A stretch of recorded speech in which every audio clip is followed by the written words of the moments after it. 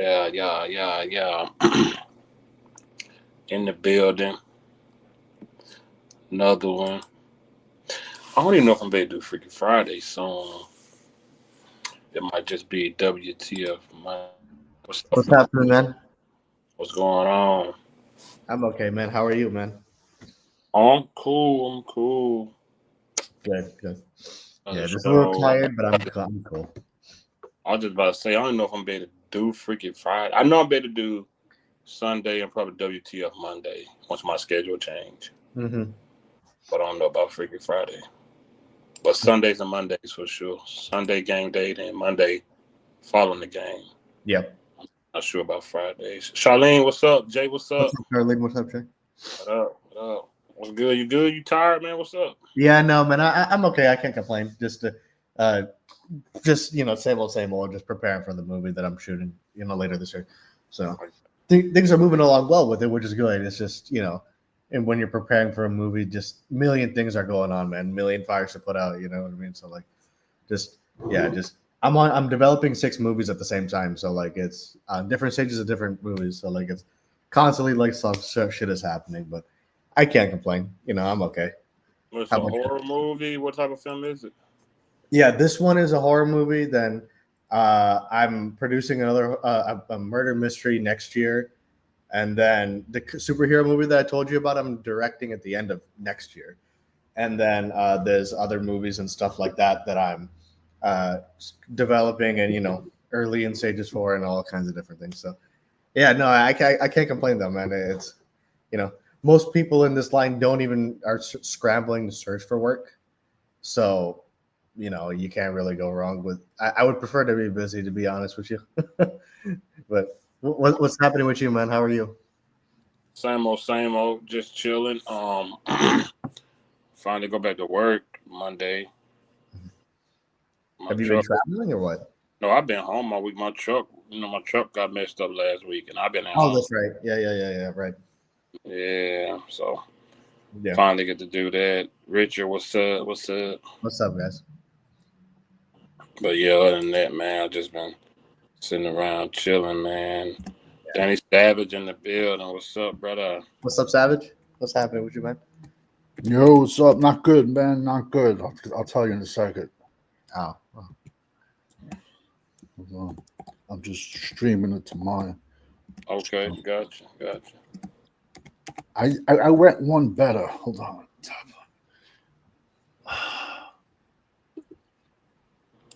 So the other day, I walk out of my house with my dog. Walking my dog, and I see a person laying face first on a sidewalk. So I'm thinking they're fucking gardening or something. But now, like, as I get closer, I see it's a fucking elderly gentleman, drunk out of his fucking mind. He planted face oh first. no. Oh, So I go to, I put both of my arms underneath his shoulder. Bro, completely dead weight. It was like fucking, I should have been wrestling. Yo, the guy busted his grill, vodka bottles laying there. So I put both of my arms under his shoulders and I picked him up and I put him on the stairs. I didn't yeah. think nothing of it. 2014, I tore this bicep. I tore it off the bone.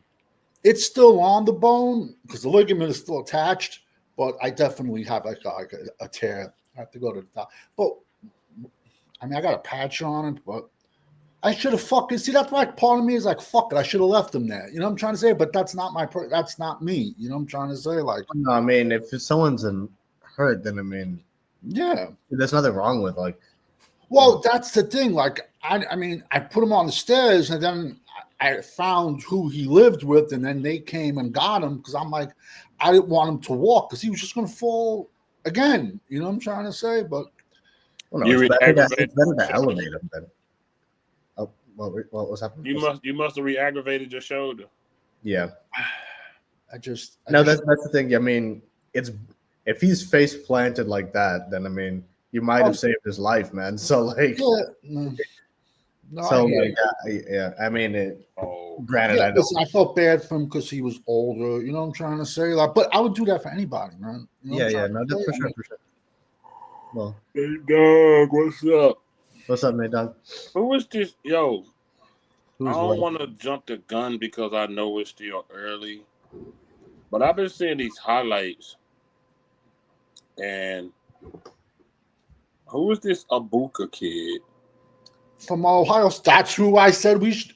If we were gonna go wide receiver, that's who I said was who we should have went with. Micah Parsons, Ohio State. Listen, I've been He's saying going off. he's been tearing it up. Off. But everyone wanted T-Mac. I mean, the crew of Dallas content creators that only knew two people: T-Mac and Austin Gentry. That's it. That's all they knew. What's his name? What's this guy's name? Micah Parsons from Ohio State. Okay. Beast. And He's a receiver. I had him higher.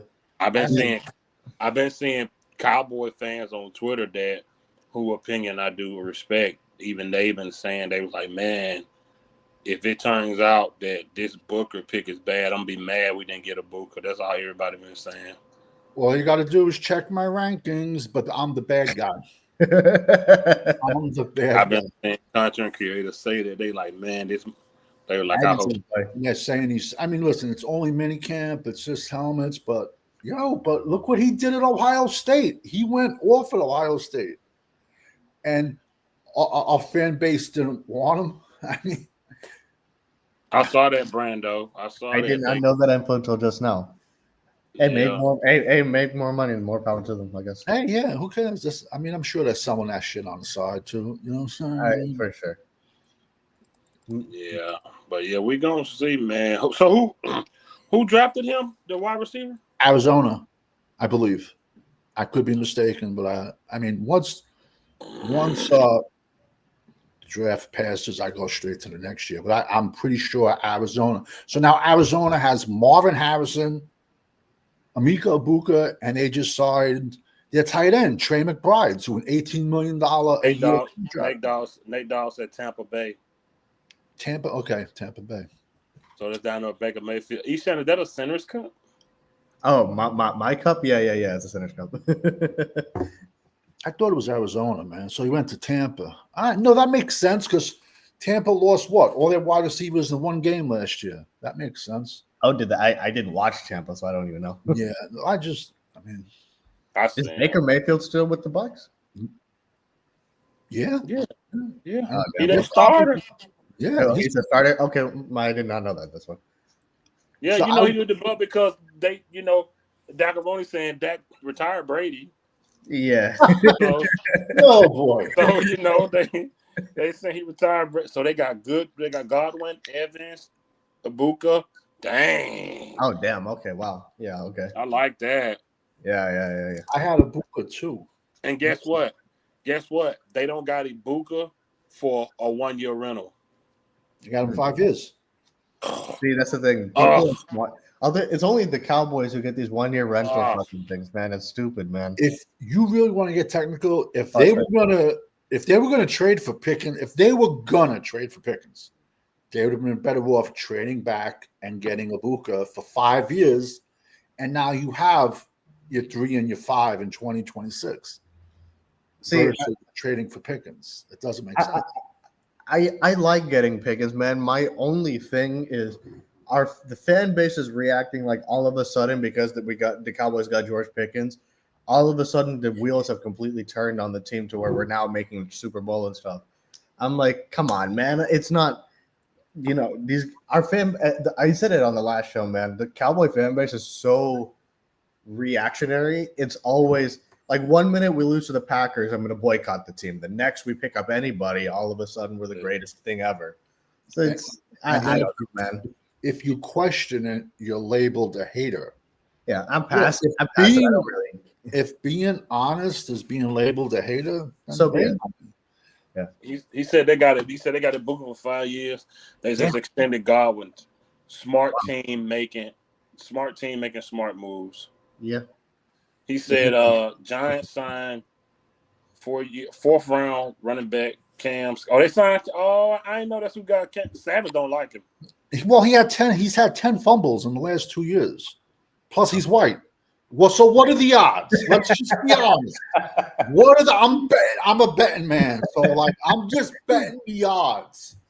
I mean, yo, let's be honest. McCaffrey fucking turned into sugar. I mean, or salt. It's like he broke down quick. If Christian McCaffrey, yeah. I can't see how that's racist, man. You know, Cam Scott. No one even talked about him, ironically, until that one playoff game. You know, I mean, I don't even think I ranked him, to be honest. I had him ranked like in the 30s, to be honest with you, because he has small hands. He has decent sized hands, but I think 10 fumbles the last 2 seasons should be concerning, in my opinion. Yeah, sure. I mean, that's just me. Plus, he's white, so if that, you know. I think the Pickens thing is, I don't know the exact word to look, shock value. It's like a girl that has HIV. Oh Jesus, that's Christ. Okay. But she got I'm gonna hear this one. But she got a fat booty, and you like, man, she is thick. It's like, man, you forgot she got that. That's like, man, we got Pickens. You forgot we got Prescott too. Right. Like, don't forget, she might got a nice butt, but she got that dangerous. Robert Quinn 2.0. Yeah, it is. He listen, man. Listen, y'all know me. I'm all about that running. It's just hard for me to see with what we got them doing that this year. I don't think they're gonna run the ball. I got it. You not bringing Pickens in here for that. You do. You're gonna see the side that Pittsburgh saw him. Yeah. Yeah, he's gonna, because he wants to get paid. He wants a 100%. This is the bad time to get a guy like that who want to. Oh man, he wants a ball out, man. That's a bad time, man. Oh, that's a bad time to get a guy like that need the numbers this year. And plus, you know that, I mean, he's gonna. I mean, even regardless, he would want his numbers, but especially since he's up for a contract, yeah, for sure. That's why he wants his numbers. Yeah, no, for sure. That's why he wants his numbers so he can look good. That way he want to have a good 2025. Man. So he can go get a big check at a team that he probably don't care about winning the Super Bowl from. He just want that. He see what these guys getting paid. He want to come here and put up numbers so he can go, do what he got to do to take care of his people. Yeah. And let's be honest. Let's say Dallas does sign him. Do you think he's going to take a penny less than Lamb? No way. Nor honestly should he, man. To be honest with you. So I mean, it's like he ain't better than Lamb, but what that mean to a receiver? They divas. They think they better than everybody. Right. He ain't better than Lamb, but the only reason they got Pickens was because of his low cap. He only cost $3 million this year. If it was $10 million, he wouldn't be here. Exactly. That's true. Yeah. Exactly. He would not be here. Facts, big dog. On me. Yeah, I think the reason that the fan base is so high, I've never seen, like, I know our fan base is like up and down all the time, but man, off of this one pick, our fans are just going to the ends of the earth extreme. You know what I mean?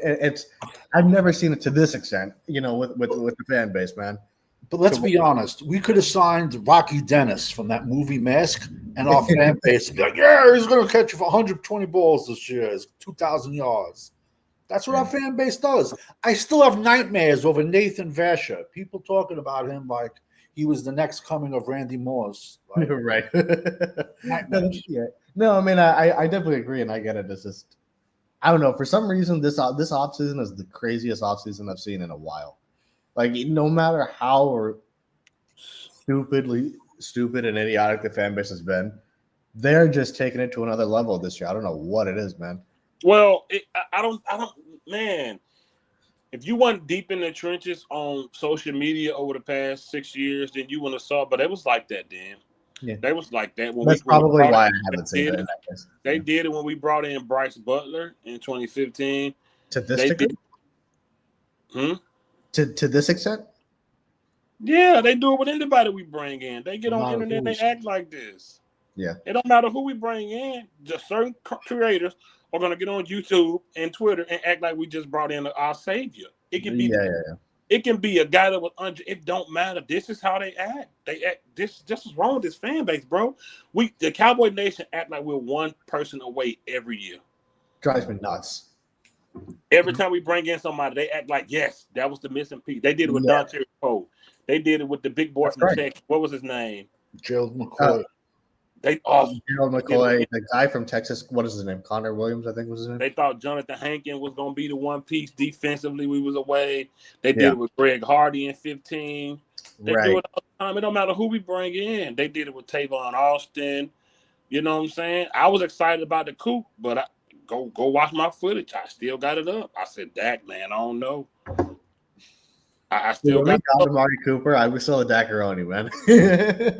And then, it was only after the season he got paid that Redskins game that I jumped off. That they traded a 24-year-old for 1 year. Yeah, that's what you want to tell yourself in your head. We got to tell ourselves that to try to. That's rough, man. A 3 and a 5 for 17 games at best. That's brutal, bro. The fan base is acting like after this year the Cowboys are gonna sign him for another 4 or 5 years. I don't get it. We can't afford Pickens. Exactly. Jerry, we stunk last year. Jerry want to get a fan something to cheer about in the stadium. 100%. What's better to cheer about than Pickens and Lamb? 100%. That's like what the Bengals did. They paid the quarterback, they paid the 2 wide receivers, and now they don't have a fucking penny for nobody. This is a mission accomplished, Jared. This is about the bright lights and showtime. This is to get the fans cheering in the stadium, not sitting there sad or him hearing they need to boycott us. This is what this is about. This ain't Jerry thinking we were one player away. Jerry ain't thinking about no Super Bowl. Nah, he's not. I agree. He's not thinking about that. He wanted to bring Pickens in for a splash. Yep. He knew he stunk it up last year. He admitted it. This is for splash, man. That's it. What's up, Chris? This was for splash, nothing more. Of course, of course it was. It's because the fan base was so pissed that we didn't get a receiver in the draft. That he was like, you know what, fuck this, I'm just gonna go get a receiver. Y'all think there's any chance our safeties get cut or traded? Nah, Malik Hook not this year. Donovan Wilson ain't going nowhere until they cut Malik Hook, man. Yeah, our safety room is rough, bro. I got us drafting 1 to 2 safeties next year. And he related to one of our panel members. Yeah. Well, no, I think this year they're not going to get caught, man. I think maybe next year, yeah, but we'll see, I guess. Yeah, dog pound. That's what it's about.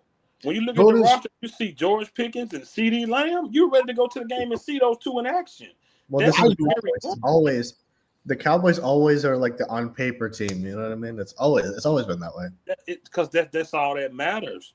Yeah. Jerry don't care, man. Listen, long as them Pickett jerseys and CD jerseys and Dak, listen, Dak, CD, Pickens, and Parsons. Long as those jerseys are selling, he's happy. He's good. He said, remember, Stephen Jones said it, man, what all in means for the Cowboys. Never forget that. I'm day 2. I like Wanye. I don't know about Marquise. I like Wanye. Wanye Thomas, yeah. I like Dono, but he kind of just he's gone downhill. Like he was at first, he was just laying people out, man. It's just like he just everything caught up with him. Yeah. But he was great value. I think he was a 6th round draft pick out of Texas A&M. What you was about to say about day 2, Savage? No, I was going to say the topic of the show is Micah Parsons a top 5 defensive end. Yeah. My question is, okay, so that means he's a defensive lineman. Is Micah even a top 5 Dallas defensive lineman ever? And I'm saying it's borderline. That he is. You can go Bob Lilly. I don't. But if he's on the edge, isn't he a defensive lineman? If he's playing edge, I was just talking about like in the game right now. I don't in the game right now. I know. I went one step further though. I don't. I mean, listen. Like I said, I'm on day 2 of Micah Parsons is the Dak Prescott of the defense. I'm sorry. That's tough. That's crazy. It's crazy in concept, but when you explain it, I can see what you mean. But I don't fully agree. But If you're talking just based off of his verbiage, in that respect, yes. But in terms of play, no. All I'm going off is demeanor, yes. What does he do what has he done in playoff games? He's had like what? Tampa Bay was his one decent game? Sure. Decent. Okay. Yeah. What has he done and what does he do in big games during the season? Right. I agree. Second half of every season, he goes downhill. Right. Walks. I've never saw Charles Haley walk off the field. No, agreed. Walk off the field. So now all I'm trying to say is, as a player, if they make this guy the highest paid defensive player and he just walked off the field, we might as well sign Henry Ruggs too. Like, you can't punish anyone then. So all I'm trying to say is, what message does that send? Oh no, and I agree with all of that you're saying. That I don't agree with. That I do agree with. Excuse me. I just think that if you're talking about Micah Parsons being compared to Dak in that respect, that I agree with. But I just think Dak was never the best. For regardless of what we say about Micah, I've been critical of him. We've all been critical of him, especially you and me, Savage. But it's just Dak has never been the best player on offense. None of the seasons that he's ever played. So we can critique Micah until all day long, and you and me have done it, and we'll still probably continue to do it. Yeah. But the reality is, he is, even if it's I was just going to say what not, even if the defense is not that great, he is the best player. I think he plays the run horrible. Oh no, definitely, I agree. But and the second an offensive tackle puts his mitts on him, a big, good physical offensive tackle, he's done. Right. Rashawn Slater, as a rookie, shut him down. They were both rookies. And right then and there, we were like, okay, there's something to this kid. If you get your hands on him, you know what it is? He's crazy. He has crazy speed. But that's it. He's a one-trick pony. He ain't running you over. He ain't like, I seen him throw one time. He did one move with an offensive tackle against San Fran. It was San Fran's right tackle. It wasn't Trent Williams. He had a good play. Mm-hmm. But I just don't think he has a lot of tricks in his bag when it comes to rushing. He's like, I just think he has one plan. And if he doesn't beat you with that first step, that's it. I just don't think he has a lot of tricks in his bag. That's it. No, and I agree with that. I mean, he only rushes the passer. That is it. Whether that's the coaching or whether that's him, anybody's guess. But I mean, that's I agree with this general sentiment. I just certain nuances are a little bit, but that's it for me. I just look at it as like, if Micah Parsons played for the Arizona Cardinals, if Micah Parsons played for like a million other teams, he would not have this hype. He wouldn't. Well, I mean, we can say that for a lot of players here. Like, I mean, we can even argue the same thing for CD too. I think he would, because he'd be at linebacker, and I think he played better. My only thing with Mike, I just feel like he isn't living up to what the media has, said about him, because he plays out of position. That's why I've always had the statement that if he gets past you, it's over. But if you get your hands on him, because he's a smaller guy, he ain't going nowhere. He's done. It's like he's it's definitely the media has overhyped him. For sure, the media has overhyped him.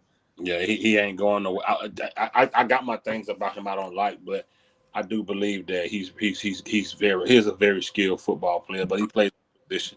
I don't like a guy that's already complaining to the ref while the play is still in motion. Yeah, in the middle of the play. He quits on plays. He has his hands up at the ref, and the guy still got him. Like, Michael, play ball, man. Play the game, man. Sorry, I just can't. I can't call you a leader if you walk off my field while we still playing. Or like, it's mid-season, and he's hunched over like he was eating bad trim the night before. Like, how is this genetic freak athlete tired? He's hunched over. He absolutely. I mean, we've talked about it ad nauseum for years at this point, that he's played out of position, and I definitely agree that that's a factor. No disagreement on my end. I just think, for me, it's just at the end of the day, a player of his talent on the field, you have to make an impact on the game. I don't want to hear that as an excuse. While as true as it may be, you're on the football field, you got to make plays, man. That's just the truth of it, for me, at least. Maybe that's just my naivety of it. Who knows? But that's just what I think. The reason I compared him to Dak was he shows up against the horrible teams. and the good No, teams. and I agree with that. I do agree with that for sure. I agree with that. I've seen him show up against decent teams, just not enough, or in big. And he showed up in big moments where we needed him to. I just don't think it's consistent enough. It's not consistent. You can contribute that to out of position playing, lack of talent around him, or just being on the field too long, just being out there dog tired. But it's just, for me, like I've stated before, I think Mike's a very good football player. Worth $1 billion, absolutely not. He hasn't showed me nothing that would say you're a $40 million defensive end. You're not even a defensive end.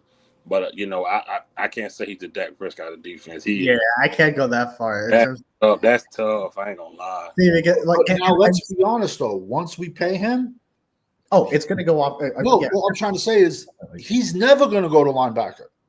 So, So for the next 5 years, then he's going to be playing out of position, getting older, getting more run down. I mean, think about it. It happens. You get older. Injuries are going to occur at some point because he's playing out of position.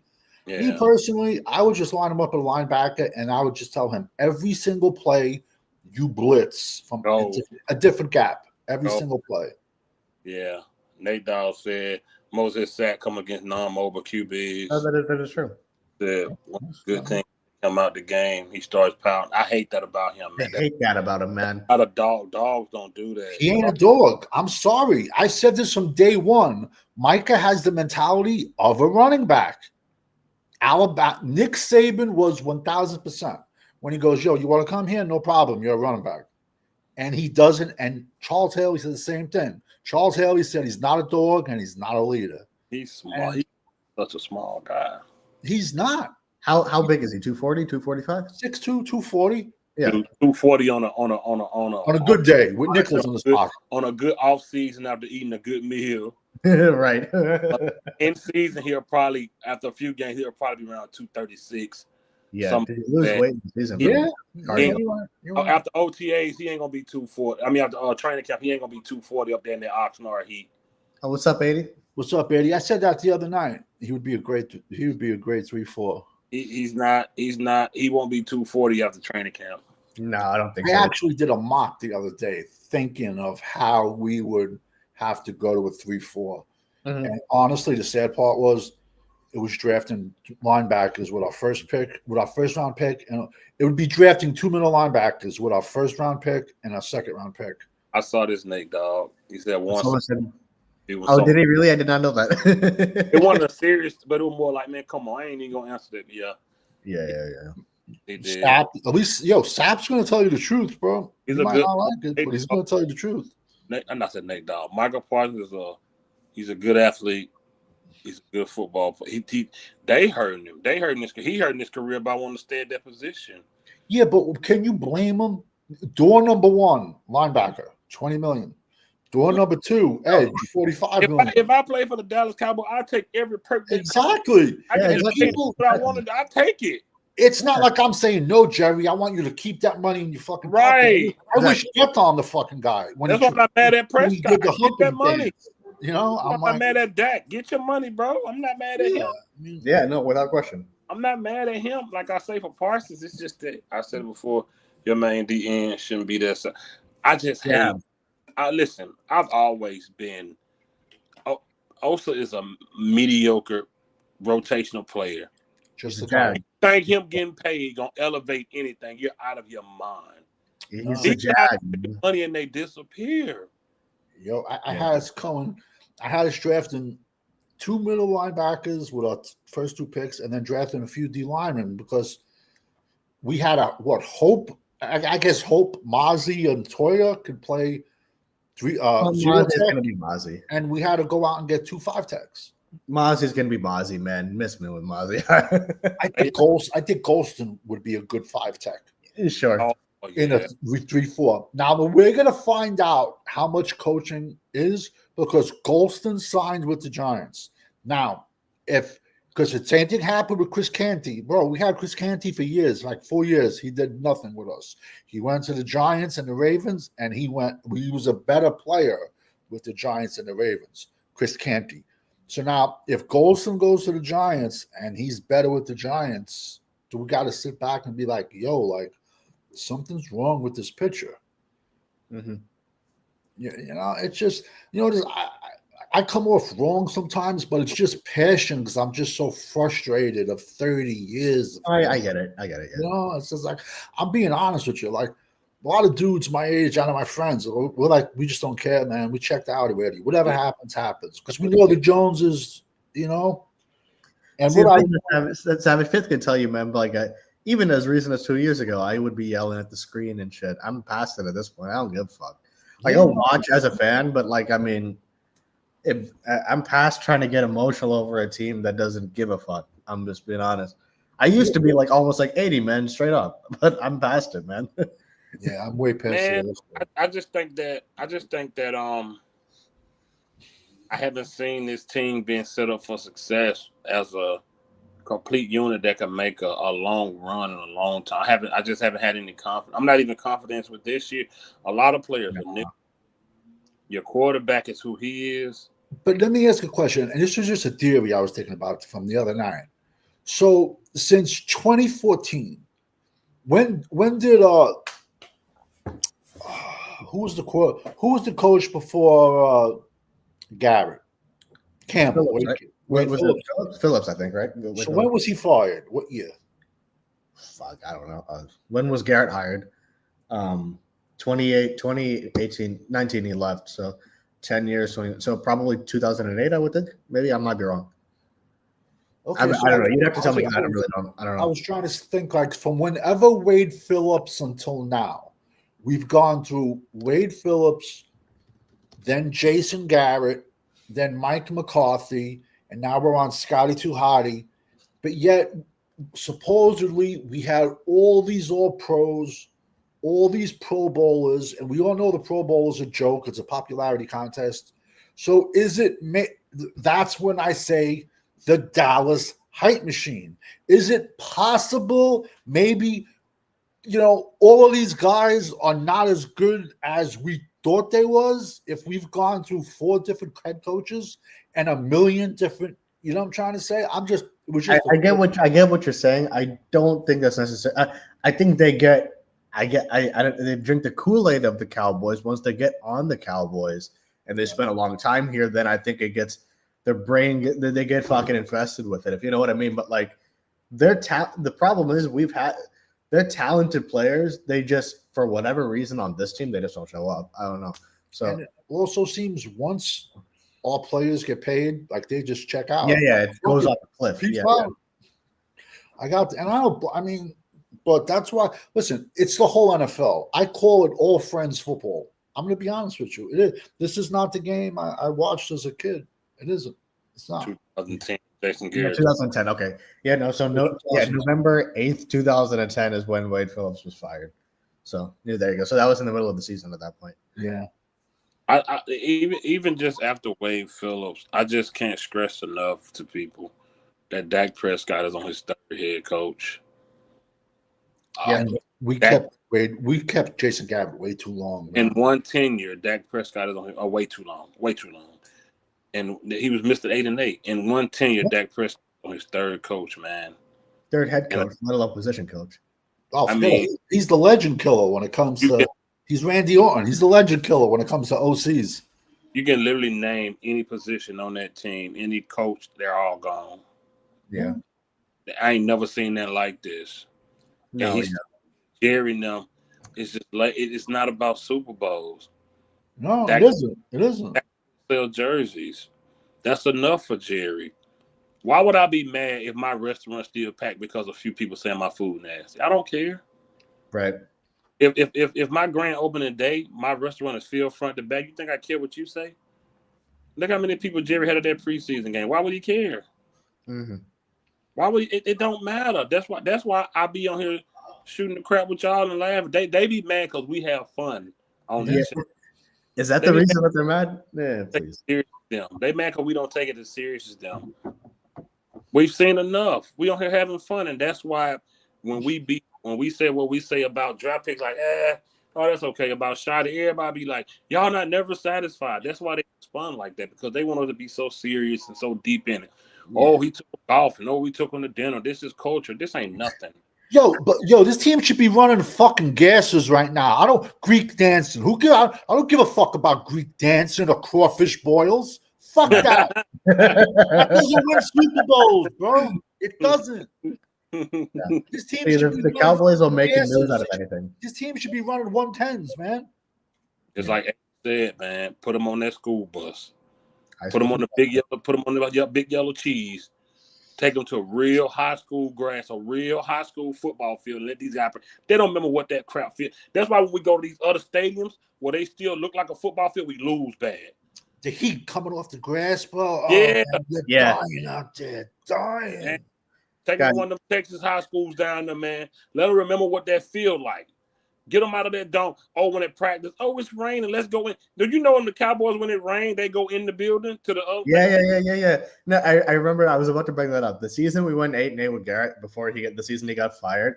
Immediately after, we was playing Chicago in December, and the Cowboys made it a habit all season to practice indoors before we played the Patriots and whatever. So their Instagram account made it a point to show, oh, we're going to actually practice outdoors today, as if it's fucking they invented lightning or something. And I was like, really? Now you're going to do it in the end of the season.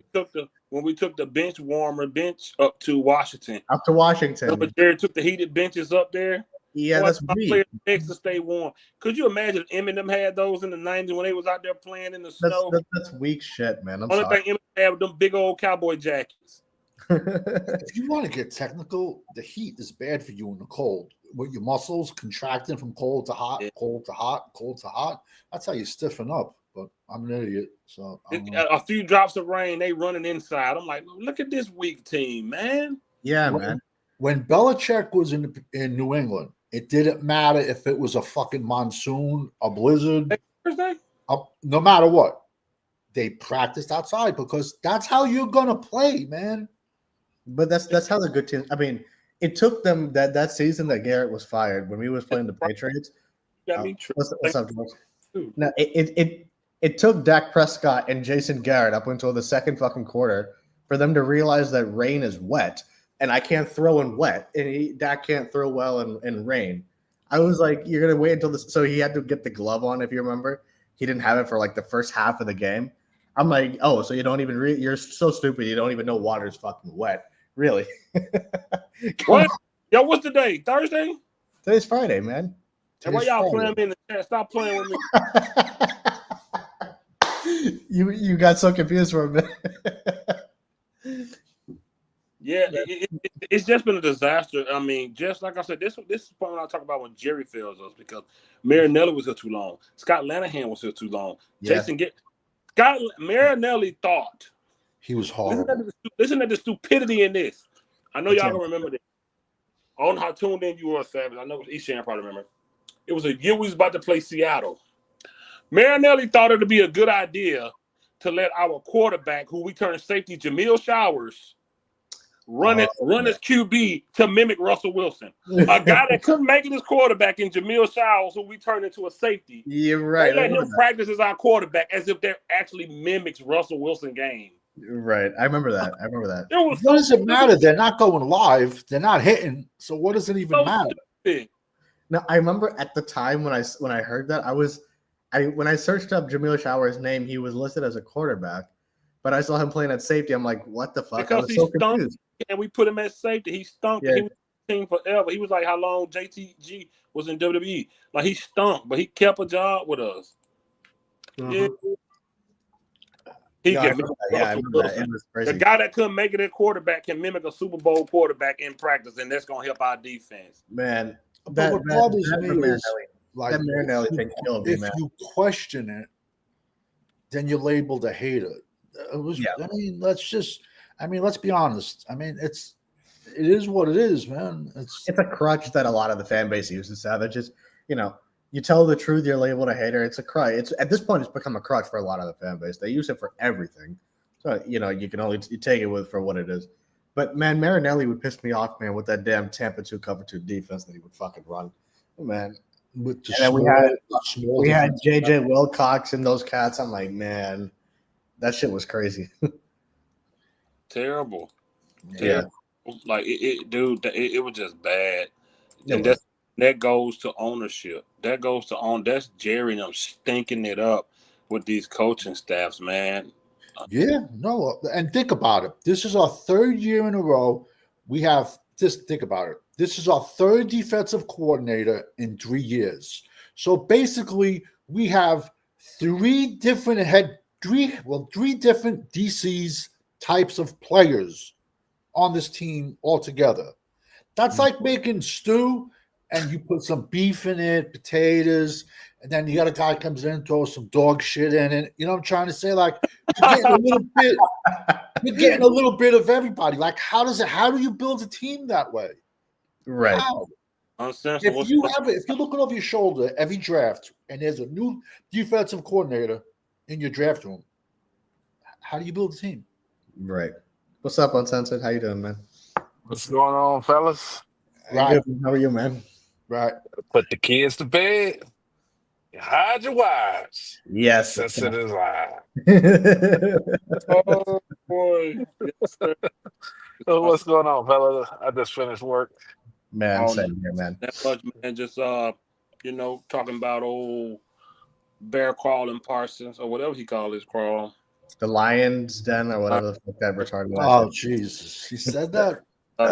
He calls himself the Lion, right? It's fucking retarded. Oh yeah, that's right. You're right, you saying. Yeah, I think he wanted to call like the whole pass rushing team like the Pride or something like that. I'm like, he do realize that there's a team called the Lions. There's a team called the Lions. What did he want to call him? The Pride? What the fuck does that even mean? A Lion Pride. The group of Lions. Oh, okay. Mike, Mike, thank you for the donation. Shout out to Mike for the super chat. He's I'm nervous about our defense. I wish we didn't hire Eberflus. I feel like we could have gotten someone a lot better at DC than Eberflus. Yo, you want to know something crazy? Even though Eberflus is a veteran in this league, I hate that worse than I hate the Schottenheimer hire. That's Mike McCarthy's Nolan. This is right. I like bringing Eberflus in as DC. I just don't like it. Yeah. Chris, what's up, man? Oh, what's up, Chris? What's up? It's going good. How about y'all? Oh, good. Hey, y'all know what blows my mind? I've been on this YouTube channel talk about this for years. When Cowboys fans on Twitter get excited about when they see a player run around trash cans and Same with it. they got these videos out right now with the Cowboys defensive line coach. Of course. And he got our defensive line and he got them running this little skin. They are so excited on Twitter. They are losing their mind because they hitting dummies. They do this shit every year. Exactly. They want the attention. They like, oh my God, look at the energy. Look how he curses. I'm like, who the fuck cares, man? Miss me with it, man. Yeah, I'll show you videos of junior colleges, kids practicing, like crawling downstairs, crawling upstairs. Oh, I've seen Last Chance U. Mm-hmm. That's junior. Oh yeah, the Last Chance U. Junior. oh, dog, did you see that? Mozzie looks so small. I didn't see it. I'm gonna be honest with you. I stopped watching all the Dallas channels, everything. I don't watch it, man. I don't watch it. I haven't watched anything. Small. He's small, bro. He lost even more weight than he did last year. I said he looked like it. I mean, he did. Well, man, it's the Dallas diet. Why did Tyler Booker lose 20 pounds? If what worked for him in Alabama, playing at 350, why is he 330 now? What? Do these guys just never get any pussy their entire life and then come to Dallas and have to lose 25 pounds? God, they are on Twitter.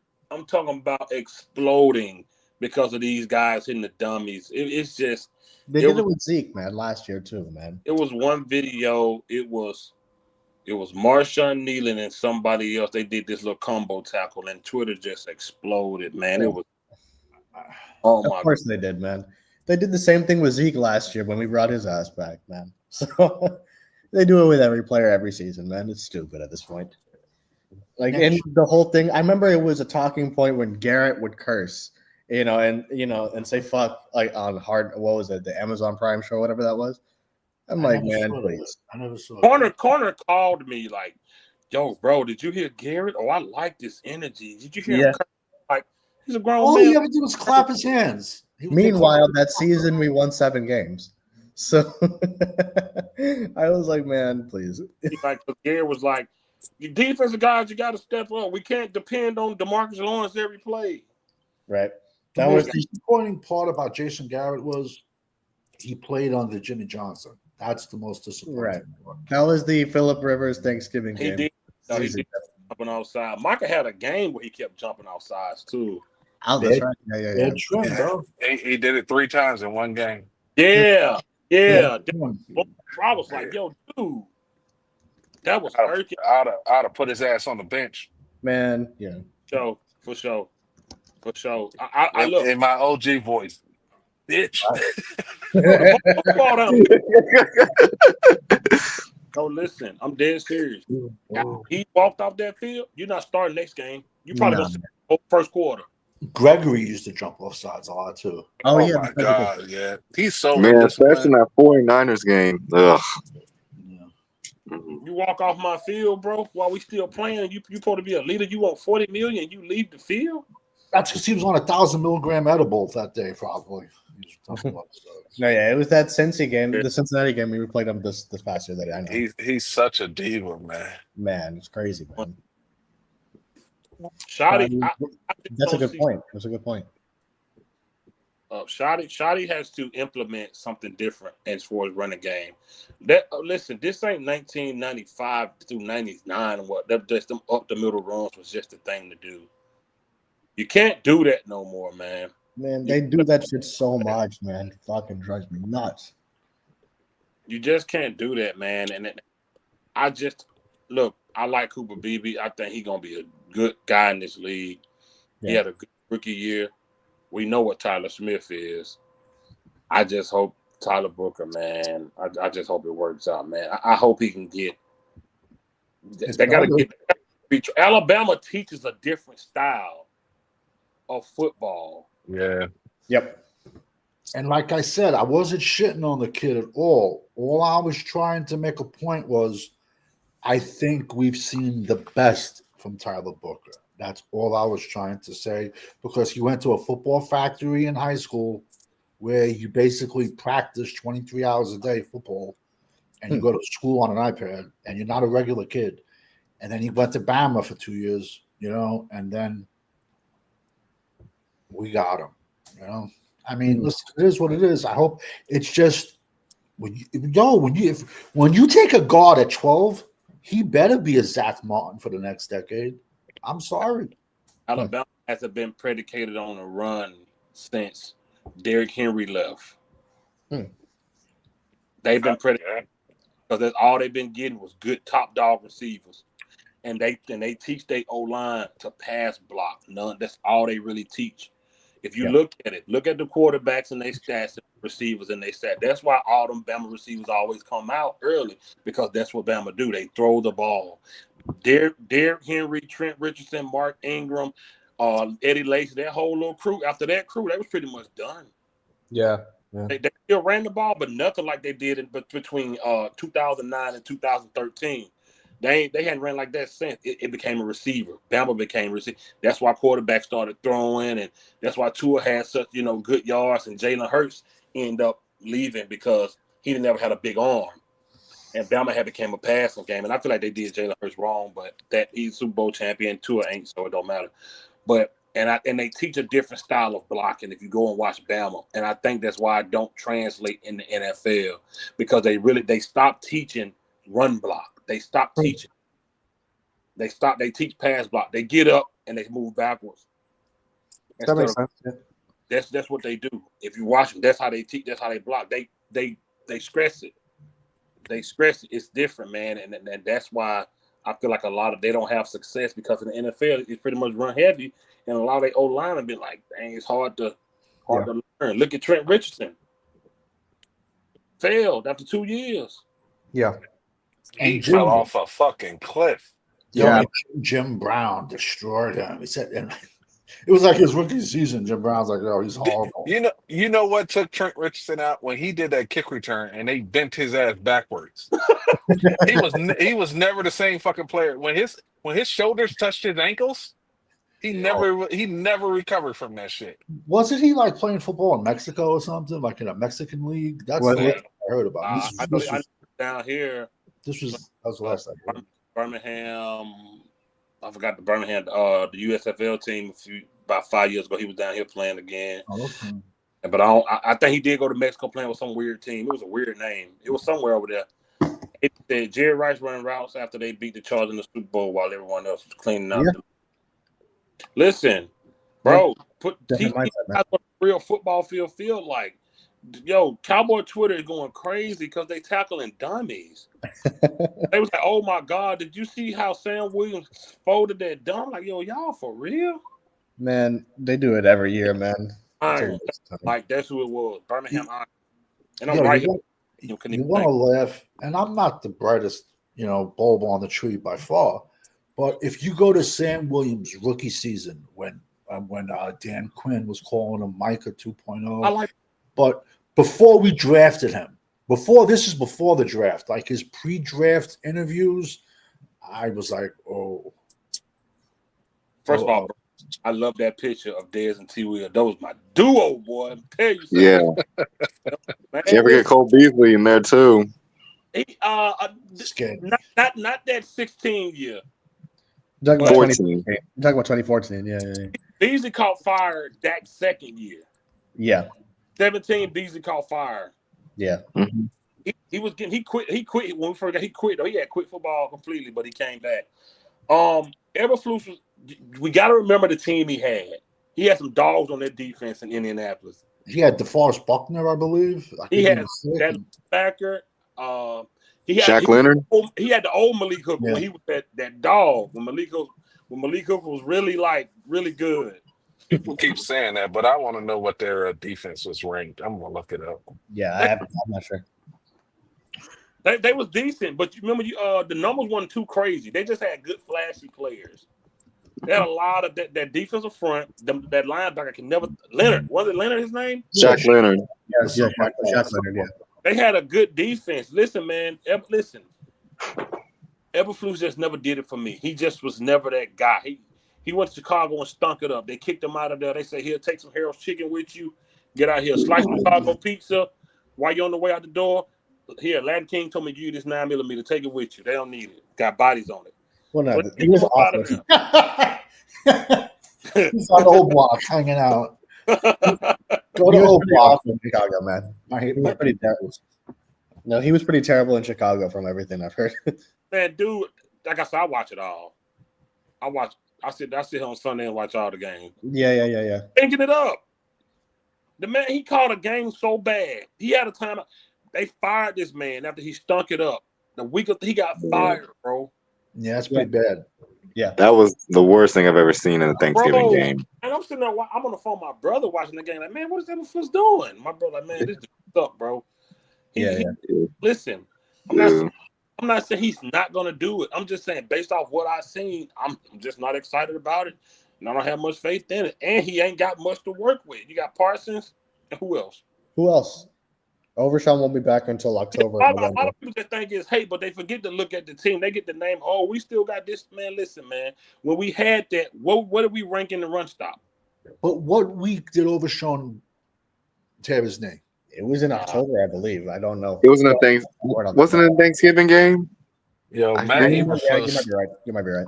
Eberflus took the Colts rushing defense from 26th to 8th. To 8th, yeah. In 1 year, and then they were 6th the next year, averaging 3.6 yards a carry. Mm-hmm. Okay. They did not allow one single 100-yard rusher all season. That was 2018.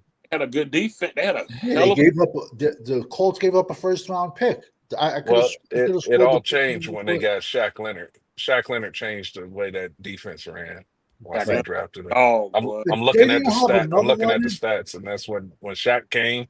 Everything went down after Shaq came. Shaq was a dog, man. But they had another linebacker from Rutgers who was good at that time. I just don't remember the name. What that guy now? I know you're talking about too. Shaq Leonard was good. I like the Shaq, man. DeForest Buckner was like 6'5", 300 pounds. They had Anthony Walker too. Yeah. Yes. Yeah. Shaq Leonard didn't have a long career though, man. He didn't have a long. Injuries later on got him. Because it was short, like 5 years or something. What was that? What was that? What was Yeah, that? it was 2018 to 2023 was Yeah, his I career. knew it was like 5 years. What And was then when he got cut, he went to the Eagles to finish out that year. But that's it. Yo, Yeah. check this shit out. I Yeah. saw a documentary the other night. You know these guys when they get hurt? Well, it depends by the state, but majorities. Do you know these guys get workers' comp in the NFL? Yeah. Yeah. Holy What- shit. what- Yo, what- this dude in 5 years has 17 forced fumbles. Man, wow. Shaq Leonard was a dog. That's He had more insane. forced fumbles than sacks. Hmm. Dude was an animal. Mhm. He played 5 years, 3 times, first team All Pro. 3 out of 5 years. If he didn't get injured, man. Oh, Yeah. Nah. My two favorite linebackers in that era was Shaq Leonard and Miles Jack. Mhm. Those was my two. Miles Jack was down in Jacksonville going crazy. Mhm. Well, we could have had him, but we took Jalen's and his coleslaw knee. You know what I'm saying? Oh yeah, Miles Jack did come out in 16. He came out. You Oh, see we it? could have had him. right. Man, they Yeah, stink, Oh, we could've- man. We took Cowboys stink, bro. Well, that's We should why have had Ramsey. we love to take people and redshirt them. Yeah. I forgot he came out in 16. Good Yeah. God, because he went to UCLA, I think. UCLA. We could have had him, but we took Jalen Smith instead. Yeah, and Savage. We should have took Ramsey too. I think so. I think so too, honestly. I do. Because I think him and Jalen went second round. Yeah, Yeah. they did. Yeah. Mhm. Now, I know we got Zigo. Oh, here. He did. Oh, He went maybe a few picks after Jalen Smith. Miles Jack Yeah. went to the Jaguars. What's They traded. They traded their number one. and for then the- they lined one down, year. trying to act like this third round cornerback ain't tweaked again. He did tweak. What's his name? Mike Fisher, the Jerry Stroker. He run into Twitter trying to cover. Sharon Ravel, cornerback, East Carolina. Dude, what? And that damn doctor on the sideline with that suit on that Cowboys hat. This is a show, man. Yeah. So why I watch. I don't wait for a Cowboy game to come on. Soon the first game come on, I'm in front of my couch watching it. I am the same. No, I'm the same Yeah, way. me too. I watch football, bro. Because It's to the point where, like, if we don't do the shows, when we already watch Cowboy games, I just have it on the screen and I just do some work, man. I don't really care. a lot of them games better than ours, bro. I watch football. I love it. For college, oh my god, Yeah. I just watch football. August 23rd, I believe the season starts. Yeah, I can't wait. I watch them all. So I love to see a good defense, man. I don't care what the team playing. I just love good football. Corner get up here, and it could be a free agent that somebody want, and corner be like, man, he suck. I mean, I ain't watching them. No, Corner said publicly he only watches Cowboy football. Oh, that's it. Oh, that's it. Corner don't watch no Super Bowls. Corner, none of that. Yeah. He said it on his show before. Like, He seemed like old boy. What he said uncensored. I watch every George Pickens. yeah, the Lying ass motherfucker. yeah, man. Yeah, he said he watched 20 games. The big fella guy who said that. What's his face? You know somebody gonna lie to you when they start out by saying, "You know what? To be honest with you, Yep. Yeah. I say that a lot. When they gotta set up the lie to get you to believe it. Yeah. Man, to be honest with you, my homeboy Pittsburgh, I watched every game. You a liar, dude. You a liar. My aunt is a Pittsburgh Steelers fan. I mean, hard. She go to the Hall of Fame when the players get inducted and everything. She will buy tickets and travel with the team. She'll spend $20,000 on a ticket if they go to the Super Bowl. She is diehard. She has not watched every single George Pickens game, and she lives 45 minutes away from the stadium. Steelers fans travel big time, bro. They travel. They travel, bro. Well, I knew the moment that big fella said it that it was full of shit, man. Because if you heard the way he talked, he was talking off of emotion. Nothing he said was factual on any aspect. He got so mad at Savage, he snatched his headphones off. No, he got mad at me. He got mad at both me and Savage, literally for just bringing up Dak or Micah's name. That was the only thing I did. I wasn't even willing to debate the fucking guy because he was an idiot. But it was. I just brought up Dak Prescott's name, and then all of a sudden he hated me. I was like, okay, man. What was his screen name though? What was it? I don't remember. He was. I know he's one of the guys from that. It was something else. Well, no, Corner called him Big Fella, but that was not his moniker on his. nickname. It's strange for something else though. I can't remember Yeah, what. I had to go back though. and rewatch it. I don't know, but like, Clueless. no, I remember like even before that show, I told you I remembered him from a couple of months back when he went on Corner Show. I think a couple of months back. The first words out of his mouth is "I'm a macaroni." I'll admit it. That was the first thing he said. You might as well just drink a bottle of Drano. No, that was the first thing he said. Like I think when I first saw him, I was like, "Okay, man." 80, right, man. Watching a good defensive game is unappreciated. Everybody just wants touchdowns. Oh. Yeah. No, that's. I love a good defense. I prefer really great defense. And now, let's go and get into it. Let's go ahead, Savage. My bad. No, go. Just because what I was going to say is going to segment into what you were going to say. I said, let's go and get into the title of the video of the live stream while we here, man. We started this topic a few days ago on shout out to my dog Champ. We started this topic. I don't know if I sent Champ the link a few days ago. We got to talk about it now because this dude he's probably the head honcho of the defense. He's probably about to get paid. People are very dependent on him to be what other teams have in their star, quote unquote, pass rusher, like they like to use now. So it's a topic that needs to be talked about. When you just paid a guy like Oso Digizua, who I think is just a rotational guy, he's just another guy. He's on the smaller size. Mozzie Smith clearly a bust. At this point, you can use the word. You can say he's a bust right now. Yep. We can officially stamp it. Nobody apologized to me yet. It's been 2 years. No apology. Everybody said nothing. You've ignored some apologies though, man. Corner has not apologized to you. Because I'm the main one who calls. Other than you, I'm the main one who calls him out. Y'all was on here going. Y'all remember Rumble in the Bronx when they started hitting them bottles towards Jackie Chan in that alleyway with them baseball bats? That's how y'all was treating me. I was in the corner. Y'all was just hitting beer bottles towards my way. All that, man. Like, y'all would just find me. I felt like old boy in Only the Strong. Y'all remember Only the Strong? Yeah. Y'all remember that Banana Way? That's an old movie. I'm sorry. I said there was. Man, there's no y'all with me at least. Talk to Champs and talk to the corner. So let's go here. Micah Parsons. I'm gonna get my spiel. To me, Micah Parsons is a very, very good athlete. He's a good football player overall.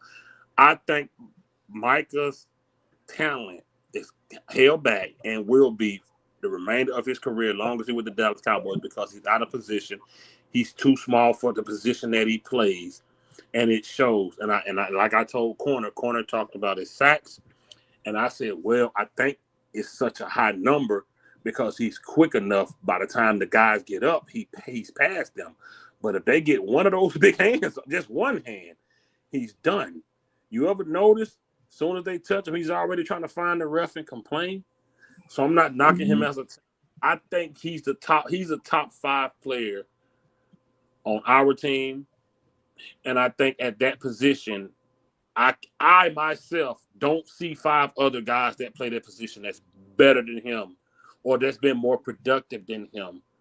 I still don't agree with the $40 million. I know y'all named a guy from the Bengals and another few guys. To me, I just don't see 5 guys I can put in front of him and say, yeah, I'll take him over Micah. I'll give you maybe 3, but 5 for me, I just don't see it. I think Micah is a good player. He's out of positions. He's going to be held back, and we'll never know his true potential because there's nothing a guy of his size can do with those guys on the other side. It just don't work like that. Ishan, what's your thoughts on Micah, and do you think he's top 5? Be honest. Keep it real. Sorry, I was muted. No, I have no reason not to be honest, man. Why would I not be honest? But I don't know, Ishan. I'm just saying. I'm just asking. Fair enough. I have no reason not to be honest. You know me, but look, is he top 5? Yeah, I think he's top 5. My opinion on Micah has been the same since for years at this point. I've never once said he's not a talented player. He absolutely is a talented player. I think he's a talented player who gets overrated by the media, number one, and by our fan base who they think this guy can do no wrong. And it's like Nate says in the comments, man. People just look at his sack numbers, man. Is he top 5? Yes. I think he's a talented player. I just my issue with Micah is a couple of things. Number one, I think he just doesn't show up when it counts most in the big games. And I have a problem with the fact that I know he did not directly compare himself to LT. I'm not saying that. But we have to be honest. The moment the media started making those comparisons, people like on the the facility, that Shady McCoy guy, and even Stephen A. Smith, for that matter, on First Take, still compare him to LT. Take that for what you will. Man came in here with the Shogun of Harlem hairstyle off the Last Dragon. Am I the master? Awesome movie, man. I'm sorry, Tim, I'm sorry, Tim. You got the Shogun right now. Am I right? That was My awesome bad. And by the way, Champ, this is a tailgate off your show from the other day. Go ahead, you my bad. No, you go. That's a good one. But no, like, look. Hold on. Let me come back on because I can barely hear you. Okay. You got to channel your inner Bruce Leroy. Go ahead.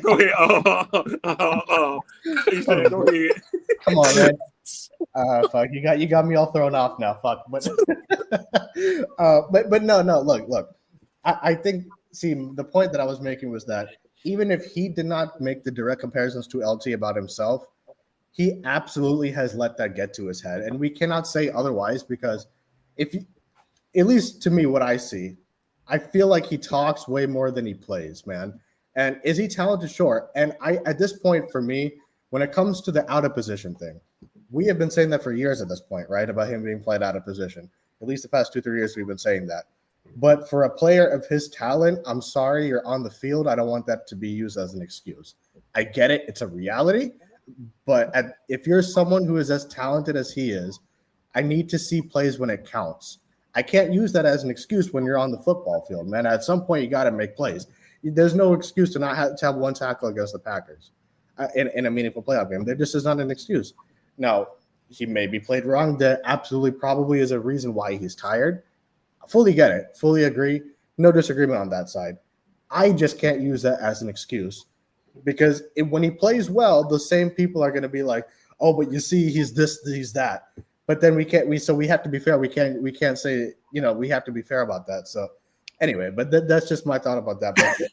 But see, there he goes. I'm not even going to look at you, man. But no, is he a top 5? I'll let you go to this. But is he a top 5 defensive end? I think so. I think he's top 5. The position as far as his placement in it, I think what you said, 5th, 3, I think is fair. I would also probably put him at 3. But I appreciate your point. I appreciate your point about him talking too much. He does. That's a good point. I'm gonna go and come to you uncensored. Let me get your thoughts on Parsons. Is he top 5 to you? And if not, tell me why. We'll put him fringe top 5. I'm just going. I'm not taking him over Trey Hendrickson right now. Okay. I'm not taking him over Myles Garrett. I'm not taking him over Max Crosby. I'm not taking him over Watt. Okay. Who else you got? You got Danielle Hunter down in Houston. Nick Bosa. Yeah, Nick Bosa, right? Yeah, I was about to say too. Yeah, you got Nick Bosa in San Fran. Okay. And who else? What about that kid from in Detroit that broke his knee?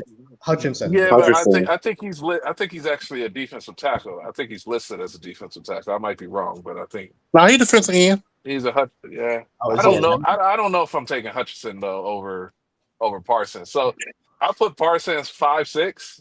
Okay. But the difference with these other players is they can play the run. And Parsons can't play the run. Yep. Like nobody is running at TJ Watt or designing a game plan saying we're gonna run at TJ Watt or Myles Garrett or Trey Hendrickson or Danielle Hunter. They don't run at these guys. Even Jadeveon Clowney down in Carolina. Oh, that guy, he should be I wouldn't take him over Parsons, not necessarily, but there's an argument to be made. That guy must have the best agent ever. He's fleeced like every single team out of millions. That kid, Jadeveon Clowney. Yeah. So uncensored. What Are you saying is you doing that because it's that true to their position? Is that why, or Well, just because they well, just that better than him? well. What I look at it is, it's just like I look at Osa. You have a primary job and a secondary job, and I take into consideration both of them. Osa's primary job is stop the run and disrupt the pass.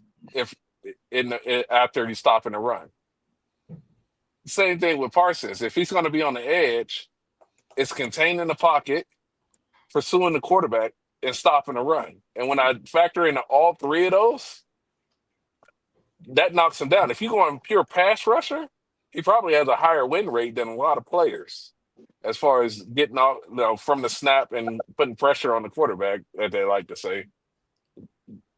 But you can run right at him all game, and it doesn't matter if he can pass rush because he's lighting the ass. That's what drops him down for me because I want my edge rushers to be able to set the edge. That you have to set the edge first and then pursue the quarterback. He can't set the fucking table, bro. Let's be honest, man. Well, and he takes off every single snap is upfield. Yeah, Upfield. he has one move. And that's why Green Bay ran at him in the playoff game because he leaves a big ass gap between him and Osa because he's 5-10 yards up the field, and then he's got to try to do like a swim move and try to come back upfield to get to the quarterback. He does that shit all the fucking time. And the tackles are smart. They just if you want to run that fucking far, I'm gonna let you fucking run. I'm right up to And then every now and again, he can sink his feet. And if you got somebody that's thinking that you about to speed rush past them, and they're so worried about getting out in front of you, you can switch it up and do a bull rush and get past that person every now and again. But not the elite tackles in this game. He can't do it. Okay. I like that. You put T.J. Watt and Myles Garrett and them up against Trent Richardson. They're going to get some pass rush wins. Not Trent Richardson, Trent Williams. They're going to get some pass rush wins off of it. And Micah Parsons got 0 pass rush wins against him. It's a good point. George said those 10 you named got all great linebackers the Cowboys don't. What that got to do with an edge rush? That has nothing to do with Micah. Okay. Savage. Yeah. All right, I got a long list. Wait, Savage, before you do. Let him ask the question. I love you like a brother, Savage, but please don't take us back to the 80s. Keep it here. Yes, keep it on one. Please keep it here. Please. Okay. You got the floor. Go ahead. I don't think he's an edge. He's a linebacker. He's the type of, listen, the way I would play him is line up at a different position every single play from the linebacker spot. And sometimes, very few, a situational pass rusher. But I would play him from the linebacker spot, shooting a different gap each play. When the quarterback goes under the center's ass, I want him to have to look around and see where Micah is. Is Micah Parsons a good athlete? Yes. He's not an edge. He doesn't have the size for it. He didn't play defensive end at Penn State.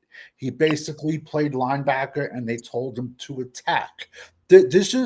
I call Micah Parsons the Dak of the defense because our fan base rather have a 6'2", 240-pound line, a 6'2", 240-pound edge that gets 14.5 sacks versus a 6'5", 290-pound edge that only gets maybe 10 sacks, but he can stop the run. So it's just about stats. And Micah is a product of the Dallas Cowboys hype machine. That's it. Plain and simple. And now he's playing at a position. And where does what coaching staff asks a person? Well, come here. Like, what position you want to play? You fucking tell them what they're playing. It's your job as a coach, as a boss, to find out what someone's good at and what someone's bad at.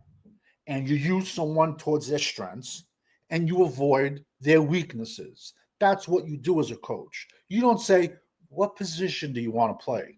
This is like the fucking every coach out there that has his son at quarterback. There's always a team out there that the coach's kid is the quarterback, and yet there's the backup is a million times better. That's the Dallas Cowboy Micah Parsons thing. He's maybe top 8. You know, give me your guys. Give me your guys. Top 8. Wow. Okay. Say he's 8 because he can't play the run. He's Okay, a one-trick pony. Give me your guys. Who you got over Parsons? I would go Crosby because if it's run stopping.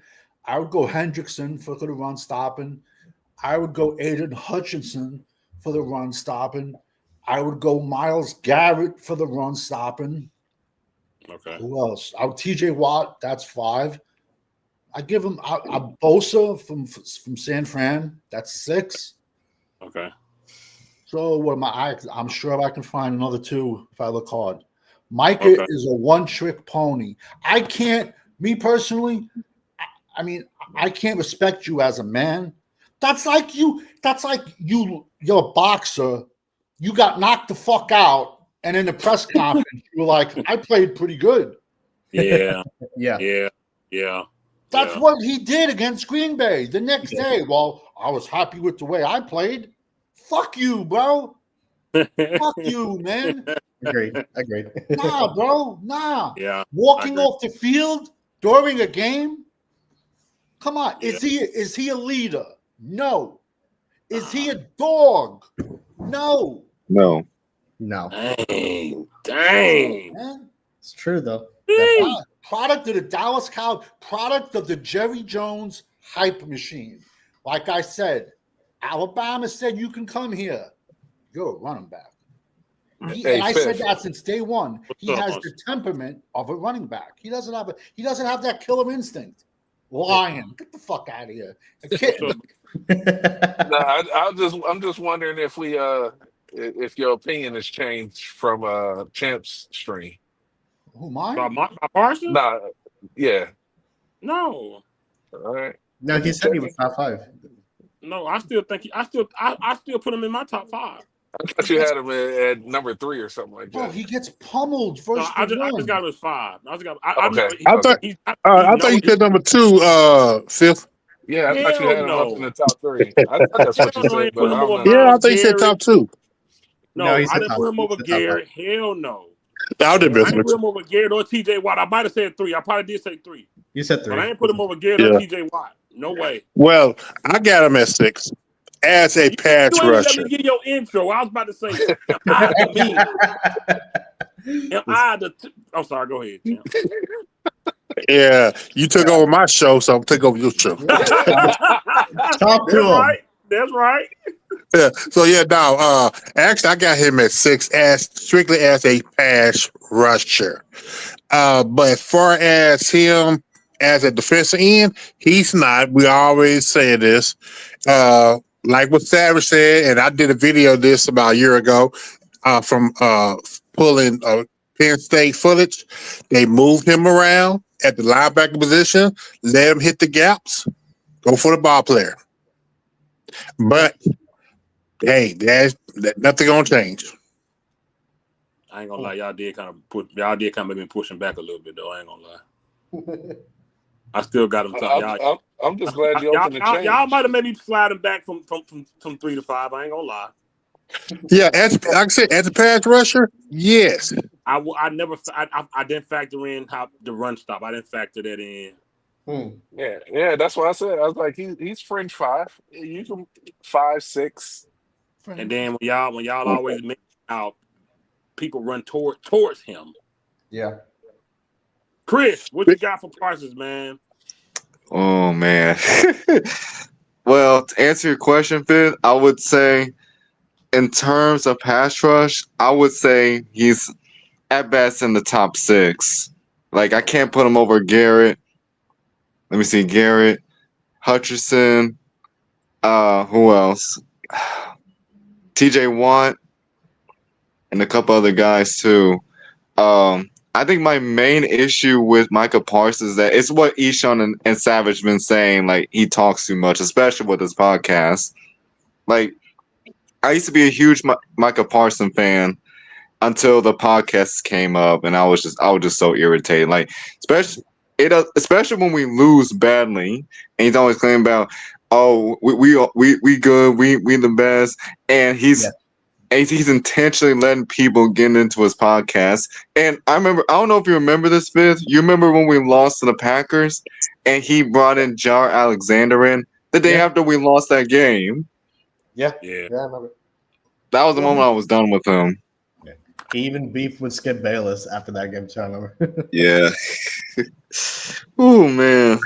Well, to answer your question, he's a top 6. He's a good pass rusher, but terrible against the run. All it takes is one, I would say, like a guard pull, and he's done. Yeah, one guard pull play, he's done. Yeah, that old Joe Alexander thing after they beat us, I didn't Parsons, man. I did feel, and other people felt the way he felt. Like, you know, they said they spent too much time. He spent too much time on the podcast, and like I say, when you're a defense guy, when you make top money, you're a real leader. Leaders don't leave that field. I don't care. Leaders don't walk away from their team. You just don't do that, man. Yeah. I was pissed when he did that. He did it in such a pouty way. I didn't like that, man. You want to know the problem with that, Fifth? Go ahead. His teammates don't look at it the same way we do. Mm-hmm. Good point. Yeah. And you can lead a bunch of weak men. You can be a weak leader if you got weak men underneath you. Yeah. Say, real quick, you remember Thursday? I mentioned that you said that the story came out about Diggs being depressed, football depressed. Him too. That was me. Yeah, he is. Yeah, that was Fifth that said that. I wish someone could. I see why he football depressed. I mean, Diggs is equally as immature as. Yeah. I don't know. Yeah, I'll be back. You're on a different woman every other night. What the fuck? Yeah, Baby mama drama. What an idiot, man. Yeah, baby mama drama. 26 is stupid, man. I'm sorry. Fly down there to check on him. Imagine how you fuck you depressed with a new woman every other night? Right. $100 million in the bank. Yeah. Right. Bro, there used to be a comedian, Sam Kinison, and he goes, there was the Betty Ford, it's a very famous rehab, Betty Ford. And his answer was, if you have the 80 grand to go to Betty Ford Clinic, you don't have a cocaine problem. You know what I'm trying to say? That's funny. That's $100 million in the bank, and you're slinging it left and right, and you're depressed. I'd be like, go fuck yourself, bro. Go. Yeah. He's too busy fucking everything else. Right. Yeah. Seven fucking kids, bro. Yeah, 7 kids at 26 is They took pride of that too. At least 7. He don't even fucking know how many he got out there. Bro, He said at least 7. I'm 1 year older and I got no kids, man. 7 kids at fucking, that's stupid as shit. Yeah, and uncensored to make it worse, he was priding about it too. Yeah, they don't see nothing wrong with it. Yeah, no, they don't see anything wrong. You're buying a fucking $500,000 car. But at what point do you see your pay stub and then you see like all that shit out? All the deductions. Like, yo, pull the fuck out, bro. Or, yo, you got 7 kids, get snipped. Then you could be blasted away, like you fucking, And you don't know where your career is headed right now. You don't know. You don't know, yeah. Cowboy fans want him cut. That don't necessarily mean another team want to pick him up. Right. They should worry about getting snipped before getting cut. Yeah, I know that's real. That's stupid, you man. can just blast away how you want. They idiots though, man. We always in the news for the wrong thing. So to continue on this subject, so Savage, did you know anything about the defensive end that we drafted? Donovan Irazuko from Boston College. He's like 6'2", I'd say 240 with quarters on him. I liked him. He was my 10th ranked edge. I liked him, but he was undersized. He's undersized. He's 6'2", 240. I'm going to be honest with you. When we drafted him, I had three to four higher ranked edges than him. And those edges ranked those edges were from 6'5" to 6'7", 270 to 290. And but he was my 10th ranked edge, Donovan Iwuzuko. Is he going to be good? I think he could be good. I just don't think he's a good fit with Dallas. Because when both of your edges are 6'2", 240, and you're 29 first to run, that is a bad combination. And if you want to leave Micah at edge for the next, whatever remainder of his career, can we at least get somebody big from on the other side? That's just how I would have played it. But what do I know? Your edges are 6'2", 240, and your interior guys are 285. Jesus, that's disgusting, man. That's disgusting. Both of our linebackers are bigger than both of our edges this year. Man, that's crazy. Our linebackers are bigger than our defensive tackles right now. Yeah, man, that's crazy, man. Jesus, man. Man, our defensive tackle room is terrible, man.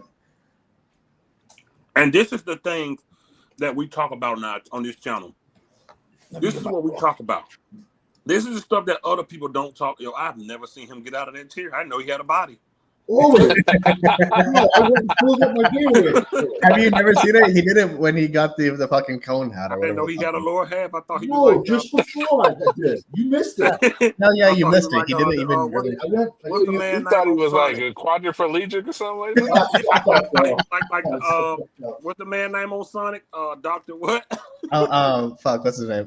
Robotnik. No, yeah, Robotnik. Yeah. I thought you had an upper half, man. That's fucked up, bro. Fucking Jim Carrey, man. Hey, he killed that role. He came back out of retirement to do one more movie. Yeah, Jim Carrey, man, is legend, man. That guy. Well, underrated, man. Definitely. But hey, like Junkie said, who won't respond to my text? I don't care about that defense, man. I don't care. That's fucked up, bro. Yo, you call I it. don't care about the defense. What, the head detective you calling me from fucking Dr. Eggman? They don't care about the defense and they don't care about the draft picks. That's what they at with it. They care about Jordan. They have blown my mind with this fuck them picks mentality for 2020. Fuck them picks. That's what they say. Fuck them. No, it's like I said, they're very reactionary, man. You say that on a Super Bowl run. When you pushing for a Super Bowl, you say, I'm all with you. You don't know what the next year might hold. So if you think you competing for an NFC championship, fuck them picks. Get the talent in here. Fuck them. Yeah. But to come off a 7-win season, right? They got my dog. I think the problem is my that dog corner saying forget the picks. Yeah. Well, no, I think the problem is, man, is that they're using injuries to mask all of last year when we was bad even before their injuries. Exactly. Like, you know what I'm saying? It's like they look at it like because Dak was hurt, because Dick, and we can go down the list, right? They make it seem like we were bad all last year only because of injuries. I'm like, man, we were 3-5 before Dak got hurt. It wasn't like we were good. There wasn't a whole lot of injuries for that Saints game. Yeah, exactly. What was it, 44-19 or something? I was like, no. Luka was my wide receiver too. Nate Dog, I need some compilations of debates between me and Corner over the years. Oh, oh boy. No, I just want to upload videos throughout the. You try to be a good Samaritan and hurt your shoulder again, man. Yeah, I should have lied. Oh yeah. That was my bicep. Mm-hmm. So, what school did Joe Milton come from? Joe Milton? Let's find out. Joe Milton. All right, here, perfect example. Michigan. Perfect example. We're going to go back to the edge class before the draft. Still on the board. I'm just saying who was still on the board. Mike Green, Marshall, 6'4", 255, 17 sacks, but he had off-the-field issues. He got accused of SA, allegedly, 2 times. He was my 5th-ranked edge. My 6th-ranked edge, Jack Sawyer, 6'5", 260, Ohio State.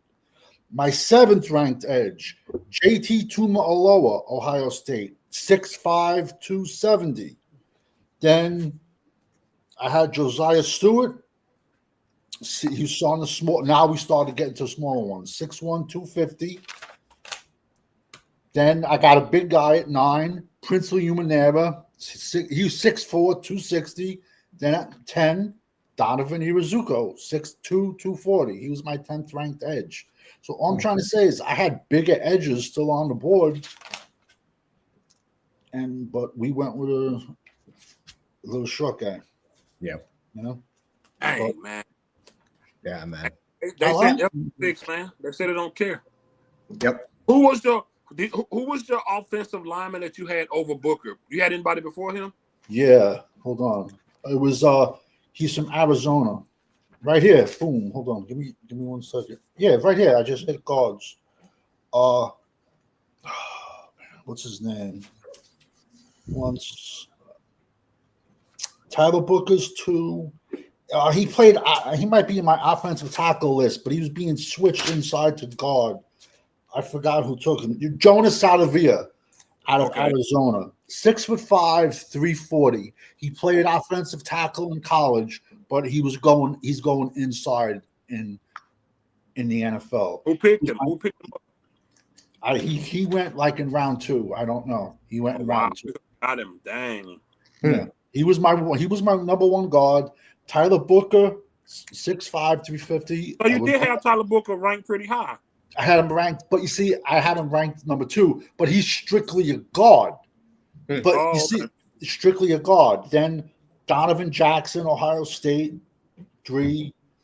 I had Luke Kandra, then I had Miles Frazier, LSU. The problem with this year's draft was, and this is why every single season, 10 coaches and 10 general managers get fired, is because this season, like, they wanted to take like 4 guys that played great at offensive tackle in the NFL, and they're like, yeah, we're going to put you right to guard, which I think is a mistake. So there was crazy guys that we could have took. Hold on real quick. Because you could have, bro, I was so big on the West Virginia kid, man.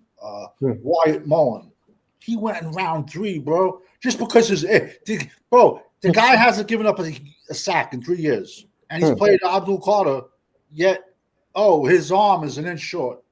So we're going to move him inside to guard for 3 years. This is why people have made this game so fucking hard. It took Mike Vrabel to put on a helmet and shoulder pads and go up against the kid Campbell from LSU that everyone was shitting on because his arms are an inch short. Vrabel did one-on-ones with him. And he's like, yeah, you can play left tackle. I mean, come on, bro. So wait, here's my tackle list right here. I had Wyatt Mullen 1. They want to switch him to guard. It's okay. Number 2, my number 2 offensive tackle, Kelvin Banks. They want to switch him to guard. Whatever. My number 3 offensive tackle was Will Campbell. And New England's going to leave him at tackle. 4, I had Josh Connolly from Oregon who went to the Redskins, and he made all his money running over Abdul Carter in the playoffs. And I tried telling everybody.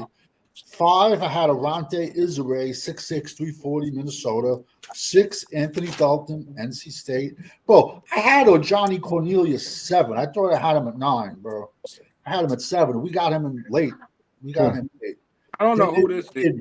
Meeboo from Missouri, wasn't a fan.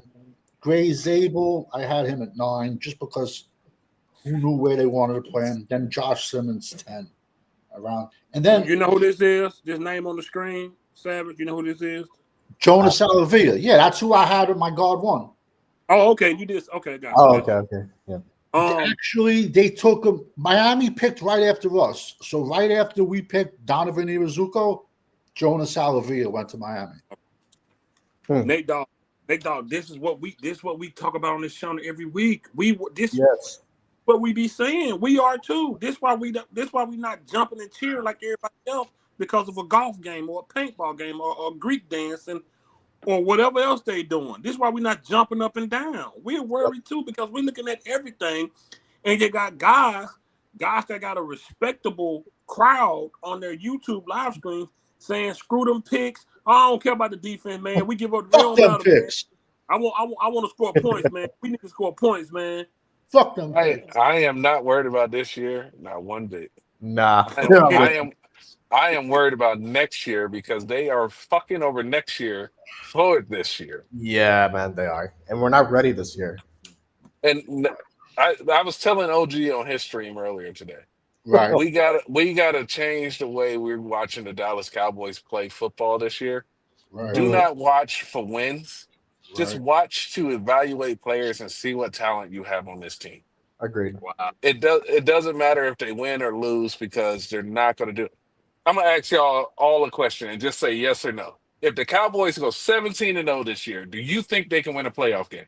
Nope. Nah. Maybe one, maybe. Yeah, maybe. Yeah, you Maybe could one, probably but I say mean, first. And that's exactly what I mean. Like we have no faith that you can have the best team in the league, the first team to go 17-0, and everybody would enter the playoffs and go, I don't know, man. yeah, right. Because everybody deep down, they know where this team stands. Man, Nate, when they say that, it pisses me off. I Man. said this too. A pick is just a pick. Yeah. That's not true. Yeah, hell no. Yeah, that's like I'm sure. You get a pick. A pick is a 4-year investment, Yeah. and you gave it away for 17 games. Mm-hmm. So the Steelers are going to draft somebody with that pick, and they're going to get 4 years of development off of them, and we're going to be in search for a number 2 wide receiver again next year.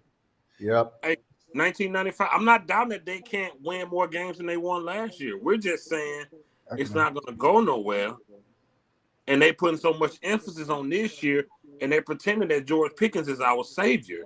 That's the only thing we be stressing over here. I'd be like, man, what are y'all talking about?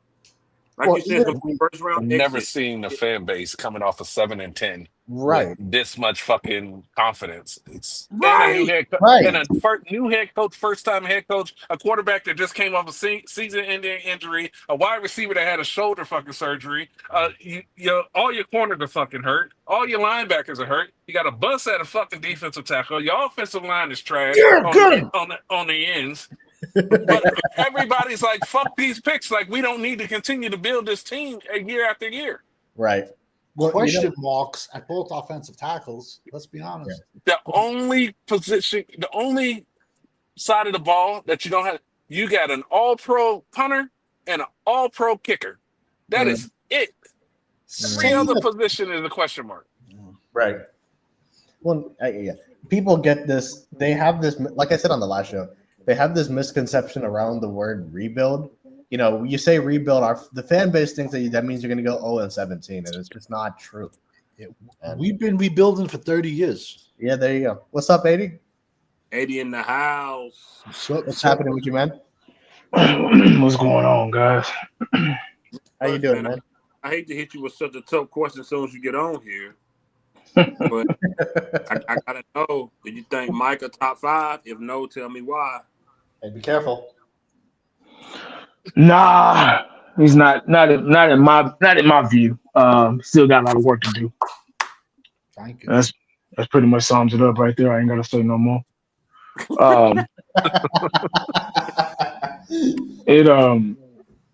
It speaks for itself. Everything he does speaks for itself on and off the field. I've seen, not just me, but we've seen so much great talent come through, not just the Cowboys, but just football period in general. And when it was a tougher game, when it was a lot tougher game. So what you do on and off the field really affects your overall stat, everything. So I just don't. He's still young. Got a lot of work to do. He's not even playing a real position, So it's kind of hard to, you got to factor that in too. But it is what it is with him. That's what he is. Like I said earlier, I thought I thought that Dallas would bring somebody in here that can with a player like him. Now he's a good talent. He's a very talented player. He's a good athlete. Yeah. If used correctly. And I just think he's been out of position and not used correctly with the Dallas Cowboys. All he knows is rush. He's been tainted. He doesn't have a position. He doesn't have a true position. I think a 3-4 defense, somebody like him would shine. Because I've seen guys like him play 3. Will he blitz every time? No. 3-4 defense will teach him how to go in zone coverage, seam the flats, middle thirds, and et cetera. So, what the Dallas Cowboys have done, they have made him one dimensional. They've tainted his position, his abilities. All up, just blitz, run, get the quarterback, go out the quarterback, pass rush. So that's what kind of excludes him out of the top 5 conversation. As far as athletic wise, oh yeah, he's at the beginning of the season towards the half. Oh yeah, he's good, but he's burnt out towards the end of the season because they're treating him like a cheat code. They're treating him like Madden, and that's where they've dropped the ball. And that's why we struggle towards the end of the season, because you need your top guys. He's supposed to be one of our top guys. We need him all season, not just the beginning of the season and the middle of the season. You need your top guys, especially at the end of the season, towards the postseason, going into the playoffs. All those guys step up. The Ray Lewises, like I mentioned earlier, the Ed Reeds, the Peter Bullwares, and so on and so on. Like I enjoyed watching those defenses. Baltimore, I loved watching him just because of Ray Lewis, because of his intensity and what he brought to the game, and it was 110% every night. Every night they played. He's got a long way to go. Top 5 don't mean just ability; it means your mental too. Like I posted, like I read in the comment section earlier, I said Jerry Rice, right after they beat the brakes off of the chart, I've said this a million times. He's out there running routes. Everybody else cleaning out the logging. Steve Young, he's out there. Who's out there running routes? Jerry Rice. Just a different mindset. That right there makes you top 5. Not walking off the field, not getting tissue and walking off the field while the game is still going. That's not top 5 material. Right. So everything you do is jotted down. It should be, but we're talking about the Cowboys. So right. One more question, 80, and you can just give a short answer. Do you think we'll never see his full potential because of where he play at, his position? No. Nah, I don't think so. Like I just said, he's been tainted. He's one dimensional. Unless somebody comes in here, and we get a new defense, which we probably won't see for a while, because they got to give this new guy a chance, a couple of years. What's his name? Eberflus, with the Tampa 2, another Tampa 2 guy, Yeah. So I know Eshan can't stay in that defense, but that's the basic fundamental bend don't break defense now. Like in the NFL, that's what everybody's pretty kind of resorting to, unless it's a 3-4 defense, and they have a Tampa 2 and a 3-4 defense too. They just have a different front 7 than ours. Our front seven is, 4 down linemen, 2 linebackers, and that's it. We 4-2-5. But I don't. Unless somebody comes in here and changes the game, and find his strengths in a 3-4 defense and a different style formation defense. That's the only way. That's the only way I can see it. Because I've seen players like him, guys like him, back in the day. But that's it. Man. I don't want to go too long. I probably talk too long anyway. Oh no, you good, bro. Like I said, you talked last year about this. You made a good point before the season started last year when you said this is not Madden. This is not a video game. Yeah. No. He's gonna get hurt. You made this point last year. That's why I'm glad you came on, because, like I say, we don't wish injury on nobody, but halfway through the season, Parsons got hurt because, like you said, you can't do that to him. Nah. It's not a video game. It's not Madden. They're aging him. They're aging him really quick. And they're already putting your body on the line. Just getting out there every Sunday. Every position is different. Defense is a really physical position. You're chasing. You're on the chase. You're exhausting more energy. You're chasing. So they what he's doing like I say, he's an athlete, man. Oh my God!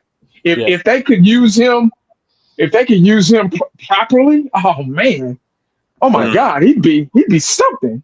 Right. Like I say, if they drop that 3-4 defense in here, man, I'm telling you, dog. He coming around that end, it's a wrap. You got 4 linebackers, but you got to have a dog in the middle, though. You got to have a dog. You got to have a dog in the middle. I know you guys have probably said this, especially on Cecil probably said this. You got to have a dog in the middle. You got to have a Warren Sapp in the middle. Yeah. At defensive tackle, because there's no help, and that guy he does the dirty work. He gets double teamed all the time, and man, you just got to he got to be your front three better be shit like the Tampa Bay Buccaneers when they went to the Super Bowl that year with Booker McFarland and but and Brooks and linebacker, they had a good defense too, but. Yeah, man, that's they're gonna age him really quick, and they don't even realize it. Yeah, dang. And this contract is going to be his killer because once they pay him at edge, Jerry's going to play him the rest of his career at edge. They're never going to put him on. Yeah. God. Yep. And then once his career is over, they're going to say, then they're finally going to say, oh, he played out of position. He should have been a linebacker. Yeah, and to run a 3-4, you need a Vita Vea, a Vince Wilfork, a Lodi Nada. You need a big sloppy mountain there you go. of a man in the middle of I'm A sorry. Big Show, Andre Giant. You need Yokozuna. You need a fat ass right in the middle. You can find those every year. I'm sorry. Who has successfully ran a 3-4? the now, Patriots. The Steelers still run a 3-4. Steelers did? won before. Are they good? I said successfully. Does it work? The Steelers been running Yeah. 3-4 for 30 years, 40 Yeah. years. Yes, 3-4 still works. You got the I was right. just saying, like I was just wondering who did it now. New England. Well, I mean, Yeah, You don't really see it anything just the fact that this Cowboys team, they like undersized players and think that We don't. they can use speed to beat up everybody. Yeah, We don't have the personnel. We got We don't. Mozzie, what I thought, like seriously, when we drafted Mozzie, I thought at that time, not seeing what Fitz saw with the workout videos and all that stuff. I didn't see any of that. I just thought that he would just his size and strength and presence alone would cause disruption. That's what I thought, because I've seen guys like him. Once again, I've seen guys like him before, and it was successful. And Mozzie, a guy like him, that he'd be a good fit for a 3-4, but he just don't have that dog in him. I mean, he if he was a dog, oh my God, with his strength, he's supposed to be one, but he's not. So he hasn't proven to be one. Let me just say that. I don't want to, but because some people out there in TV land, they might still believe in him. I don't want to say I don't believe in him. I don't see the dog. He should have been impactful. A guy like him with his strength, he should have been impactful right away. But he wasn't. So he's not strong. Yeah. All his legends, like his stories of him being strong, it's like Bigfoot. It's like Bigfoot. There's no videos of it. It's like legendary. It's like you hear about it, but you never see it. The proper pick was Clemson defensive tackle Brian Burris, 6'6", 310, who played 0, who played 1, who played 3, who played 5, who went 3 picks later to the Saints. And someone just pull up his stats and compare his stats to Mozzie Smith. All I ever saw of Mozzie was him jumping up boxes, and there was 30 guys behind him doing the exact same thing. I saw weightlifting videos, but I didn't give a damn about that. I didn't see him. I saw I him. saw the one that I didn't see it either. I didn't see it. Oh, I saw weightlifting videos. I just didn't see the one that they was bragging about. Like I saw him. So I saw him on the single arm press machine. He was on the single arm press machine. And They were claiming he did 315 for like 25 reps. that's a lie. Never. But then, I then told you he it's in only the did same vault. 225 for like 31. That's a joke, It's in- bro. There's It's in the powerlifting same vault with the equation. Wilt Chamberlain 100-point game. Don't exist. Hey, no slander I'm on serious. Will. I'm not going through this with you every time. It Yeah, didn't yeah, happen. man. Don't. Come on, man. The 100-point game didn't happen. Man. I keep telling you they got footage of World War II, but they ain't got that. Some moments are just too good to be captured Yeah. like that. Tell her. Yeah, like last night when me and Halle Berry was together, it was just too good to get on fire. Oh. Yeah, but then you woke figure up. People, what year? I'm not a basketball guy. What year was the Wilt Chamberlain game? That never happened. What year was that? It was like the 60s. It was All like right, It had so been I'm the saying 60s. is, Yeah. like I don't know. I don't and believe the it ever gambler. happened either. I It just was like in to fuck with 62, Phil. man. It was in But the 62. gambler has been around forever. So with the prostitute, along with the prostitute. So people bet on that game. So it did or it didn't happen. Like I said, I'm not a basketball guy. the at game all. happened. He scored 100 points. What I'm trying to say is that 100 points It was affected 90. the It was outcome. 99.5, man. Right, 99.98. It affected the outcome of the game, you know. And I know people bet on it. I can't believe that myth even caught on. Yo, I swear to God, when I was a kid, I don't know if they do it. I don't know if they do it around the USA, but where I'm from, there was lines on high school football when I was a kid. I swear to God. March 2nd, 1962. Will 1962, Chamberlain yeah. scored 100 points on the Philadelphia Warriors. Philadelphia Warriors. 169 to 147. Savage, say that again. When I was a kid, Mhm. there was lines on high school football, betting game. You in the local bars. They Oh, would okay. say who's favored, and there would be lines, and people would bet money on them. Oh, okay. I get you. I don't know if it's like that in other parts of the United States also. I don't know. But when I was a kid, that were 100%. The bookies took action on high school football. They got real. You can literally watch a full World War II documentary. 1943. They were shooting Lugers and Tommy guns and packing powder in the back of a rifle. Oh, Packing shit. powder. Oh, my God. Yeah. Packing powder in a rifle. Man. But you telling me they ain't got Man, you What was the crazy. score of that game? this man was a foot taller than everybody. You tell me they ain't got that footage? Fifth, Get out of here, man. Fifth. It Shit. is an official NBA record. You gotta believe it. No, It is What in the about- record book. What about Cheryl Miller? She scored a 105. Oh my man. God. Yeah. They also say he slept with 10,000 women, Yeah, he says that.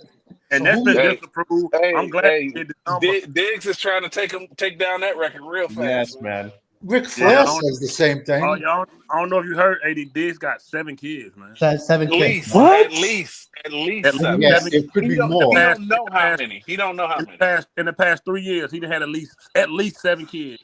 And, Oh my God. and he's younger Different than me. He's younger than me, and he has 7 kids. Oh my Complete. God. And then he There's down no- there in no Miami. pussy.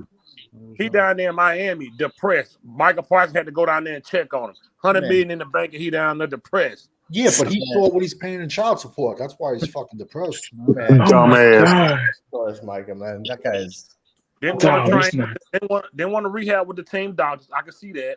Cowboys could find him $500,000 if they wanted to. Yeah. Mm. They're probably not going to do it.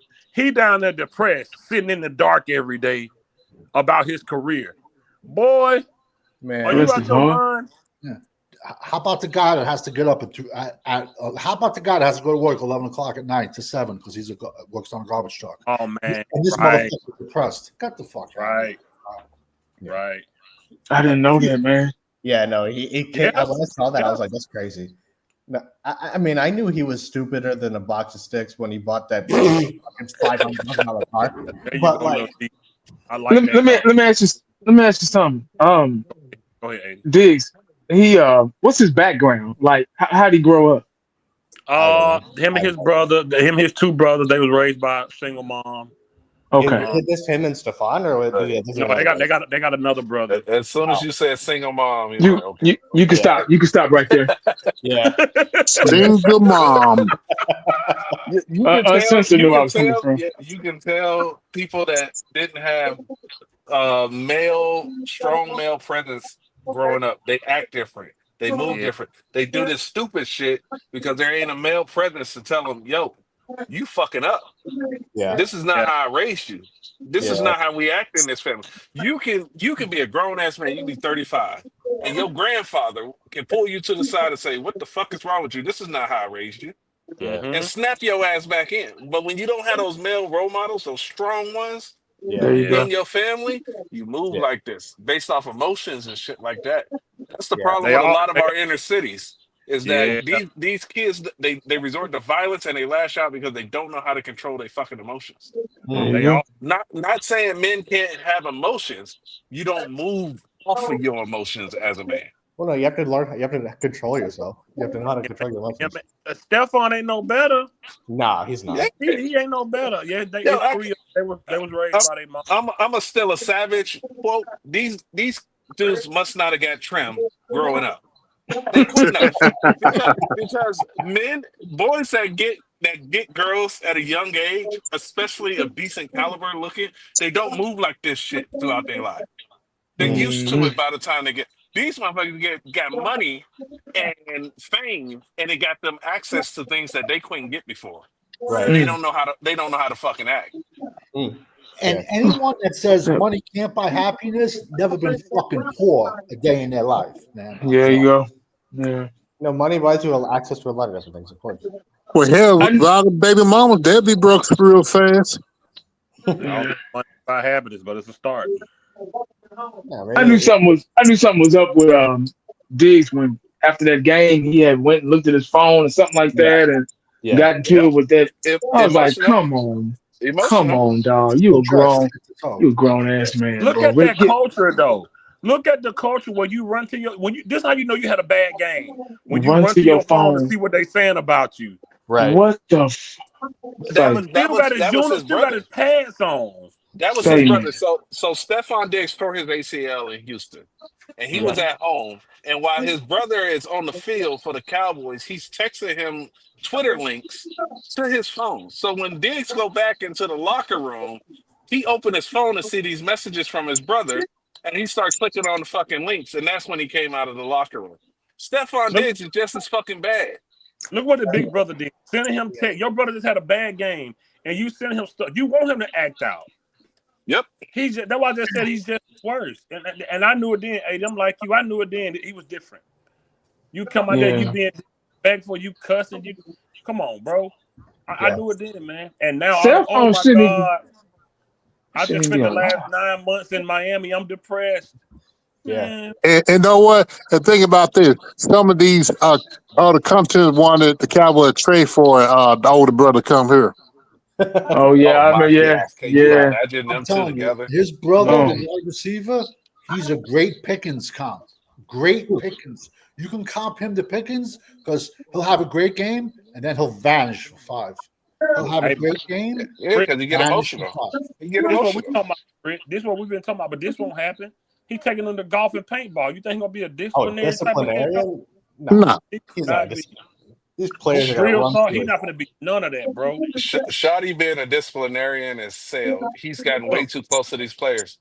Yes. Right. Yep. I'm your coach. Go on the Greek dances and stuff. Talking about some good night. I'm your coach. Call your teammates and play like that. Yeah. There has to be a separation. There has to be a certain level of access as a player to head coach. Definitely.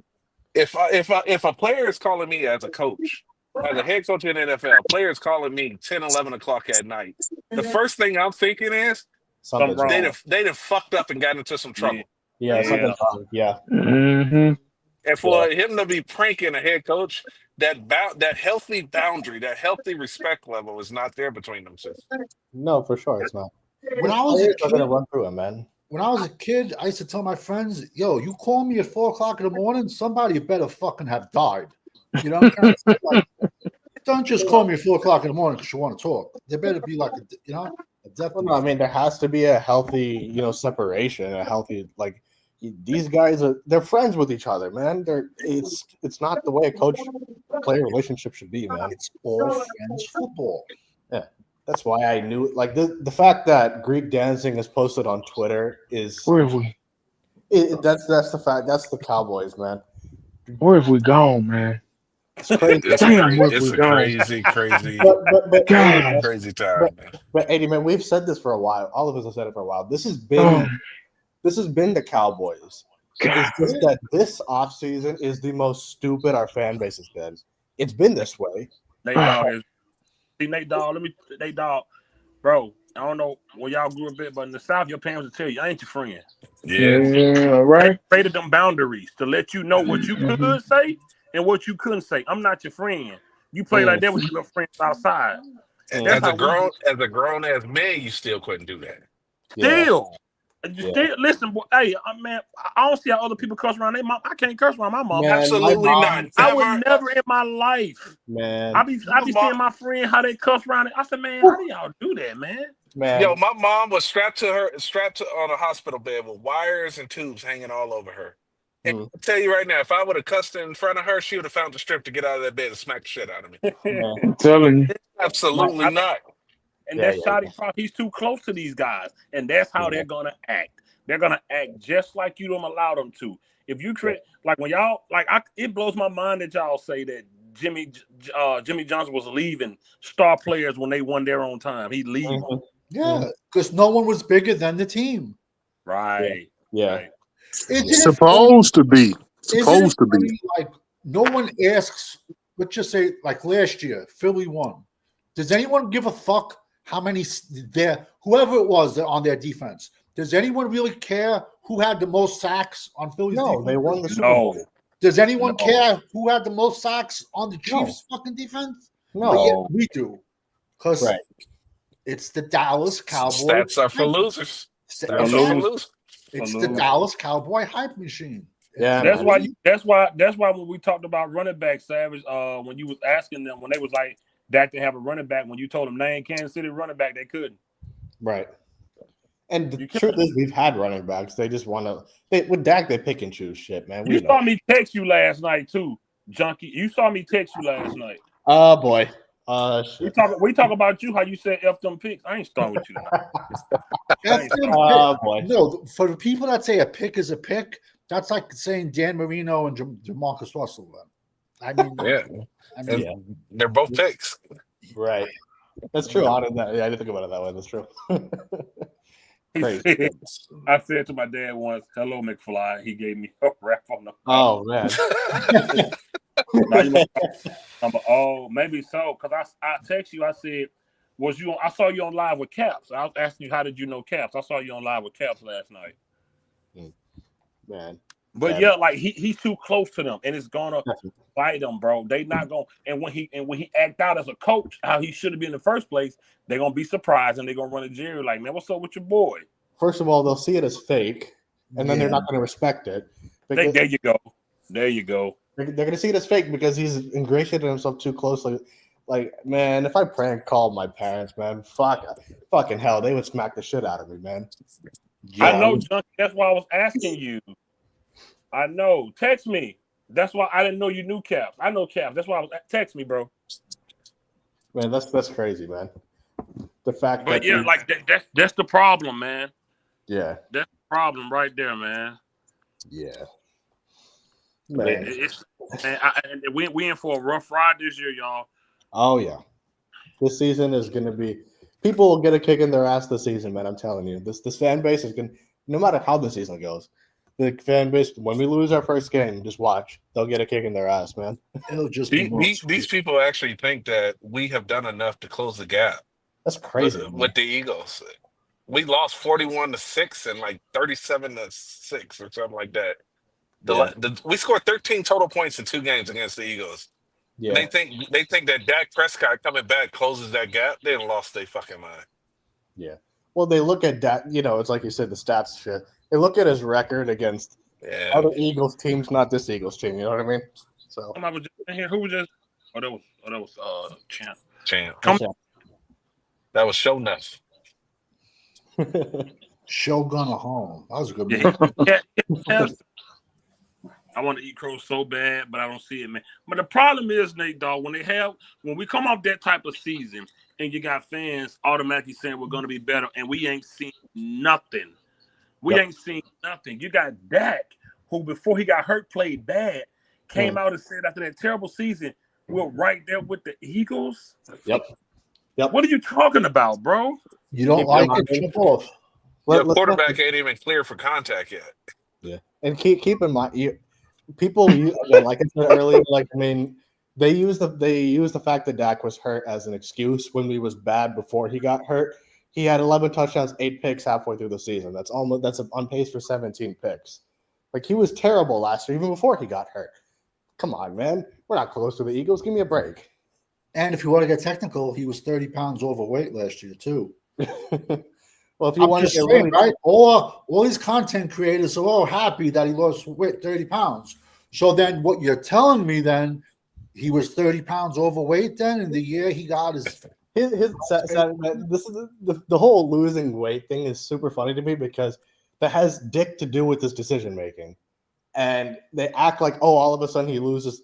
You lose, you gain 30 pounds. I don't give a fuck. Make the right decision to make the play. It has nothing to do with the decision making. Man, come on, man. Miss me with it. Yeah, it's so much. It's so much that we're lacking as a football team. Yeah. We haven't had an identity in 30 years. We don't know what we are.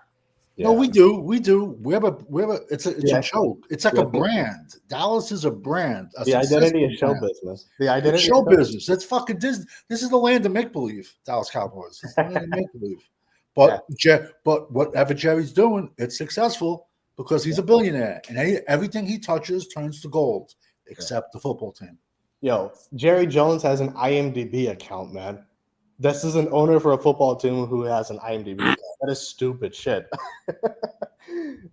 Yeah, that's crazy. I'm not. I already feel what I think is going to happen this year. I think we're going to have some games where we look decent. We'll have a tougher schedule. Dak Prescott doesn't have a year or two with our number 2. He won't because he's only going to be here 1 year. We got new running backs, a shuffled offensive line. We hope Tyler Guyton can finally be what they want him to be. You know, we still got our reservations out for Terrence Steele. Hopefully he can have a bounce back year. We don't know what Booker's going to be. We know what our defensive front is. It's probably one of the smallest defensive fronts in the league.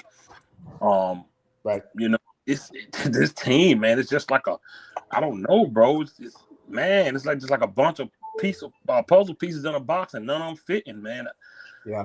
It's gonna be scary, man. It's gonna be scary, bro. It's gonna be scary, and there's gonna be a lot of games where we're just watching and like, here we go. I'm to the point where I'm burnt out on being angry at them. Like, I can't be mad at them at this point because this is what they are, and this is why I put a lot of their stuff on Jerry, man. Because Schottenheimer just so happened to be in the building, man. Yeah, he just so happened to be. They was predicated on Mike McCarthy staying 100%. Mike McCarthy put an okie doke for trying to get a contract negotiation. He probably called somebody in Chicago, had them leak that crap. Cowboy Nation was going crazy last year when we heard that. Everybody was tripping. Yep. Sorry, but this week gave me extreme hope. Based off of what, man? Extreme hope from what? I hear you, man. Please don't say them tackling them dummies on Twitter. Please don't say that. Please don't say that defensive line tackling them dummies. That lingerie football shit. Those dummies don't tackle back. Yeah. Man, hope for what, man? We're still in June, man. Give me a break. Let's play a game first. Well, at least they learned how to No. Let them make it. It's fine. Here's my thing, Mark Jack. It's Once we have a complete team, once I know what our 53 is, then I can have that conversation. Yeah. Yeah, right. Once we have nothing. We don't know nothing. Cool. So for me, I just can't. I'm not knocking you, brother. I want you to have hope. This is your team. I'm just saying, me, I can't because I don't even know what the 53-man roster looks like. I have no clue. I have no clue who's going to. I mean, I know the main ones that's going to be here. But other than that, I don't know. Schottenheimer never coached his team. Matt Eberflus been on this team, but not as the full-time defensive coordinator. Right. You know, the offensive coordinator don't matter because Shotty calling the plays. Right. So I don't know what's George Pickens and CeeDee Lamb going to be like. What we going to do? Personnel scheme, we don't know. So once we get out 53, then I'll be like, okay, we'll do it. But as of right now, man, it just looks scary to me, bro. And just as a long-time Cowboy fans, I'd have been to this rodeo so many times. I can walk to the concession stand blindfolded. Yeah. Seriously. Yeah. We already traded with Pittsburgh. We already traded for. Yeah, we're not gonna get Minka Fitzpatrick. Come on, man. Oh, gee. He's actually a Jersey kid, bro. I watched him play football too in high school. Guys, see, Rubber had a setback. That's what they saying. That's what What? Yeah. Oh, yeah. The The third round cornerback we drafted in the 3rd round who blew his knee out in September. With the Achilles? Yeah. What happened with him? He had a setback. He got a little tweak mine or something. They're trying to cover it up, but yeah, he had I just put some dirt, spit on and put some dirt on. There ain't no such thing as a minor setback with an ACL recovery. Right. No such thing. Right. So, They can say what they He's had want, but surgeries in this world. he ain't been They out there practicing, so they lying. They said the same shit last year with Diggs. With Bland when he tried to come back in, it took him another 6 weeks. yeah, he wasn't himself. And people like Dallas fan base, and they're the only people that think people are going to heal from surgeries in 3 months. Yeah. He was fucking in a wheelchair. Don't worry, he's going to play zero tech tomorrow. Don't worry about it. They said Dak's situation was minor. That man missed the rest of the season. Yeah.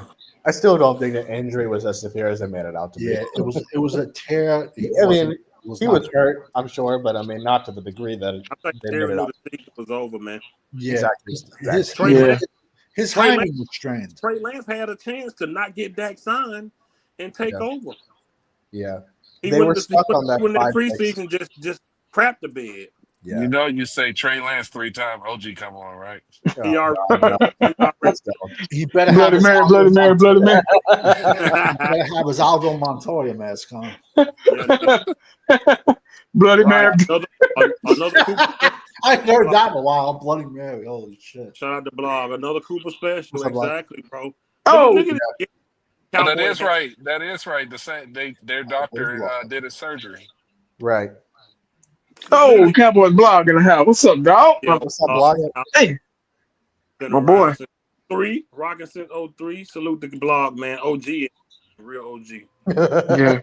Don't want to give into it. Yeah, 20 years. Right. That's crazy. Yeah, man. Hey, OG said, "Hey, watch it." OG Right. overshown till at least November. OG in the house. I don't want to see Overshown until next year, 2026. Let him. I want to say that I do. What does it matter? Right. This season is over. Yeah. I mean, listen, he's had 3 knee surgeries in less than 2 years. Can we let him heal and maybe two knee surgeries and a cleanup? They're gonna force him to play, man. Who? So listen, they had a slice him open. Oh, that's right. Well, yeah. And that third one, they went back in there. They just cleaned up the first one. Yeah. Damn, man. And let We him had way too much. Within a year, they went back in there and did a cleanup within a year. Yeah. And then on top of that, they did this the same time that they did the other. It's not funny. The other side, it's crazy. They're gonna play, man. They always need players to play off of injuries, man. They did both at once. Well, when they did the other, they went on to the cleanup on the old one because I guess he had already been complaining anyway about it was bothering him again. So they did a cleanup. So he was complaining it was bothering him. They rushed him back, man. Yeah. That's Jalen Smith. That's Lane Vander. Oh my God. That's Damone Clark. Yeah, don't worry, it's just a neck injury. Don't worry, he can play. Revel. Don't worry about it.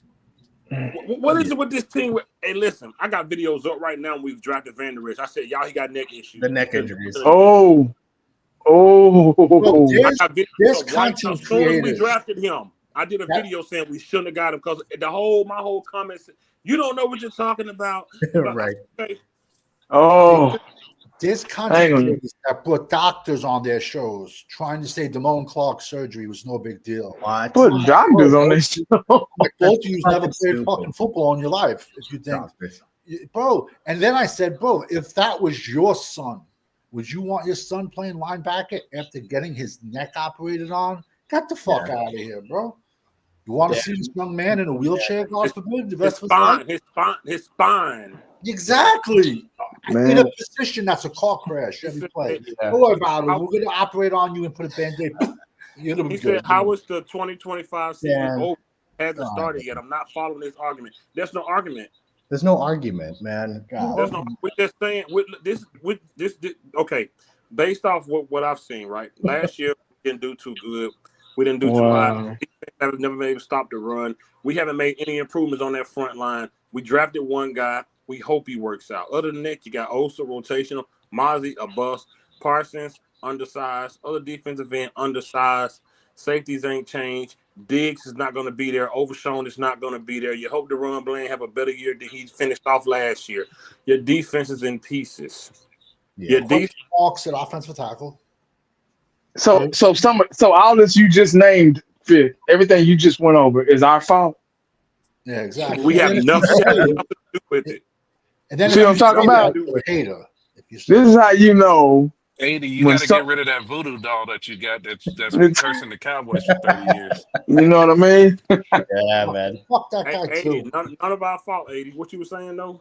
This is how you know when somebody watches your channel or they just now kind of chiming in Yeah. because of the comments that they leave.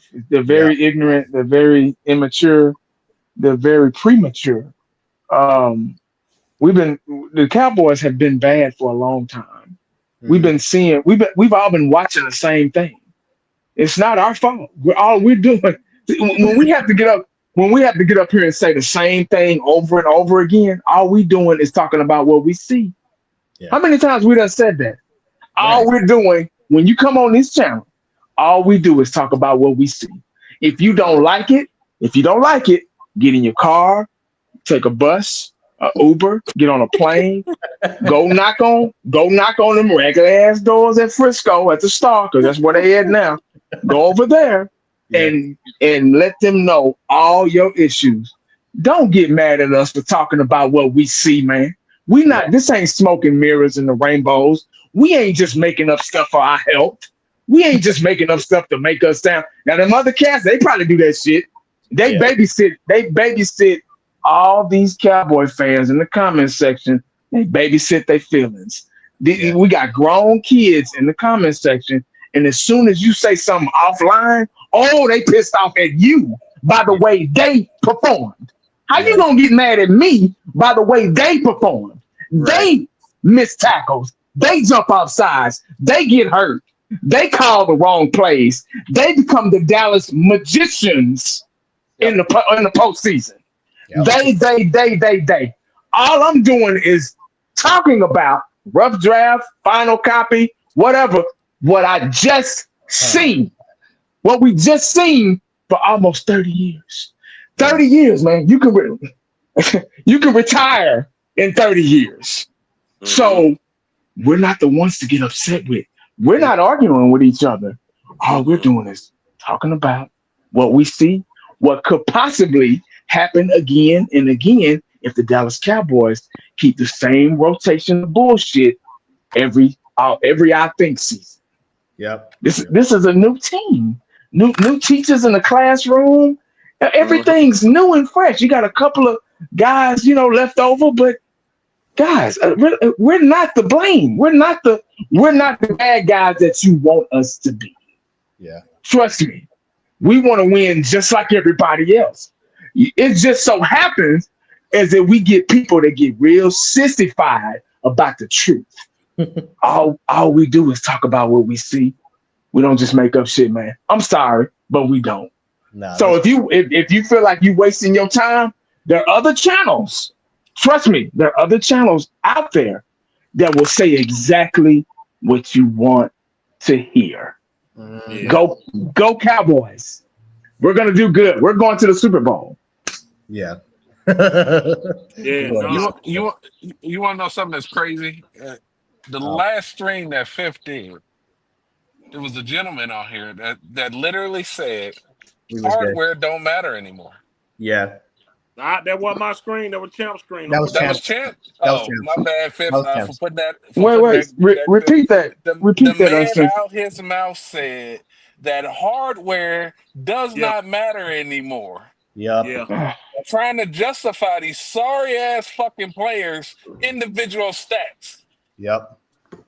That they don't even the Dallas Cowboy fan base got to the point where they don't even want to give a fuck about a Super Bowl now.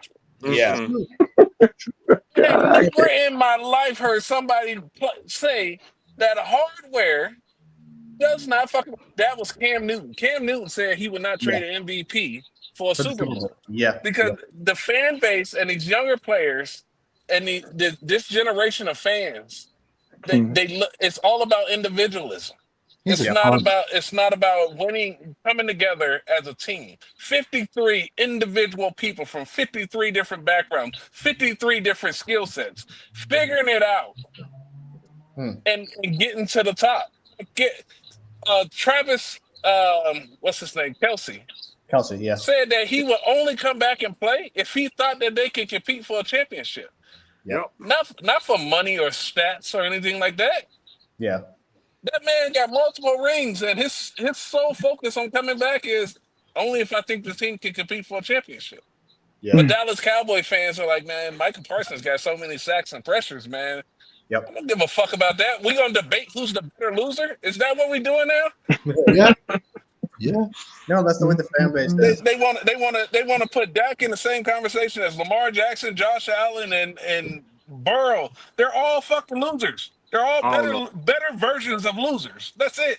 Micah Parsons is a better version. It's the same version as Myles Garrett, and the same version as T.J. Watt, as Max Crosby. They're all fucking losers. They haven't won anything. I don't give a fuck about individual stats, defensive player of the year, the defensive player of the week. None of that bullshit. Because we had 9 All-Pros on 9 Pro Bowlers on this fucking team, and 3 of them were on the fucking special teams. Your kick returner, your punter, and your place kicker all made fucking Pro Bowl. Yeah, but it's a popularity contest. Dallas probably has like fucking midgets locked up in the basement who just do votes. Like that's their job for 8 hours to do Pro Bowl votes. Now, like, that's it.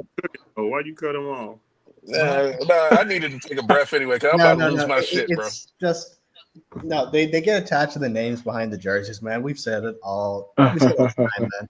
They get attached to guys like that, and I mean, I don't know. I don't give a fuck about winning a game. I want you can squeak your ass into the playoffs. Yeah. And if you run the table in the playoffs, I don't give a fuck what the regular season record is. Yes. The Giants beat the fucking Patriots in the Super Bowl as a 6th seed. No you one think they give a fuck what happened during the regular season? No, they won a Super Bowl.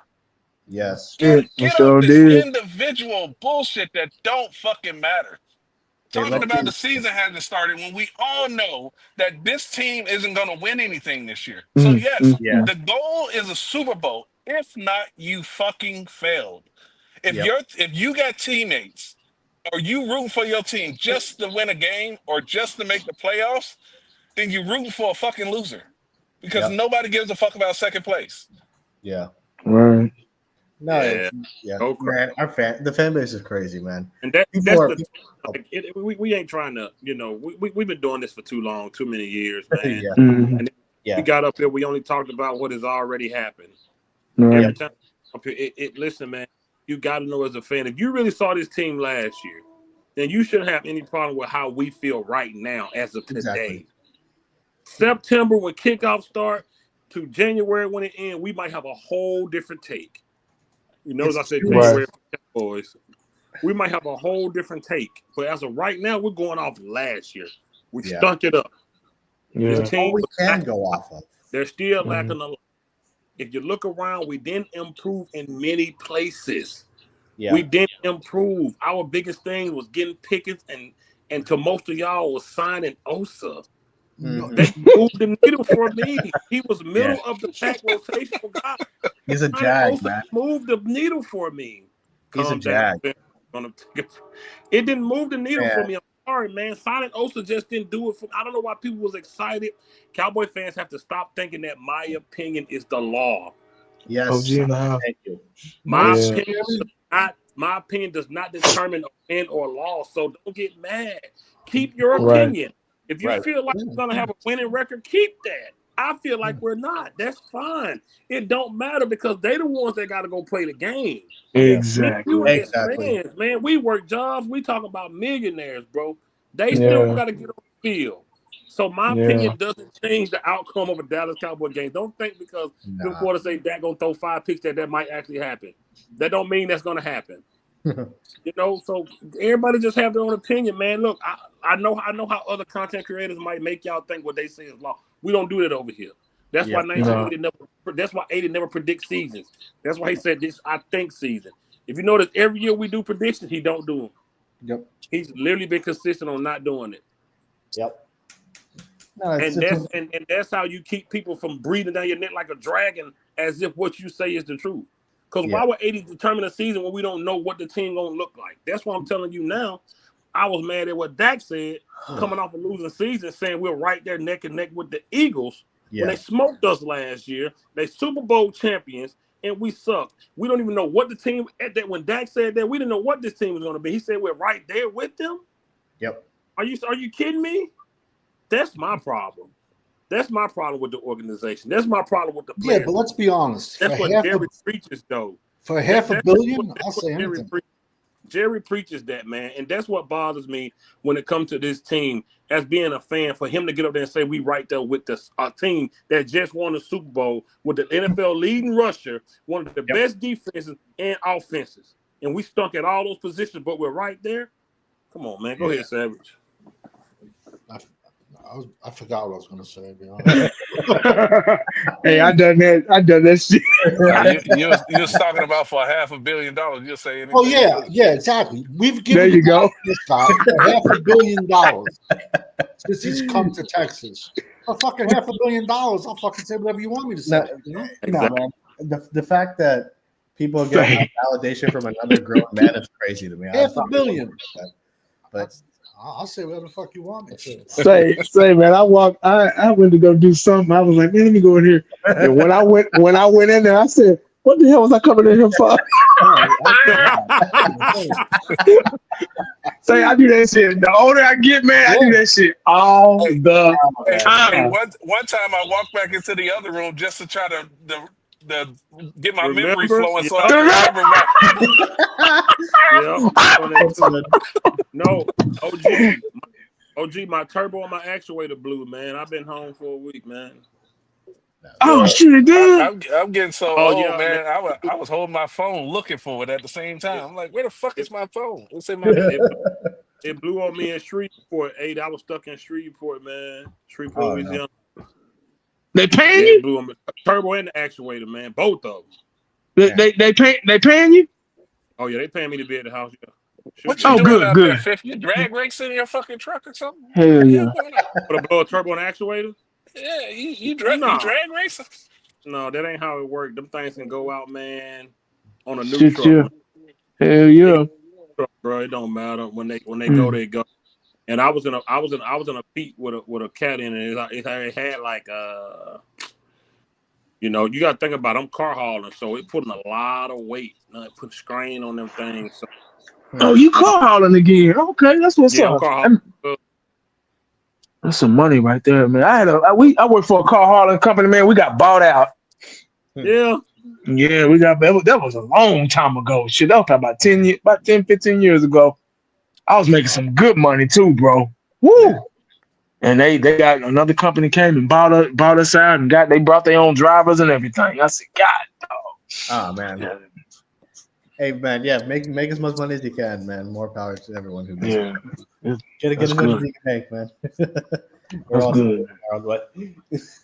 Now, why would anyone trade for Breece Hall? It's his last. My bad. Of his contract. No, our fan base is crazy, man. I don't know. I'm past arguing with a lot of these cats, man. It's just anybody know anything? Savage, what's up with Blue, man? I like him. He just has to be used correctly. He's not an RB1. I look at him as Mafra as 1B, 1A, 1A, 1B. Blue is like Pollard, man. He's a third down, change of pace back. He's somebody that's out of the backfield, catch balls. And Mafra is more of the muscle. Who's starting? Who's knowing these idiots, they'll fucking put Williams out there. Yeah. They don't want to. Oh, we gave this idiot $3 million. Fuck it, send him to the flying. Yeah, you might be right. They might do put him out. They just like to push people like walking the plank. We paid him. That's Jerry's things. Fuck it, we paid him. That's how it is. We need a running game, man. We That's did. what We gotta have a running game, man. And I can't state enough. God I damn. just don't see Jerry giving Dak 60 a year to turn around and hand the ball. Exactly, man. Yeah, I know it. I He's know it. not bringing Pickens in here to run the ball. He's not. Nah. Yeah, I can see. No, that. it's Damn. Wait, now OG, I don't like OG, Williams. I was right at 79. I was like 79, 1, something How like much that. weight would you put?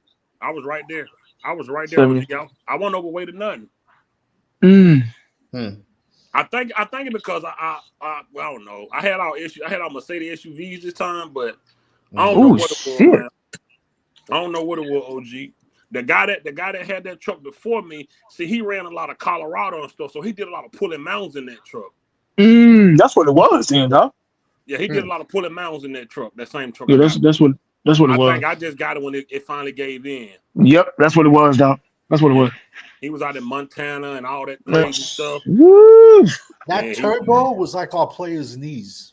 Yeah. Yeah. The turbo and the actuator, both things you need for power. Yeah, you gotta have that shit to pull. Pull, you gotta have it. I knew it though, 80. I'm in a Peterbilt with a cat in it, and my speed driving on the little incline. On the yeah. Oh, I had a truck like that. Oh my god! And then I'm downshifting trying to. Now I'm in a 13 speed. So I'm downshifting trying to get my speed back. Trying to get that power. Man, I'm down to 80. I'm down to 8 gear and can't go no faster than 35. Oh, I hate that. I went to East. Knew it. I went to East. East. Something was wrong. I had to get off. I knew something was wrong. I knew it. I went to Tyler. That it's like 2.5 hours away. I went to Tyler on some shit like that. And I told the guy, I said, "Hey man, this truck is fucked up, man. No power. As long as you get there, you all right. It'll be all right. Dog, get the shit fixed, man. What the hell are you talking about? Yeah, get it fixed. I knew it. When I'm in a Pete with a cat in it, one of the biggest engines they make, and I can't pull the little heat. I'm like, oh, something ain't right. Yeah. I done broke it down to 8 gear, and I'm still at 35. I'm like, oh no, something ain't right. So I was coming up on a pilot, man, and pulled in there, and yeah, man. They got rid of all our trucks are automatic. We got internationals. All our trucks are. They offer me an auto. I can't do it, man. Yeah. Not over the road. Locally, oh yeah, never automatic because of traffic. I just want to press the gas and go, man. Yeah. I just want to press the gas and go locally, but I'm scratching out, so I need that speed. Yeah, I hear you. The mounds and stuff, but but locally though, because I'm going back local in August. I'm gonna be pulling local again. I was an automatic then. I'm going back to the auto. Better believe that. I ain't no super trucker that care about that. Oh, I need it, man. I don't care nothing about that. Them days over, man. I'm telling you. Auto is you can sustain like you shouldn't be driving one-handed, but you can sustain like a torn bicep or whatever and still drive an automatic. You can't. Hey, look, 2 weeks ago when I re-aggravated my shoulder, I could barely shift gears, bro. It was killing me. Oh no. Yeah. Look, a good thing I know how to float, so I ain't really had to use much of my arm. Float them gears, yeah. Oh, I ain't did that in a long time. Woo, Lord. Right. Yeah. Shit. Yeah, man. It's all good. Yeah, nah. He said Mufflin Blue is like Montgomery and Gibbs. Are they? Are they really? I haven't seen anything from them, so I can't. I ain't gonna lie. I ain't know who neither one of our running backs were. We drafted them. Never seen them. Never heard of them. Listen, I ain't know nothing about it. Me either. I personally still think we can get our running back 3 when all the teams go down to make their final cuts, because I think there's going to be some good running backs that people are going to try to stash on their practice squads where we can grab another one. I'm not a Williams fan. I think people are missing the point when they say we got our running back so we can do play action again. You don't have 2019 Dak, man. Right. He ain't got them legs, man. We keep forgetting that part. Yeah, he's less mobile. Used to be good at play action, not anymore. We cannot do the Mississippi. What would you say? How would you call it? Mississippi play action bootleg, play action Mississippi double reverse. Well, no, what he's done is annexation of Puerto Rico. He's added like shit onto it. Play action Mississippi toss sweep. It was initially the play action Mississippi bootleg toss sweep. I don't know what the fuck that means.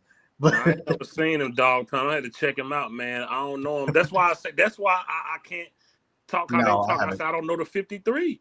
Yeah. No, I haven't seen him on film. That's why I can't speak to him. And it kills me when they say, "Oh, why you talk about Super Bowl? We got to make the playoffs Oh first." God! Look at this Obviously. fucking next comment. Oh my God, I hate gonna- that comment. Oh yes, here we go. Yeah. Let me Here we take go. over We this got one. some action, baby. Yes, Here we go. Yeah. Here we Hey, go. fuckface. Let me ask you something. Have you looked at the title? Fuck off. Yeah. Have you looked at the No, title? relax, Eastern. It's all right. Here we go. I'm calm. Here we Hey, go. Don't worry, man. Don't worry. Hey, I'm literally, calm. bro. I'm calm. That's You cool. just heard this whole thing has been about Micah being top 5. We He talked just- about the defense, coaches. We talked about trucking. You hear me say one thing about Dak not being able to run play action. You cannot say that man's name on any stream. YouTube got a weird fucking algorithm. They come They out of the do. woodwork. Yes, man. It's fucking crazy, man. I love his comment. Hey, I y'all love be this so one. mad. Why y'all be so mad? Why are you so mad? He's gotten $500 million, and he's Man, you. Hey, you guess what? motherfuckers. Dak Prescott likes women. You can stop. Thank you, Dog Pound. At all, we've been chilling. Man, you just randomly come up in here and say that this is a Dak hating people show. act like he's their third cousin. This has been an 80% Micah Parsons defensive show. Yeah. Literally. All you gotta do, hey, fuckface. All you gotta do is look at the title, man. That's all you gotta do. Ishan, please stop. Nah, I'm not gonna stop. Fuck this Chill, guy. man. We Fuck this guy. not doing. Hey, what we said? Nah. We chilling, man. I'm That's cool. What's his In the name? basement. Hey, the Basement Boys, come up here. You want the link? Yo, come on in. Tell me why it's F all of us. Why you think it's a Dak bashing show? Come on, man. For one, I jumped in here. He I don't must know be what like y'all talking Dak's about. illegitimate Look at here, kid or boys. some shit like I ain't that. the Don't one. talk about my daddy. Ah, boy. This is Dak's brother. That boy said, "Look at See- here, boys." I ain't the one. See, I told you he just got on. So He said, "Watch the your first- mouth, he you just got on, effing man. vagina." the first thing he heard, poor baby, bless his heart. The only thing he heard was Dak Prescott. Y'all talking And about I told you, as soon as you say Dak Prescott, the Yeah. fucking YouTube Yes, world man. opens up. It's like Yeah. Candyman. Here, I got you. You want to see Dak Prescott? I got you right here. Hey, Right just there. click the link and come in, dog. Hey, this the internet, bro. Why you talking? We boy. just talk about football. Don't get so upset over rich men, brother. We cool. Yeah, relax, man. Don't get It's us all so good. upset over millionaires, bro. We cool. Yeah, Just talking football, We're dog. talking defense mostly. yeah. Literally, We literally actually talking defense. defense. Yeah. The real question is, what you gonna do when Dak Prescott retires? He can't play. These guys are gonna fucking just find it like a bridge, I don't, real big I bridge, don't care. and they're just Because gonna I go don't like need this. you to sub to me. Hey, listen, you Well, not we're gonna go subbing to there. me. Wow. You not subbing See- to me. Don't pay not one of my bills. See, See, that's why he ain't. That's why it's not even worth it. Because look what he's talking about. yeah. He talking about subs and stuff. You're See, making it that's the new generation fan right That's there. it. God bless him. God bless him. No, God bless him. He'll be fine. He'll be all right. He just got to get over the fact of the Dallas Cowboys not going to be so good for a while, and that's okay. Yeah. We're all okay with that. Yeah. We're all okay with that. He just in his feelings right now, and it's cool. You're gonna get those type of fans, man. You're gonna get them. Yeah. But we're not the ones to, like I just said earlier, we're not the ones to blame. They are. Go get mad at them because they're the one underperforming. Yeah. So see, look, here's the thing. All of us here got jobs. We got lives, man. We have no reason to hate someone. On top of that, we don't know Dak. None of us know. At least I don't know Dak. I have no. I can't hate someone I don't know. I have no reason to hate on a guy who I don't know. For what? I have so much better things to do with my life. He doesn't pay a single bill of mine. None of our bills. And look, bro, ain't nobody. It's all good. And I apologize. You felt disrespected all real, brother. Ain't nobody mean no harm, man. relax. Yeah, we cool, bro. We good. You see, when he said that, I asked him to chill. So we don't really be trying to disrespect nobody. When people say stuff like that, I rather invite them up here to speak that piece about the team than say things like that in the comments because text can be misleading. Yeah, so very verbally very. say how they want to feel. You know what I'm saying? But don't take it that serious, dog. You ain't gotta be calling people vaginas and watch your effing mouth. This the internet and we grown men, brother. Come on now. Yeah. We ain't gotta do it. Man. I already know they don't say that shit to my face, so Nah. I don't worry about it. Here's the thing, They man. don't.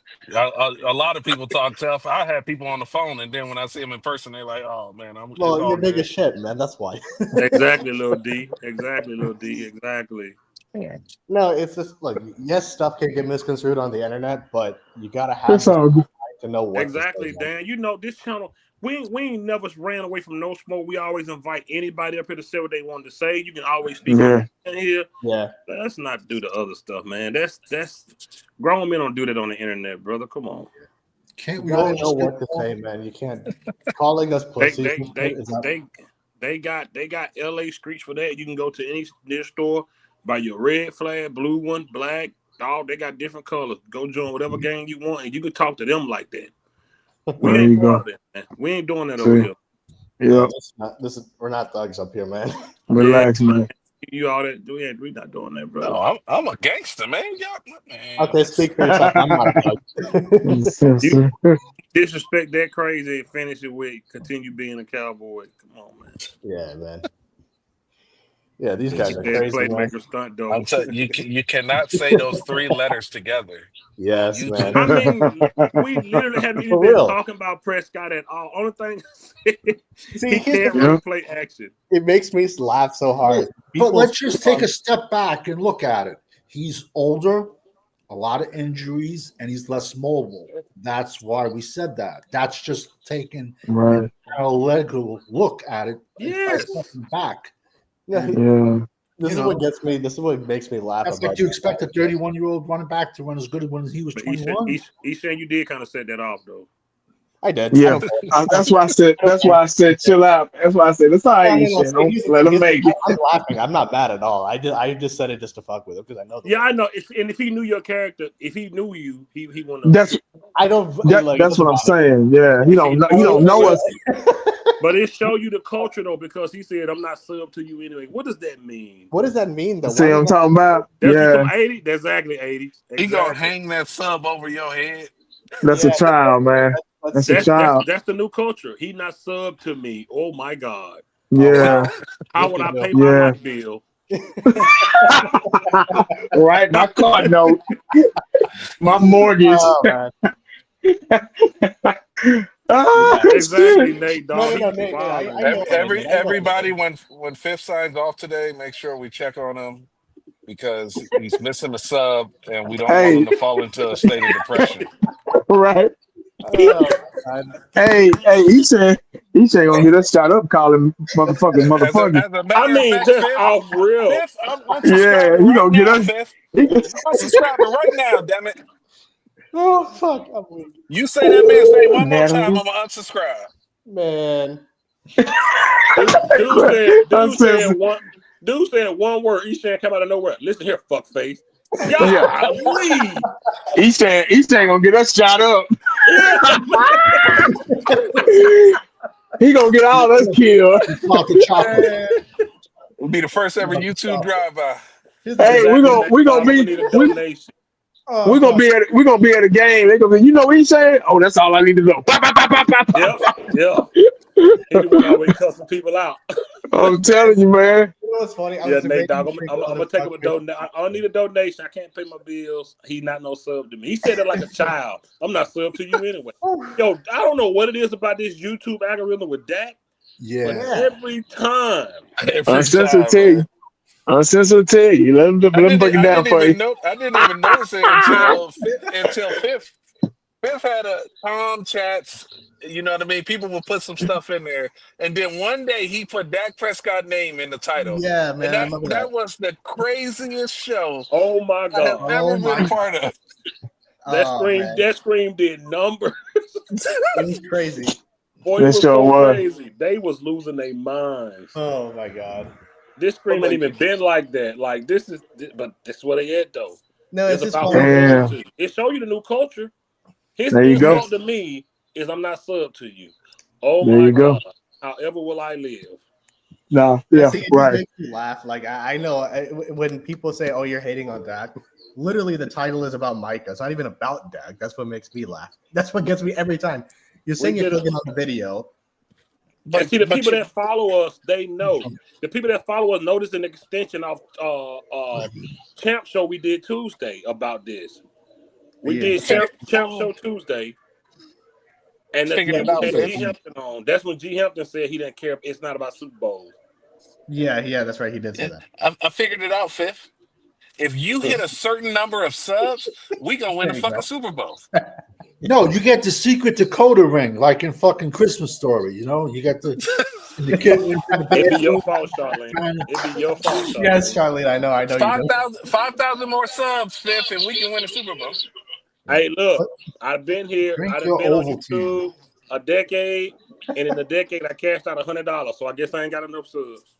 Oh my God. Oh my You God. better I'm go done. reach out. You better go get that dude. Go get him. Bring him back, man. Apologize to get your sub count up. Man. You know what I'm saying? Like YouTube ain't never paid a bill for me, boy. These people crazy. This is crazy. Imagine me driving 700 miles loaded with over $1 million worth of cars, worrying about YouTube subs. Yeah. Like, Yeah, oh my it's God, I gotta get home to get these subs up. Not watch this road and make sure I don't tear Mercedes cars up. These subs. These people crazy. That's crazy though to me too. These people crazy. Yeah. These people are fucking insane. This is such a weird world we live in, man. It is. Yeah, yeah. For real. Who is Winfrey? I don't know. They just picked them up. They just guys signed from 2 players. from the USFL. Oh, okay. Yeah, Who was that they USFL signed had their from? championship last weekend. So I think they the one guy is congratulated. the Rock's like 7th cousin. That's why they got signed. Oh Lord. Oh, really? Okay. Oh no. Just joking. That was a Jesus joke. Christ. That was a joke. Did they sign a defensive back or something from Green Bay? Something like that? Have I heard? Did they? I don't know. I think so. Did sign what's his name? That was his first comment. Is this another Dak bashing channel? Yeah, I didn't even why know I- that. I mean, no, I'm sure. No, I laugh. I mean, you're saying you click on the video, the titles on the video, you can look. I don't know if it's not that complicated, man. I hope they get Turpin more involved this year, though. I agree.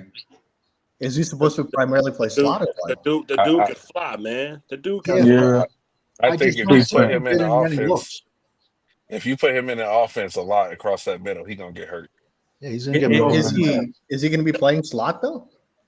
That's what they. I mean, he's not an outside receiver. Well, no, Yeah. right. That's why I'm asking. No. Well, He took one to the house last year in the slot, though. Yeah, on the slant. Yeah, that slant. Yeah, he but took it. consistently putting him in But the it only slot. take one time to get his ear hole rung, and he's He's a down. little man. No, Woo. that's Little man. He's so small. I'd rather keep him primarily on special teams and then have a couple gadget plays for him. But to try to make him a third Yeah. receiver, he's gonna get killed. I agree with Yeah. that. I agree with that. This is a good question. He said, "How do we keep Berg involved?" because That's a Dak question. always will check down. Dak's a check down king. Well, no, Dak likes tight ends too, so there's that Yeah, aspect. He's going to throw to him regardless. Get a new quarterback. I can But see man, yeah. 80, bro, we're stuck with them until 27, man. for us drafted Quarterback. in round 1. Yeah. No, but Ferguson has to show me something this year, man, based off of how he Which played was last last year. year. Yeah. Having Oh, no I touchdowns love it. all Hey, season. I love it, Richard. Look, they've been at my head for a decade. Oh, because I've always had my stance. It ain't nothing new, man. Yeah, man. It ain't nothing new. I've had people threaten to come to my house. Yeah, I'd be people like, were threatening "Those you are- and 80 and stuff. I remember back in the old Give round. him my Man. address. Give him my address. I had people really on live saying they You gonna better, come to you my better house. know how to get your knees up because you're Especially gonna have to that run video. when you come. They're gonna knock on my door, beat me in my face, taste my blood, like just ridiculous. over a football team of all And he things. wanted me to meet him at the Jaguars game. I went, he didn't show up. And Well, they won't do it in person. Simon got on YouTube and dogged him for acting like he wanted to meet me at a Jacksonville game and didn't show up. Simon's clowned him so bad. Mhm. Yeah, he wanted to meet me at when the Cowboys that first year Barry Church went to Jacksonville when him and Ramsey was over there. Yeah. When we played them, we supposed to meet at that game. I showed up, he didn't. He was a crazy fool. He was lunatic, man. Yeah, that's what was He said he crazy. gonna go. He said he gonna go to 80 house. Yeah, Dude was insane. I remember that. Yeah. Was he the same guy that you said off? That what you was in a cabin with him or something like that? You know? What I'm Yeah, talking we had a rental house and we went to Vegas. I took my family. We met up in Vegas. Yeah. You told me the story, but big Airbnb. As soon as I get there, me and him go upstairs. He like, yeah, I'm on the run, man. Yeah. And after this, I'm like, what? No, yeah, you told me. You told me As that. soon as we got there, mind you, I got my kids, my lady. He got his family. Me and him go upstairs. He like, yeah, man. I remember that. Yeah. He hit the little TAC. He like, yeah, I'm on the run, bro. I'm gonna turn myself in when I leave here. I'm like, dude, I got my family in the house with you, bro. Yeah, man. Man. What did you do after that, though? You move or what? What did you do after that? You moved to a different place or what? No, well, I just said we had paid like almost $4,000 for that house. Oh, damn. It was an Airbnb we rented for like 5 days. Oh, yeah. Split it. Okay. I mean, he was cool. He was just on the run, like why? And then he really did go. Like a year later, he ended up turning himself in and went to prison. That's why he had disappeared from YouTube. Oh man, wow. Now I remember you told me that. That's crazy. Hey, y'all better be careful, man. They just had 2 YouTubers get into a shootout on the Las Vegas Strip, man. These YouTube streets are real, man. Why that? You're crazy, bro. These YouTube streets are real, folks. Lil D, that's how they especially act. Don't do personally. I'm sensitive in that. Especially because I'm calling people fuck faces up here. He said these YouTube streets are real, dog. You know what they do? You know what they do, Lil D? When we talk about what he do on the field, they talk about his accomplishments off the field. I don't give a fuck he gave out turkeys. I don't care. Fucking Nino Brown gave out turkeys too. Nino did right? give out turkeys. He sure did. You win a Super Bowl. So did Pablo Escobar. Pablo Escobar gave out turkeys too. Yeah. Colombia has a fucking hippopotamus problem. Fucking Pablo Escobar. He had his own zoo in his backyard. That's what they do, man. They said, man, he do good. He do this stuff off the field. Man, I don't care, man. Yo, you know some of the biggest gangsters in the world. That's how they got their neighborhoods to be okay with them selling drugs. Yeah, was to give out shit like they do. Yeah, for sure. Man, giving out toasters. Hey, you tired, ain't it, brother? Yeah, I'm tired of being in this damn closet. I'm stuck in the fucking closet now because, man, I'm tired of this house shit, man. It's killing me, dog. I feel that, yeah. When are you trying to move in? No, I gotta wait till somebody make an offer on this house. We can't do nothing until this house is under contract. And once that happens, we got some showings tomorrow. We got one on Sunday. And I'm taking Monday off because I just so tired. Man, I remember 2 years ago you couldn't even put the for sale sign in the fucking yard. Shit was moving so fast, yeah. God, I wish. And houses was moving so fast. People just having to keep things clean and perfect is hard because we got kids. You know what I mean? So oh my God, time flies so fast. I remember when y'all first moved in that house. The neighborhood was new. Yeah, man. It was new. They didn't even have all the houses built, did it? No, they didn't. This was years. I watched the house across the street get built. I was making little videos on that and stuff. Yeah, showing the progress. Cool. That's pretty cool. You ain't won nothing, man. Yeah, that was 2017, 18, I think. My birthday Tuesday. Uh-oh. I've been in no 80 since I was in my mid-20s. I'm going to be 36, and we ain't won nothing. God. That's crazy, right? I know. Seriously. How long we ain't won nothing. Yeah. Sorry, man. Your birthday is this upcoming Tuesday? Yeah, my birthday on the 24th. Oh, okay. Shit, sweet. Yeah. That'll work. What? We haven't even gotten close. No. Close, yeah. That's the thing. Even, gotten close. It's like a joke. It's like you can't even say like we were close. Yeah. Y'all remember that game where Romo played the Patriots and the Patriots won, and then Romo went up to Tom Brady out there and said, "I'll see you in the Super Bowl." Yes. Dak did that too. Dak did that. Dak said that to Brady too. Crazy. No, that season Uncensored you're talking about was where we had Ice Cream Castle, #Melts with Heat. Remember that guy? Cool Nate Dogg Cowboy. What's up? What's up, y'all? What's up, Nate? Oh, what's up? What's up, dog? Hey, dog, why you got people coming in here mad at us, man? I'm telling you. What do you mean? That one guy that just was in here, man. What's wrong with that dude? That Man? I called a fuckface. I don't know. Ishan talking crazy. He's trying, man. He gonna get us killed. I'm telling you, they gonna see us in public. He's trying way on the West Coast. They gonna see us. Man, They gonna be on Rodeo Drive. We gonna be running from bullets. Man, Living out of boxes and shit. I'm so tired of living out of boxes. No. Yeah, I'm living out of boxes and shit, man. This shit, man. I'm telling you. Hey, dog, who you got over Micah Parsons, man? Oh boy, careful. You on mute, Nate, dog. Oh, he probably know he on mute. You're probably bad. You making a clip? Oh, right my now. bad. My bad. I said, Come on, man. I'll take TJ Watt, Myles Garrett, Crosby. What's his name? What's up? Is it Hendrickson? Yeah, Henderson. And then for the Lions, and then Bosa. okay. Hey, I think that's who I'll take. Spencer, this one for you right here. The question. What It ain't a question. Uh-oh. You love this one. Oh boy. It's just Oh no. You love this one. Oh shit. When his hip breaks. What they do when Dak is gone, man? Tell them, man. What's the Oh, question? what will they do? The one on the Question screen. on the screen said, "What will they do?" Okay. Oh, I'm gonna speak this very slowly. Oh boy. They will find somebody else. Yes. Talk to They him. always do. Yes, Yeah. talk to him. You got to get over this post-Aikman PTSD. It's okay. You're losing now. You will lose after Dak until they find somebody else. Yeah. It doesn't matter if you go 12-5 and you don't win anything. You might as well go 1-17, 1-16. It doesn't matter. Yeah. They will find somebody else. They will continue looking over and over and over, just like every other team in the league. Yeah. It's not that big a deal. You're not winning anything with that. What is the fear? What is the fear?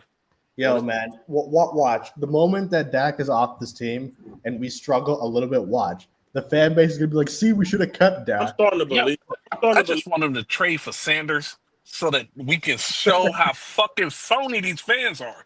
Oh, Trade for Sanders, please, so that we can see how fucking phony these fans are about Dak.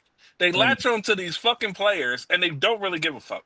I did a show about that. I said if we trade for Sanders, it'd be like fucking Santana in American Me. They'd be shanking Dak. I'd say Dak. I'd give Dak 72 hours before they'd want Sanders. He said Dan said he's not taking Crosby over Micah.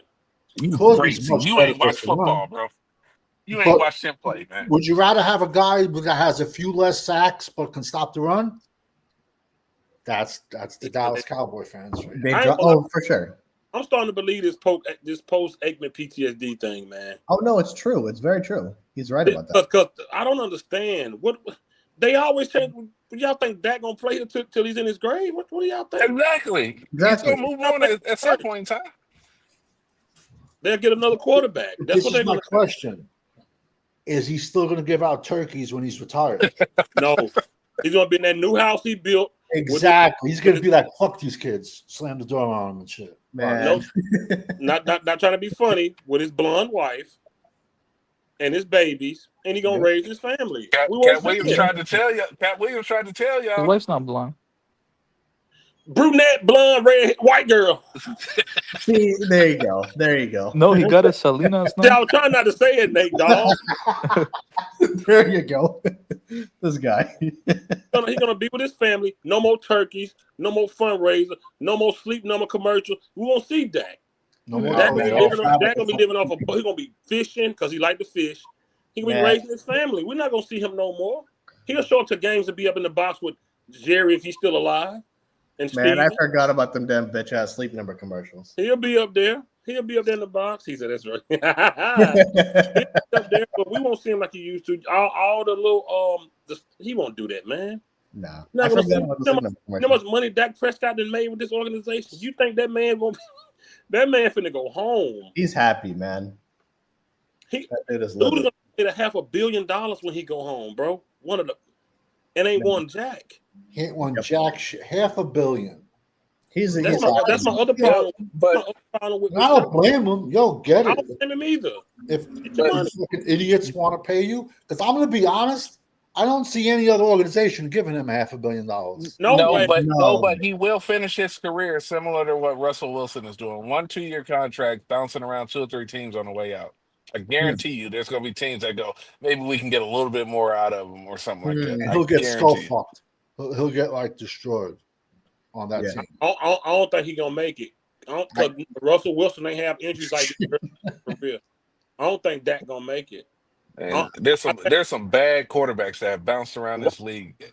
No, definitely. But I don't think he'll be a starter. Yeah, but let me ask you one question. Why do you think Dak would want to bounce around this league after getting $500 million? He's too prideful. He won't do it. He won't do it. Exactly. And there's no need to. He'd be I made a half out of quarterback that bounced around. I made $500 million. I'm going home, man. Yeah. I'm taking my fishing pole and going home. Yeah. That's what I think he's going home. I don't see him doing it. I don't see him doing that either. After his contract is up, I don't see him going anywhere else. I think he's gonna go home and raise his family, raise his kids. I agree. I think he's going home. I think he watch football. He ain't leaving Dallas. That's his home. He got a home in Louisiana because that's where he's from. I hate his brother. Oh, Chad Prescott's you know his line when he meets a broad in the bar. You know the first fucking thing out of his mouth is, I'm Dak Prescott's brother. Yeah, 100%. You know that. 100%. I would too. That's what Patrick Mahomes' brother does too. I want man too, bro. I hate that kid, bro. Man, yeah, no, Tad is annoying as shit, man. Yeah, he is. For 3 years in Dallas. I think it's hard to grasp. I think we're such realistic fans that it's hard to believe that we are true fans because we don't say what people want. Like when they hear 80 say we're 3-4 years away, it makes people blood boil because they don't want to hear that. Yeah.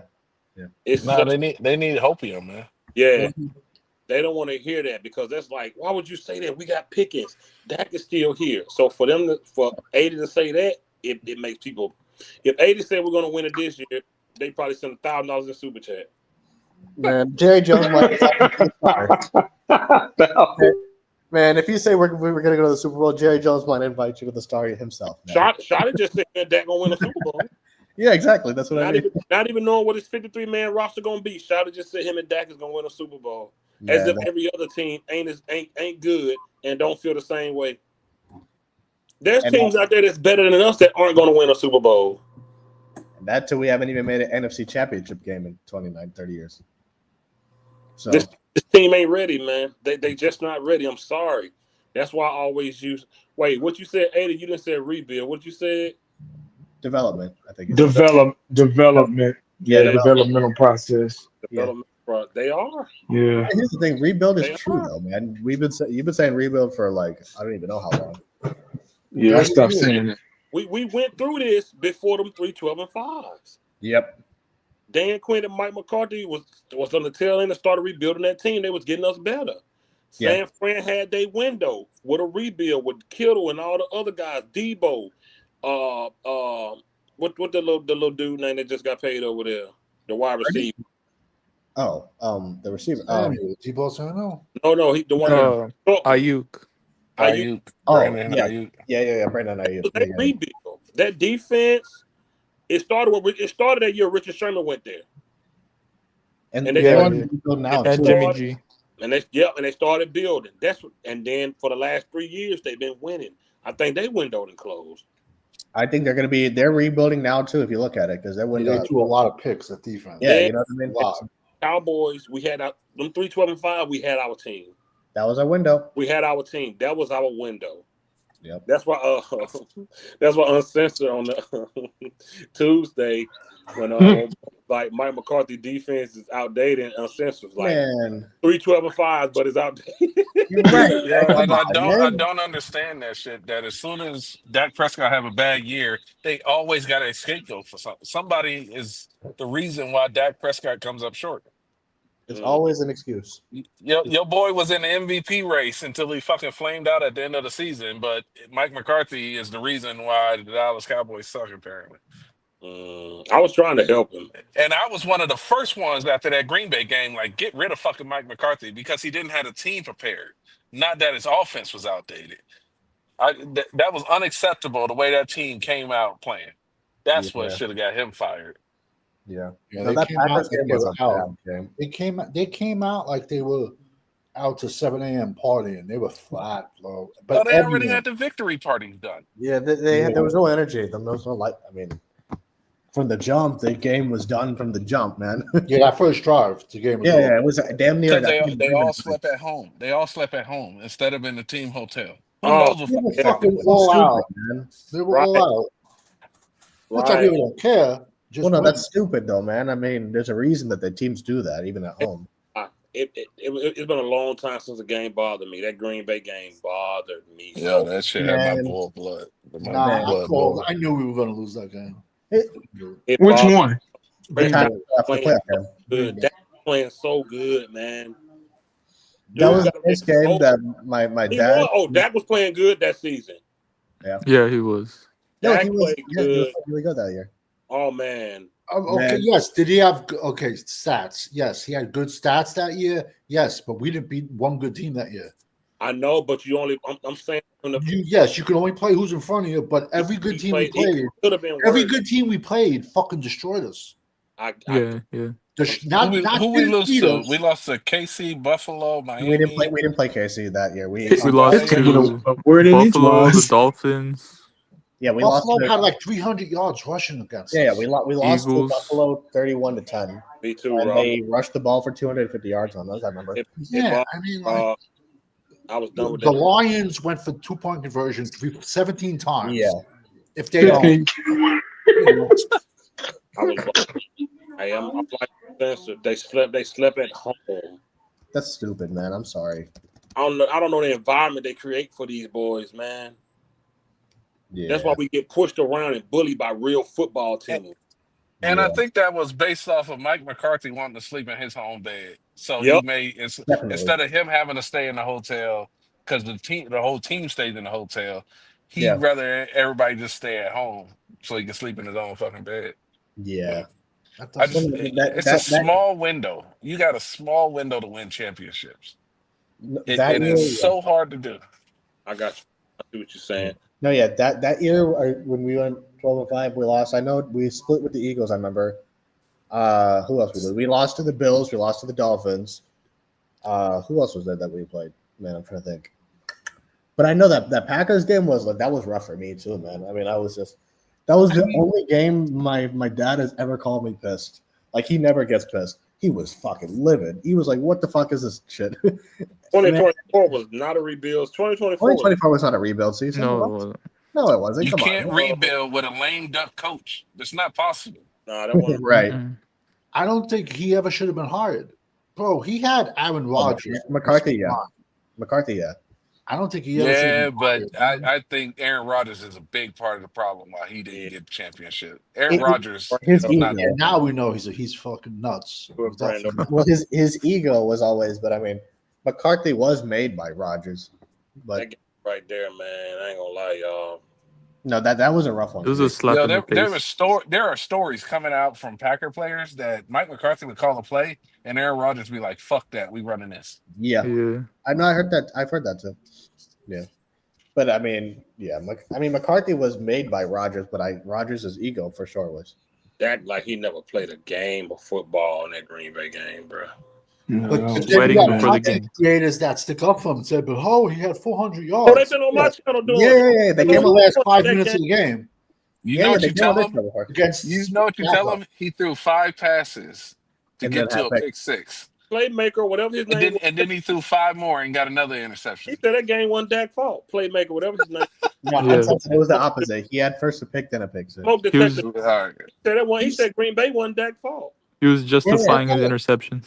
Yeah. Who No, said that, that? the excuse maker guy tried to The smoke detector dude. Oh Yeah. yeah. I don't even know who you is. Saying he's Well, in a Nate hotel. Dogg clipped it where he was walking around earlier in his house. Yes. Yeah. Hey, listen, man. I'm gonna let Bro, you. he was laying on his bed, man. I Yeah, don't know who you is. I'm gonna let you up here though. Oh boy. Please don't. Who that? Oh boy. Okay. Who is that? What's up? What's up? What's up? man? Of course, I'm a Dallas Cowboy fan from day one. I just clicked on y'all show and I heard somebody talking about our ex coach, like trying to talk down on him a little bit. You got your hand But I feel like, hey man, I hear you. what's that? What's Hand that? over your speaker. Can you hear me better now? Yeah, that's a little better. Go ahead. What you were saying? What I was saying was, I believe you think about a record, 12-5 in 3 years in a row. When the last time the Cowboys did that? And of course, we didn't win the playoffs, but only one team gonna win the Super Bowl. Just like our quarterback. Everybody got a problem with him. But if you really look at these last 20 years, who done won Super Bowls? Tom Brady, Patrick Mahomes, last season Hurts won it, and Aaron Rodgers only won one Super Bowl, and the dude for the Rams won the Super Bowl. Other than that, ain't nobody won a Super Bowl. It's hard to win a Super Bowl. Big Ben. But Pittsburgh. I do feel like Dak Prescott can. The thing about Dak Prescott is this: I've seen less quarterbacks win Super Bowls. The problem with the Cowboys is when the players roll around, like real talk, it ain't just a quarterback. I be seeing half the team be playing like, I don't know, they scared or what, but they don't. What I'm trying to say is, if the Cowboys can show up like the '90s players showed up, they win a Super Bowl because they got talent. And so that's how I feel about the whole situation. About Dak Prescott, the team, and also tired of the Eagles. Oh my God, bro! I cannot wait for week one. I do think the Cowboys gonna beat the Eagles. So let me ask you a I question. cannot wait to beat the Eagles. Let me ask you a question. You mentioned the 3, 12, and 5. You said when the last time we did that, why we couldn't get past the first round in those 3, 12, and 5s? Well, remember, come out. Remember the one season we beat the Bucks. That one win, and then we lost to the 49ers. But that's what I was saying. In the player, I think when the players roll around, for example, so I think that the same season, anyways, when Diggs was playing. Remember that season when Diggs caught out of interception. Then the players roll around against the 49ers.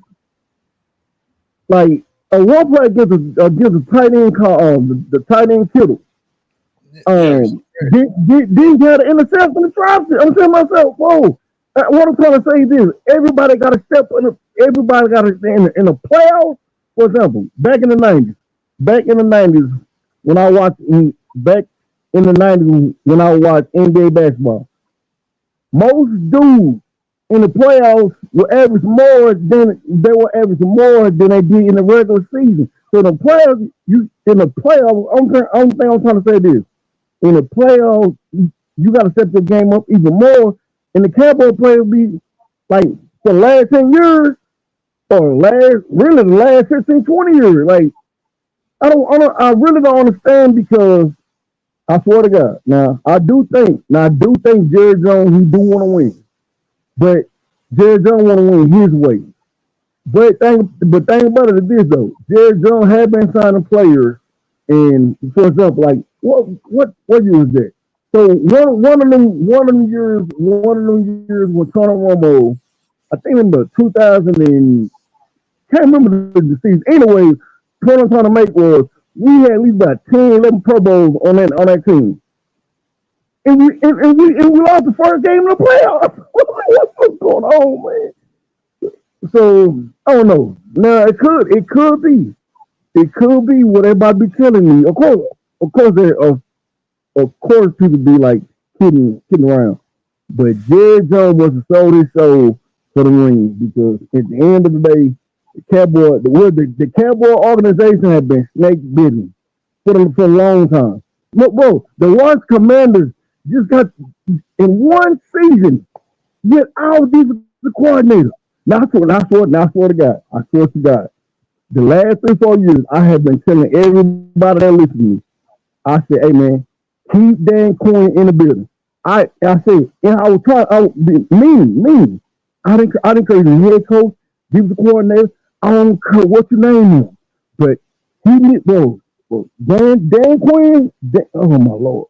Also, another thing about the Cowboys is this: like that last draft, not the past draft, the draft. So what I'm trying to say with this, the draft when we draft my Smith. I send my here. I swear to God, I'm trying to tell you about it. I went to the Nolan Smith, or the tailback, the running back from Texas A&M. But they took my Smith. I would have took him because you think Micah Parsons on one side and Nolan Smith on the other side, bro.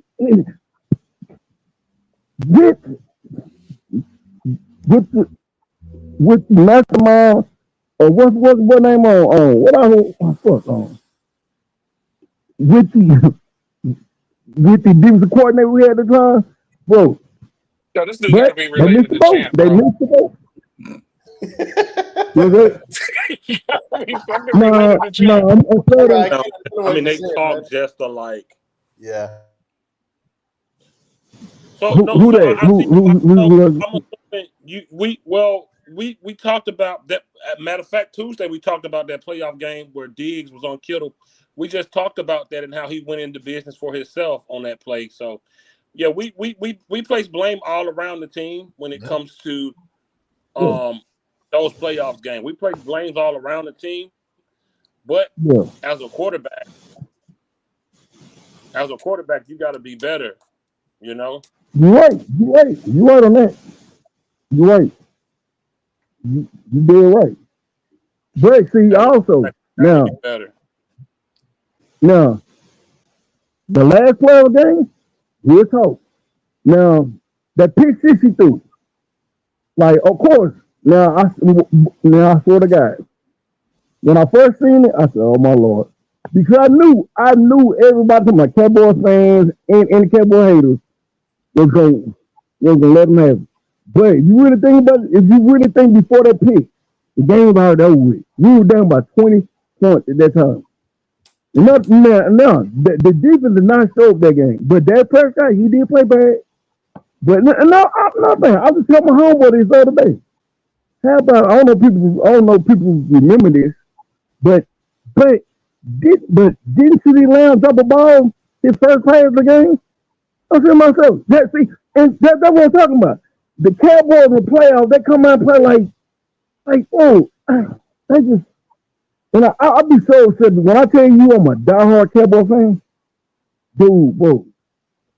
I be want to punch some people. Real talk. I play football, and it's, I just can't understand. And now I will say this, I can't hate on the Eagles, dude. The Eagles GM, he really know what he's doing. I swear to God, I got a homeboy. I got a homeboy that work. I got a partner that works for ESPN. I told him about 5 years ago. About 4 years ago, I said, hey man, the Georgia defense, outstanding. And this is what I tried to say about it. I would just draft Georgia defense players. And that's what I've been doing. Georgia and Alabama defensive players. And also, now, I told my homeboy this too. I swear to God. I said, hey man, this Carter kid, this is what I told him. Because I knew that. I knew the I know he did. I knew. Was that? I'm gonna be honest, brother. 90% of us can't hear a word you're saying. Yeah, we can't understand you. Everybody's letting you get your story off, but I don't. It sounds like you I'm talking only with your able to pillow hear over your face. snippets. Yeah. We could only hear snippets of what he said. I don't know what he was talking about. I don't know what you said for the last Yo, there's 20 no minutes, way man. that his Yo, cadence is he the same sound as like Champ, he yo. sound like he used. You know how in the movies they Can y'all use the hear me? pillow as the ghetto muffler Yeah. for Yeah. for a Yep, He pistol. sounds just like Champ. he does. He really does. His cadence was All he like needed Champ. all he needed to say was, well, "Who's gonna be?" Yeah. Hey, he's just got to whisper. Yo, really if low. I would have heard a Hey, fucking man. fire alarm, But I think his point about the playoff game, I think we are. That's the thing we already had touched on anyway. No. He. I mean, the only thing I understood was, I don't blame. He was basically saying like we're blaming only Dak, but we. Yeah, I thought that. Yeah, I guess that a lot of people coming in on the tail end of our, like they always do. Like they always do. come in when we halfway done, and we at the topic where we discussing other things just to fill out the show, and they hear one thing about. Well, his thing was about McCarthy and Dak. What you got, Savage? No, about that Diggs play, just to be honest with you, I never would have resigned him just off of that one fucking play. I can't hear Savage. Yeah, the shoulder tackle play you're talking about in the playoffs. Yeah. That's it. That one play, I would not have resigned him. Yeah, no, it would in the playoffs. Yeah, you're making a business decision like that in the fucking playoffs. Done, bro. Done. I would have cut Tank Lawrence the second he said, "Oh, we were tired." Done. Bye. That's how you send a message, man. Mm-hmm. But it's so like it's all friends football, man. Oh, with the Cowboys, yeah, for sure. It's for whatever reason, all of our players just don't show up when it counts most. We say this all the time, man. I don't know. Trade jerseys? Come on, bro. It's savage. It's just. I get why that's a frustrating thing, but it happens across sports too. That's just a thing. That's just the way that the game. Basketball does it. The NFL does it. It's just the way that it is, man. It's not just exclusive to the Cowboys. Yeah, no, I know, but just bothers me. What's not exclusive to the Cowboys? Jersey trades. Like how they trade jerseys. Like, come on, bro. No. I get why that's. They do it the most. We do it out of big losses, though, man. No. And I get why it's frustrating. I'm just saying that it occurs across all sports. Yeah, no, he's not the main problem, but he's a big part. You can't go out there in a playoff game and throw multiple picks. You're a big part of the problem. Bro. You're a big part. You're a big part of it. If you're in a playoff game and you can't score till you're halfway through the game. Our last 3 playoff losses, he's had multiple picks in every loss, man. You can't excuse that. Last 3 playoff losses, he was the main reason we've lost. Is he the only one? No. But he is absolutely one of the main ones of the reason we lose. So he can't. He got his butt kicked by the Rams, too. He did. I be forgetting that. It was, that was also the volleyball game. Yeah, exactly. I was about to say, that was the CJ Anderson game where he rushed for 250 on Van Der Esch. What year was that? 2019. Yeah. 2019. Yo, I still have nightmares from that game. It was another team. It was another team because it was a game, and depending on who won that game is who we played, and we ended up getting the Rams. Oh, it was the Eagles and Bears. It was the Eagles. I got a video coming out of Buffalo Wild Wings. It was me and my son. I was like, "Oh, we got the Rams." Whoop de whoop. Yeah. I don't think we was gonna go beat them. Well, that was because we beat Seattle. Remember that 22 game, and when they came over here. Everybody was like, "You better calm down. You might not beat us." I was like, "Man, we gonna beat y'all." Yeah. Didn't do it. Yeah, no, I thought we was gonna win that game too, man. Because we beat Seattle like that, and Dak played well that game. Aaron Donald was beating up. He was a beast. He was a beast. We scored on the opening drive. I'm like, let's go. We're about to win. Yeah. No. And it was 22-30, I think, if I remember. Yeah. But yeah, no, that was a rough game, man. I haven't seen Dak come up like that, and from that Seattle game, I have not seen him play like that, and even the Tampa game for that matter. He played well in that game without question, but I haven't seen him come up clutch in a very, very long time. Who is court? Who is this? Countless. Who? I don't know. We're about to end this show. I'm sorry. I don't want to let anybody on, but who is it? We gotta get it to 5 hours, man. What you want to talk about? No, in a minute. What I missed? I missed something. No. Some guy in the comments wants the link. You dropped them.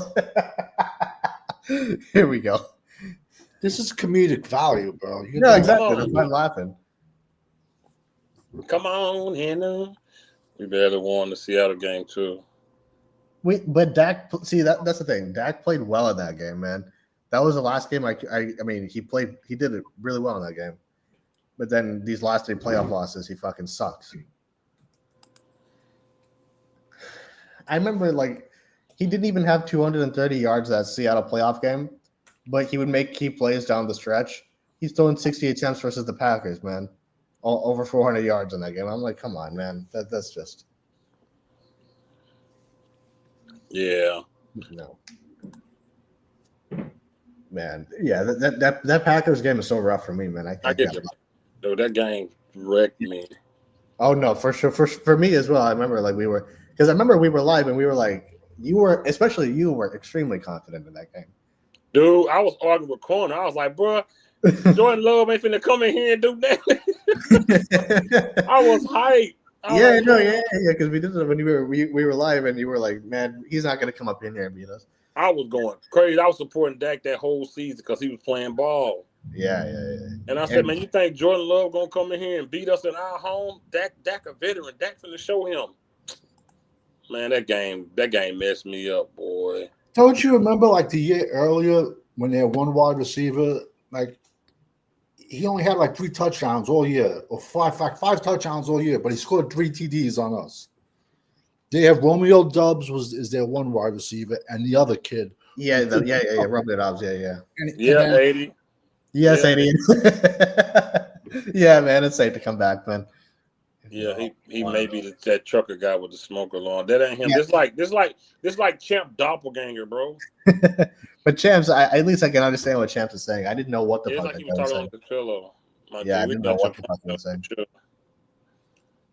It was the coach. Y'all want a real joke though? Shotty's hair is on point. He's the next spokesperson for me. I wouldn't be surprised.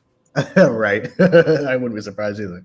No, you ain't gonna see them on sleep number, man. Dak started losing, and we started saying less of them commercials. Yeah, I didn't see the sleep number commercial in a while, man. He was losing. Yeah. Man, I remember that used to piss me off, man. Golly. That Packers still hadn't lost in our stadium. Yeah. They always beat us, man. Every year they beat us. Whenever we play. That's so sad. So sad. I ain't. Look, man. I don't want to lose neither, bro. Prescott just got to show me. I just know in year 10 he ain't became a different quarterback. Yeah. I've seen him with good receivers. I've seen it. Same song and dance every year, man, with him. I've seen it, bro. I don't know what shot. If you telling me Shotty gonna be 75%, at least 70, 60-40 run pass, okay, we got some then. That's right, the yogurt commercials, Eddie. That's right. You were. Then we might have some. You know, you can run that ball, but then you got to show me your O-line can run block. Yeah. No, I just don't buy that they're going to run the ball more. For me, it's hard. You don't bring Pickens here for that. Exactly. He's in a contract year. He's going to want his stats. Yeah. Well, that's why I'm saying I don't buy that they're going to do it more. They're going to run the ball more. I just don't. He's going to want his numbers, so it's just hard for me to believe that. Yeah. No, I'm with you. Yo. Am I better now? Yeah, what you got, boss? I was just talking about the playoffs. Like, I just think everybody got to step up, not just Dak Prescott. Sure. But I would say Dak Prescott, like he be playing different in the playoffs too. Like I be saying to myself, dude, boy, you got to do better. But at the end of the day, though, like I be trying to tell most of the Cowboy fans, like, man, like who, like if we caught them, like who we gonna get? Nothing is this. I swear to God, some of these Cowboy fans, I think these dudes got amnesia because think the last 2 quarterbacks we had, 21 undrafted. Dak Prescott, 4th round draft pick. So first of all, we lucky just to have them dudes already on the board. But also, I'm trying to tell my home. I've been preaching this for the last 5 years for Cowboy fans. The Cowboy fans that don't like Dak Prescott. Cool, I get it. But at the end of the day, he's much better than from the time Troy retired Out of what till we got Tony Romo out of quarterbacks in that era, probably 3 of them quarterbacks was average at best. Quincy Carter and we had an old Drew Bledsoe, an old Ronald Cunningham. We had Vinny, and Sefta Verdi because he threw a lot of interceptions. And all the other Testaverde? Testaverde? Yes, but I call him Vinny. I call him Vinny and Sefta. Oh, because interception. Okay. Oh, okay. It's a good fucking nickname. Yeah, but man, I don't quarterback came through this hole. I'm talking about it had to be 15 quarterbacks that started in the regular season game for us, and all of them was below average or average at best. And Biff, what does he have? What do I call it? So let me ask. So he definitely got Detroit in the PTSD. Oh yes, for sure. What's talking about? Because it's still the same results. So let me They ask will you find this. somebody else. All those quarterbacks that you named that we had, that you said we lucky we had Dak. What does Dak Prescott won that they didn't win? What he has won is this. He ran the regular season game. Look. Hey man, I'm trying to tell you. Just listen. All the other quarterbacks, because the thing about it is, people tell me, and I really hate this. I'm not gonna curse. This is champ.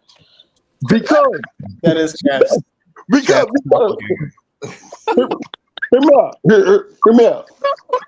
I've been hearing people saying other quarterbacks' name. Whoa, but back in the days when the Cowboys playing in the 90s, did you ever did you ever? Can you name one person that said, man, that can you name one person that probably said, man, I rather have John Elway on versus Troy or Jim Kelly? Troy won Super Bowls, bro. I know that, but what I'm trying to tell you is this though. Ain't no other quarterback done won no Super Bowl beside Patrick Mahomes and Tom Brady. What about Matt Stafford? Patrick Mahomes, Tom Brady, Matthew Stafford, Big Ben, Aaron Rodgers. They're all losers, man. Russell Wilson, Peyton Manning. I can name 7 or 8. Dude, what I'm trying to tell you this though. Some of the quarterbacks you name, they retired. So what about Jalen Hurts?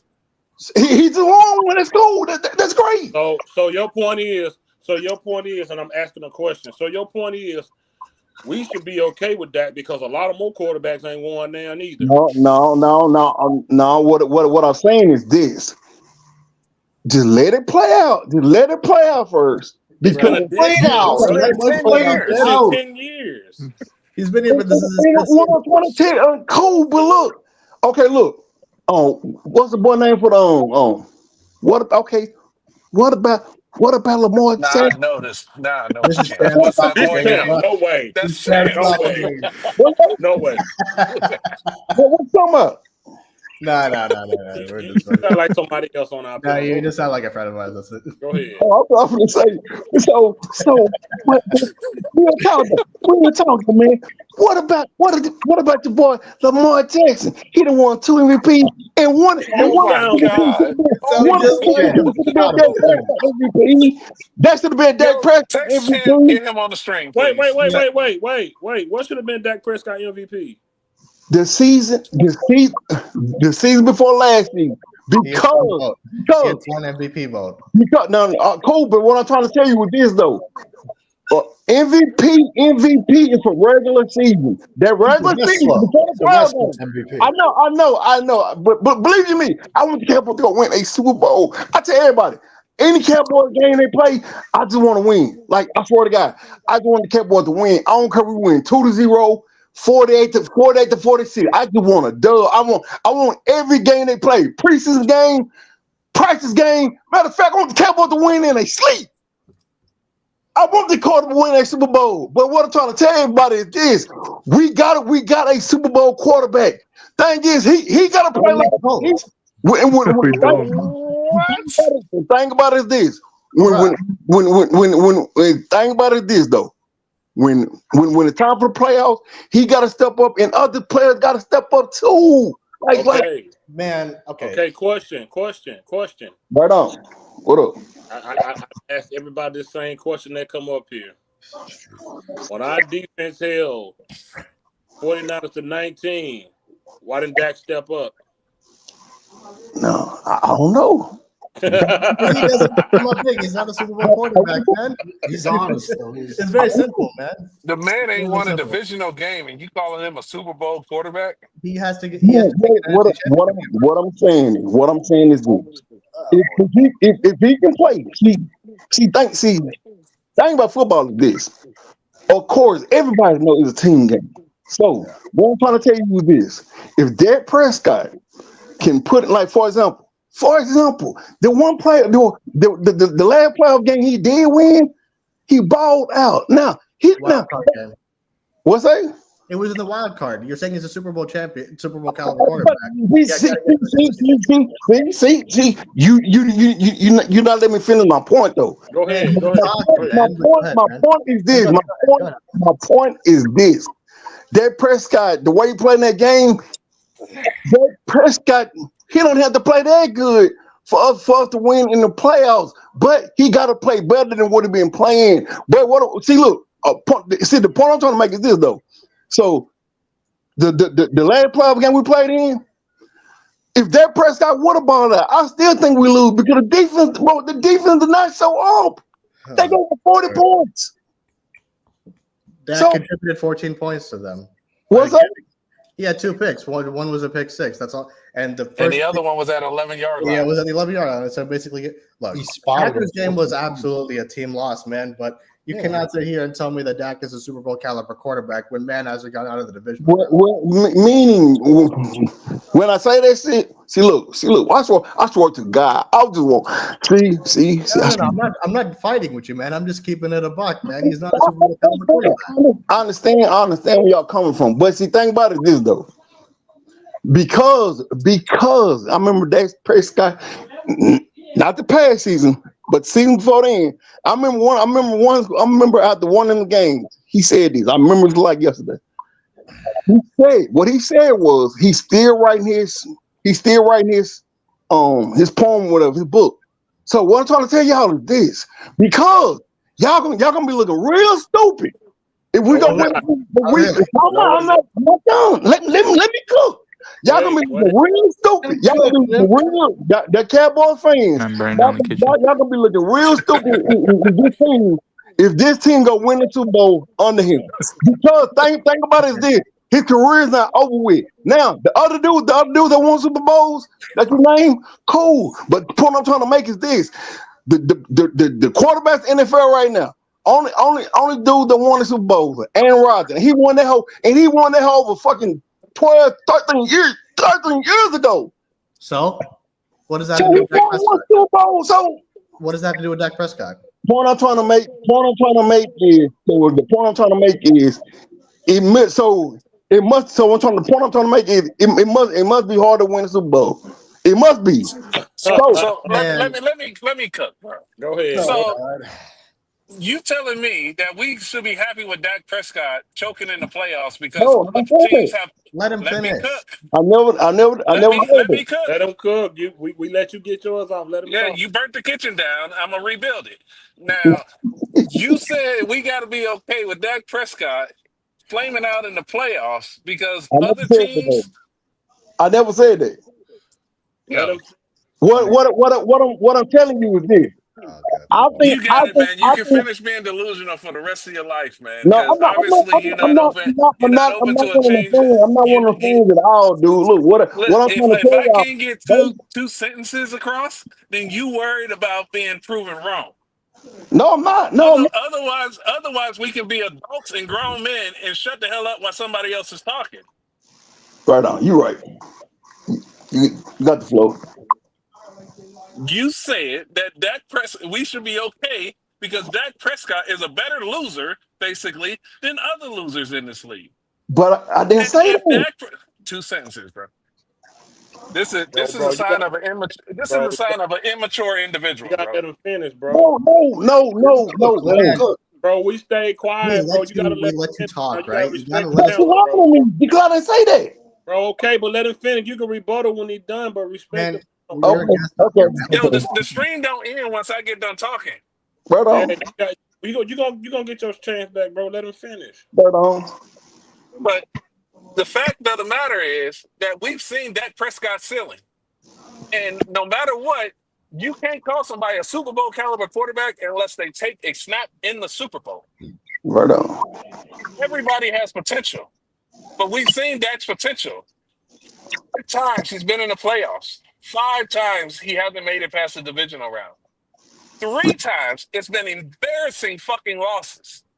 The Green Bay game was an embarrassing fucking loss.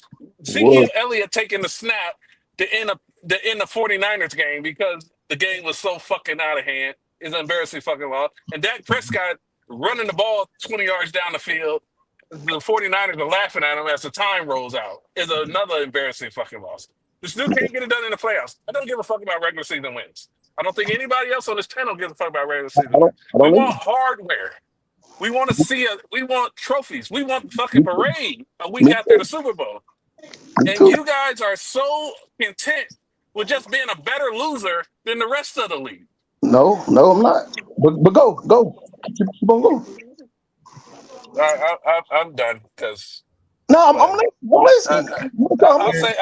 I'll save mine for the final thoughts, and we'll get it all done. Hey, man. We reaching the last passing of the plate around the table anyway. Yeah, we definitely almost there for sure. Man, look, Dak is not a Super Bowl caliber quarterback, man. He is not. Forget about Super Bowl for 1 minute. He lost the Packers game. Yeah, there was a team loss. Without question, it was a team loss. But guess what? He gave up 14 points basically by having 2 pick sixes. Do you know the last 3 playoff losses, he's had 2 picks in every single playoff loss? You cannot sit here and try and tell me that he's a Super Bowl caliber quarterback when this man can't get out of the fucking wild card. He's lucky to get out of the wild card. The Packers was a wild card game against the 7th seed. We were 16-0 at home heading into that game. And guess what? We got smacked. Yes, the defense was bad. The defense was horrendous. But you're allowed to score more. It was 48-16 with before they put their fucking backups in, the Green Bay Packers, that got us to those fake 32 points. It was 48-16 with almost 3 minutes left in the third quarter. So you can't sit here and tell me Super Bowl caliber quarterback. I don't give a fuck what Lamar does, what Josh Allen does. The guys like my man on censorship, they're just better losers. All they've done is make it to the NFC Championship game or the AFC Championship game. Fantastic. Great. That has nothing to do with Dak. Let's keep it on Dak. This man, is he responsible for the whole team failure? No, of course not. None of us have ever said that. So let's be clear. None of us have ever said it's only Dak. But he is absolutely the biggest person who is responsible, at least for the past 10 years. Now, for 29, 30 years, it's Jerry. It's the culture. Yes. But you cannot sit here and tell me Dak is a Super Bowl caliber quarterback. He is not. Forget about these ifs argument. I don't want to hear anything. None of us here are, especially me. I don't want to hear any ifs about if the defense did this, if this happened, if this happens. Fuck it. What happened is Dak did not come up big. That's a fact. What happened is it was 48-16 with 3 minutes left in the third quarter. That is a fact. The defense gave up 19 points when we played the 49ers. We scored 12. You're like 19 points when against a team that's giving up 32 points against every other fucking football team. But we hold them to 19 points in a playoff game.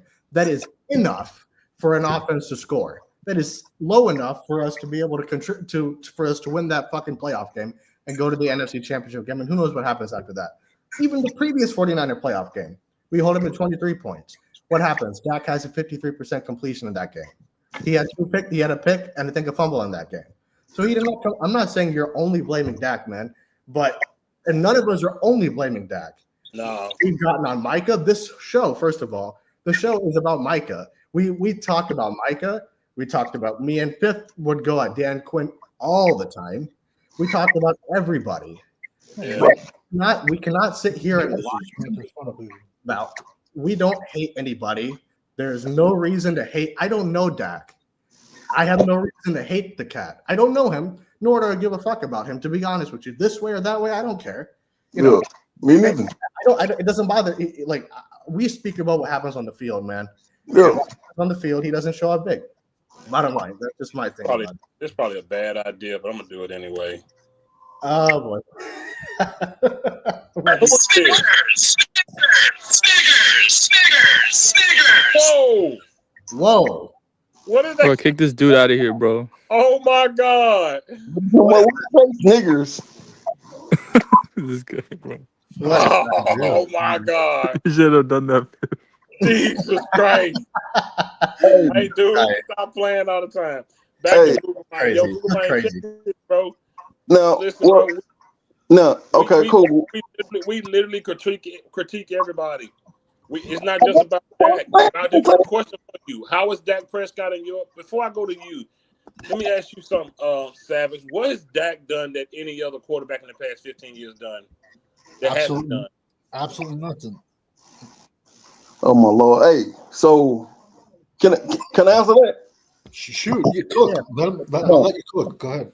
Thing about it this though, when I was talking about the Super Bowl, y'all kind of misquoting me. What I said was this, because I've been telling everybody this. I've been telling one of my homeboys this for the last 2 years. What I said was I've seen so many other quarterbacks that's a less quarterback than Dak Prescott win Super Bowls. And I agree with you. I agree with you. But this is for Dak Prescott to win a Super Bowl. You got to play for the playoffs. Let me cook. Let me cook.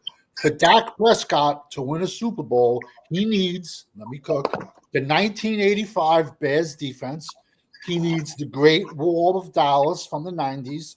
He needs Michael Irvin, Randy Moss, and Jerry Rice, and Tony Gonzalez at quarterback. And let's throw Emmett or Tony Dorsett back there. That's what Dak needs to win a Super Bowl. That's just a guy. Dak Prescott is just a guy who happened to win the lottery. He got drafted by Dallas, and no other franchise was going to pay him $500 million. Hold on. See, you on there. See, now, believe you me, I would have not paid that Prescott money, but I would have, because the only reason the whole key with Dak Prescott is this. Now I'm trying to tell you, I don't got him in top 10. I mean, I don't got him in top 5 quarterback, top 3. Now, but that one season he did play like an MVP, but I'll put Dak Prescott like around 10th for the quarterback though. Also, like everybody knows is the going rate on quarterbacks. Also, the point I'm trying to make about Dak Prescott is this. So if we let him go, then all the other quarterbacks coming here from college gonna be a question mark. And so we kind of stuck because Dak Prescott in the regular season, if he stay healthy, we probably gonna make the playoffs, or we're gonna win, but we're gonna win at least 9 or 10 games. So when draft time comes around, we're gonna be picking like 14 to 15 and like in the middle. So anyway, but real talk though, I don't think Dak Prescott is the coldest quarterback of all time, but I do think if he, well, right now, of course, but between all time quarterbacks for the Dallas Cowboys organization, it's Troy Aikman, then Roger Staubach, and some people might say Danny White. Of course, Danny White. He went to 3 straight NFC Championship games. Do not slander Danny White. Yeah, man. 3 straight NFC Championship games, and he was the punter. You're right. So Sam. But the point I'm trying to make about that process is though. Now, believe you me, of course, like what I'm trying to say this about him is this. Like, I really don't think we're gonna win a Super Bowl with him. But the thing about it is not. What I'm trying to say is, it's not impossible. So if you do go win the Super Bowl with the Cowboys, he's the Hall of Fame because what?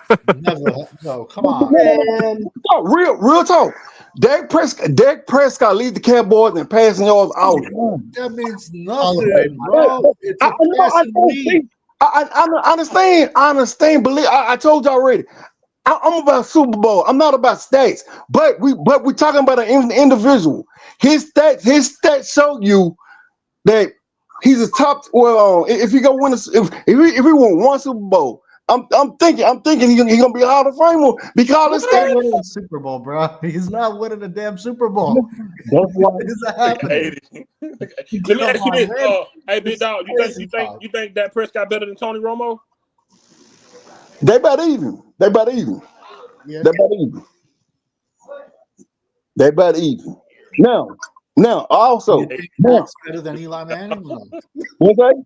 You think Dak's better than Eli Manning? Eli Manning is probably gonna go to the Hall of Fame because he did put together two playoff runs. But other than that, no, because that dude led the NFL in interception about three different times. In the Giants, and also in the Giants that make the playoffs. Also, Dak Prescott got to play good in the regular season for us to make the playoffs. And see me, the way I look at the game is this. Like I rather make the playoffs, and of course I want to win. Don't get me wrong, I want to win the Super Bowl. But what I'm trying to say is this though: all the other quarterbacks that played her, we didn't make no playoffs, bro. The Cowboys are 4-12 and 5-11 3 years in a row. So anyway, you get better draft picks to build the future. Can I ask a question, man? What's that? Fifth, can I ask a question, man, to this? So, okay, you're saying on one breath, you don't believe Dak can win a Super Bowl, but if he does, he's in the Hall of Fame. If you don't believe he can make a Super Bowl, then what the fuck is the point of this whole conversation? What are we arguing? But I did say what I said. What I said. What I said was it's not impossible. But now if you ask me to bet, come on. If you ask me to bet on him winning the Super Bowl, I'm probably gonna say no. But it's not impossible for him to go win a Super Bowl because, bro, it's possible I can win the fucking Mega Millions tomorrow. It's not likely. Hold up. Wait. What does Dak Prescott need, in your opinion, to go to the Super Bowl? Really, this team works. So real talk. Now I told my homeboy this last season because he didn't I don't think he knew about the tackle we signed. I told him what I'm gonna tell you. Okay. Now if the left tackle can play Everton, can play what I'm trying to say this. If he can get better and the O-line can stay healthy and Dak Prescott can stay on the field, this team got enough weapons for to go win the Super Bowl. But Dak Prescott, I'm trying to tell you, he got to play better play. But also all he needs is a left tackle to win a Super Bowl. What? Come on, man. No. Because this team is loaded. Like what team loaded? Loaded with the what? offense. Man. What's that? Yeah, bro, Come on. We got Lamb, we got Pickens, and I do think Blue, like if they give Blue at least between 10 and 13 touches a game, like he can probably he got speed in picking a pick, bro. Pickens and Lamb, dude, bro. Let me ask you this, man. So, okay, we got Pickens. Great, fantastic. What's the difference between getting Pickens versus getting Amari Cooper versus getting Randall Cobb versus even getting CD versus having Dez versus having Witten? We even had Ferguson for a while. What's the difference? Dak has had. This is not the first season Dak has had weapons, man. I know that, but what's the point of arguing? The point I'm trying to make is about Dak Prescott in the playoffs. Another thing, another point I'm trying to make before I even got cut off, or I probably forgot my thought.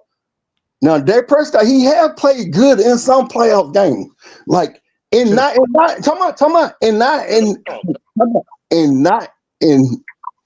just the last one. and not just the last one that we won. Now, the Rams game, he played good in that game. We lost. Also, his first game against the Packers, he balled out. We lost. But he did his thing, but we lost because of the same game. We was down 21-3 up until like 2 minutes left in the second quarter. But also, he was the rookie. He was 4th-round draft pick. Okay. Okay, all right. On the 4th-round draft pick in there, see? But no. His rookie season, no, bro.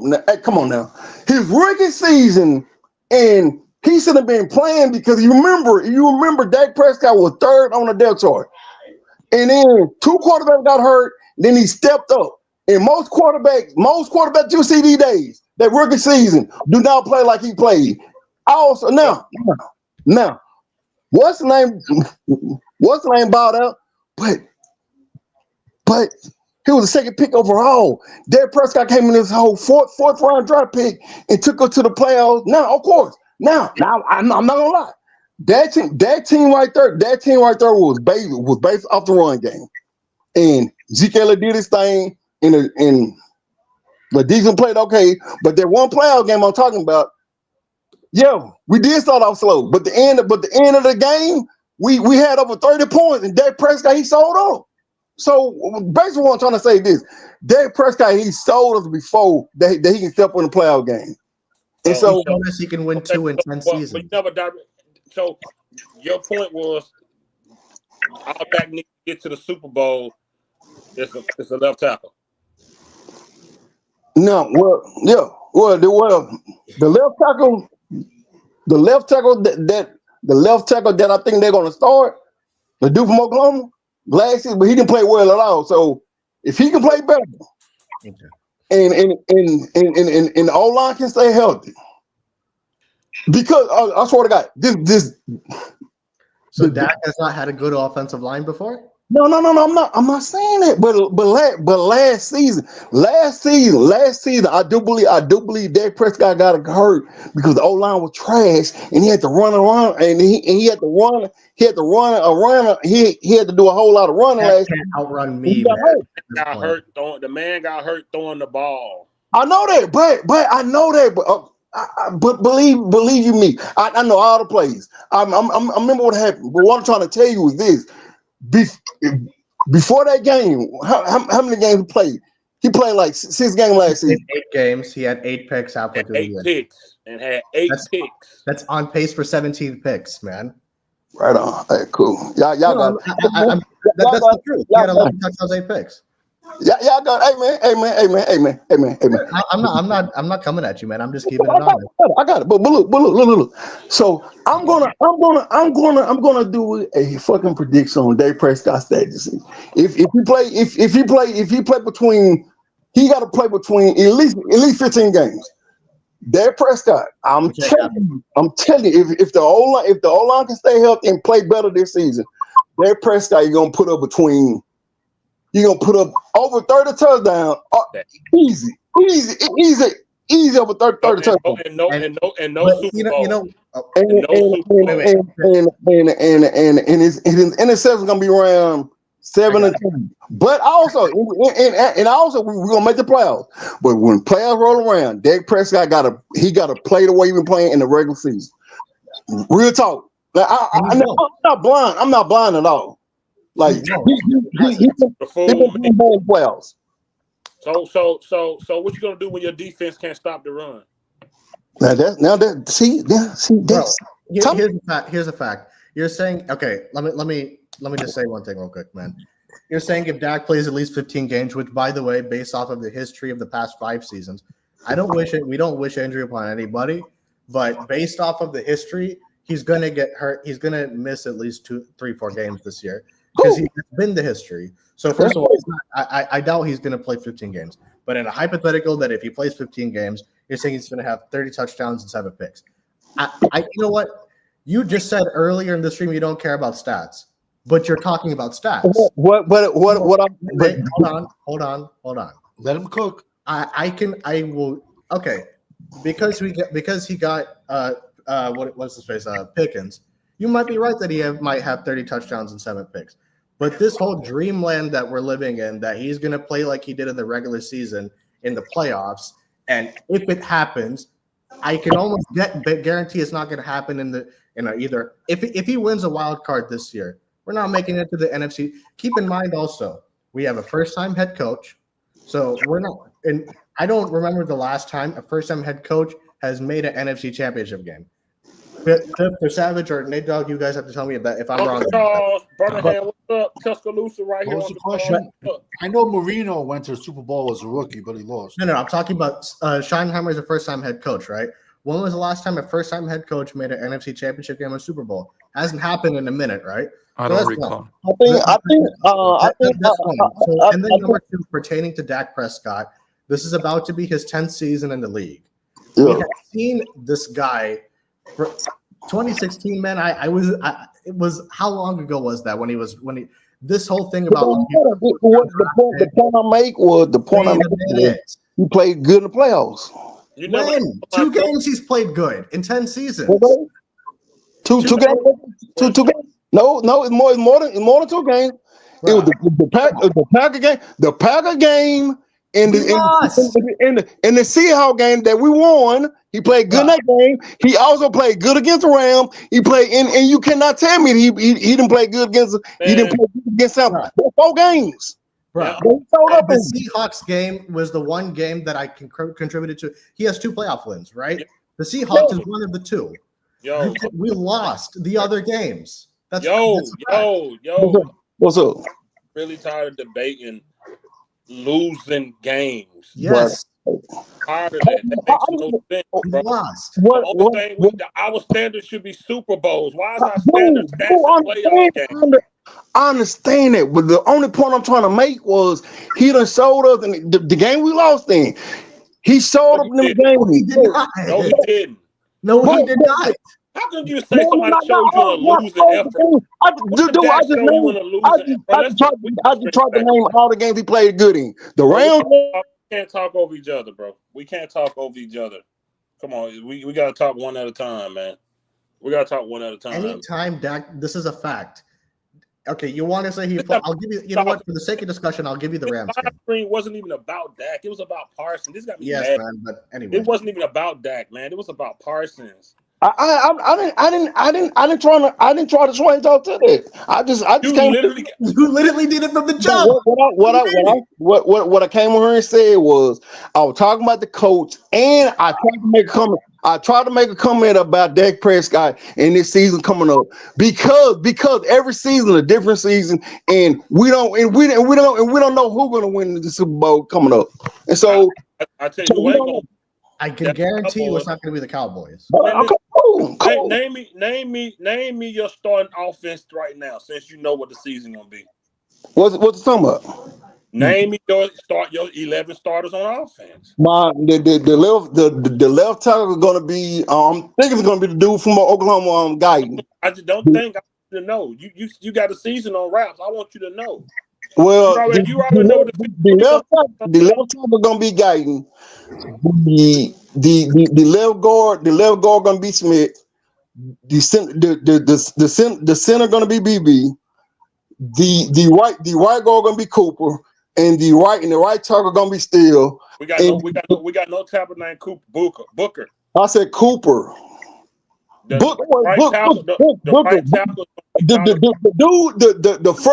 first round dude from Alabama, last name Booker, I guess. I said Cooper. Cool. The tight end gonna be on the tight end gonna be what's the boy Ferguson, and then the 2 wires still gonna be CD Lamb and Pickens, and they probably gonna start. Well, I'm gonna say, I want Blue to start, but I think the Cowboys gonna start number 33. The dude from the Broncos, last name Williams. Now you tell me what about that offense you just said is loaded? What's loaded on that offense? Because CeeDee Lamb the baller and Pickens on the baller and Blue. I told you about Blue. Like, believe you me, y'all gonna see Blue if he stay healthy. Like he gonna ball out. He's gonna ball out as a rookie. You just said you just said you hope Guyton start. CD and Pickens can't catch the ball at the same time. You don't know who the starting running back gonna be.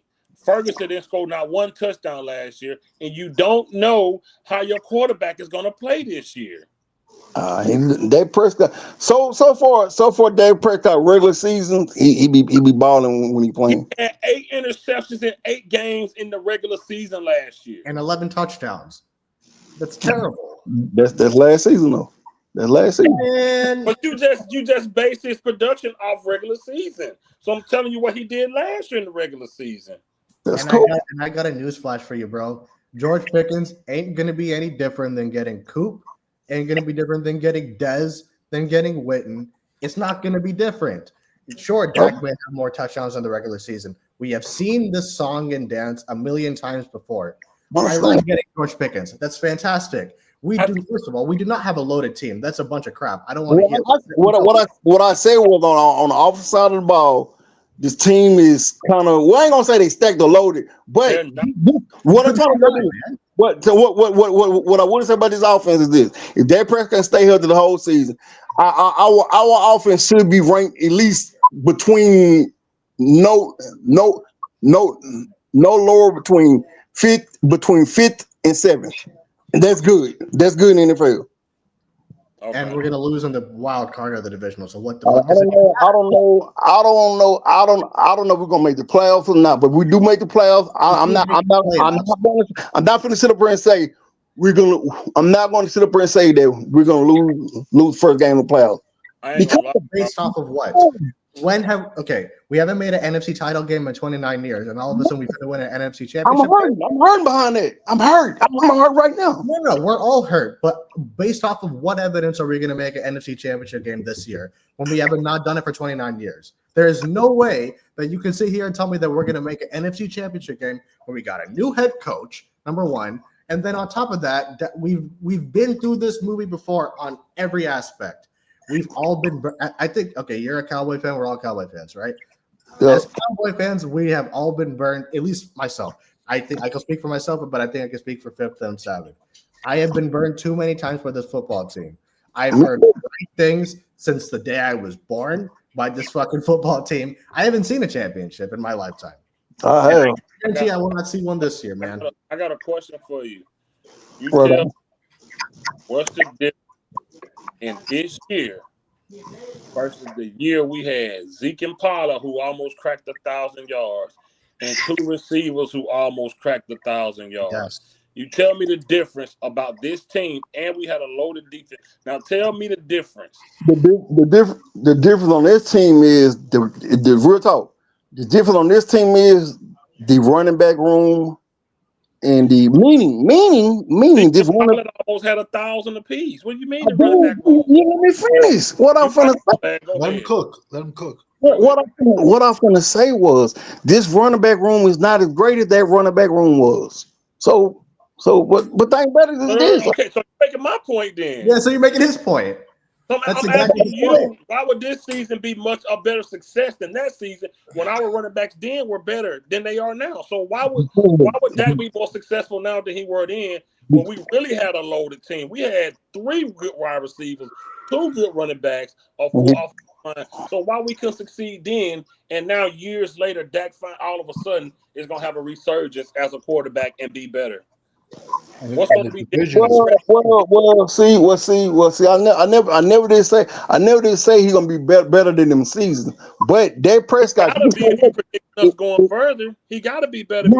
See, I just said a minute ago. What I said a minute ago. What I said was I don't even know we're gonna make the playoffs. But it's just about exactly. That's my point. What is the point of this entire conversation?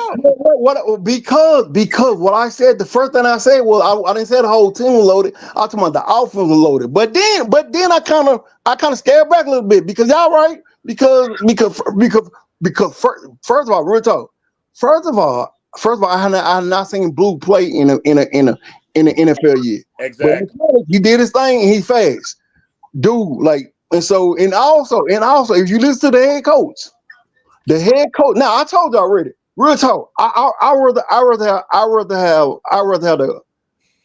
have Mike McCarthy here, but he's gone now. We cannot change that. But this head coach right here, he has said before, he's talking about motion plays and getting the ball to the tailback out of the backfield, and Blue is a dynamite type player. Like, dude, just get him open field, and he gonna do his thing. He's fast. He's fast and shifty in college, but I don't know what we're gonna do on this level. So what I'm trying to tell you this: the running back room, question mark all day long. But the wide receivers and Dak Prescott, I told you, he's a top 10 quarterback in the NFL. Plain and simple. I don't care what you say. Shit. Okay, cool. Hey man, that's our opinion. I get it. Yeah. It's your opinion. It's my opinion. Yeah. No, I'm not. I mean, hey, more power to you, I guess. We'll all be disappointed, but come the season, and I guarantee we'll all get a kick in our ass this season, however the season goes. Bro, no, hey man. See me. Only reason why I'm saying like we don't know what's gonna happen, because I'm trying to be positive. Because believe you me though, like at least about I don't know how long ago it was, but at one point in time I was just like y'all. I mean, like I was saying before the season started, man, the Cowboys ain't gonna do shit because I'm tired of shit. But I do think the team we got right now, like, this team is good enough for if them boys come out there and play football every Sunday. But we have said that for years, and nothing has happened. We say that every single year, and the same shit happens every single year. Those 3 12-5 seasons you bragged about was the peak of this defense. Yes. You won't see that again. Yeah. You won't see that. And even them being at that peak, we still could barely stop the run. They're not gonna do that again. You ain't got DeMarcus Lawrence no more. You ain't got Randy Gregory no more. You ain't got some guys that was really helping now. I mean, you done brought what's his name back? That linebacker back, but you saw the peak. These guys aren't gonna do that, man. They're not gonna do that. This man, to be honest with you, bro, and I'm not even being funny. It seems like you base your argument off stats. I'm not talking about stats, dude. I told you already. Like me, real talk. Let him talk. You can't interrupt the host, man. Let him talk. Go ahead. You just said Dak at the season to see Dak gonna have 30, 40 touchdowns. Man, we don't care about that. Who cares? I don't care about that. I don't care about what Dak's stats has been in his career. He has no Super Bowls, and I don't think Prescott can bring you one. We've seen his ceiling. We've seen him with a receiver that can be a number 1 and a number 2. Coop and CeeDee Lamb was a true number 1 and a number 2. I agree with you. Dak did have a good season a few years back, but when it's time to show that he can, like you said, NBA players normally play better in the playoffs. Dak will get to the playoffs and take a step back. That's always been our problem on this panel. See, we don't talk about stats because we really don't care about it. What you do on that field, look, man, you ain't got Jalen Hurts ain't have big numbers in the Super Bowl, but he did enough when Kansas City took away Saquon Barkley. He didn't need big numbers. He didn't need stats. He needed to be smart and make smart decisions and put his team in the best position to win. Dak Prescott don't do that. You talk about Dak number got the most passing yards. You know how many of those yards came in garbage time, bro? When we was losing from behind, when team had to took their starters out, when we always play from behind. That's what majority of Dak numbers come from. They're dead numbers, man. That's dead. They don't matter, bro. Like, we've seen his peak. We've seen Prescott peak. I truly believe that season you talk about where he played MVP caliber, that was it. That was it. Dak Prescott had a good season with Coop. He had a good season with CeeDee Lamb. I think that's it, man. And to his credit, you know, he did his best. I think he's became injury prone, which happens to a lot of quarterbacks. Not to his fault. It's an aggressive physical game. He's got hurt twice just by passing the ball. Last year he got hurt passing the ball. Through that touchdown pass to CeeDee Lamb versus the Patriots, he got hurt passing the ball. He's having non-contact injuries, and he hurt that same broke ankle twice, and he hurt that knee on that same ankle too.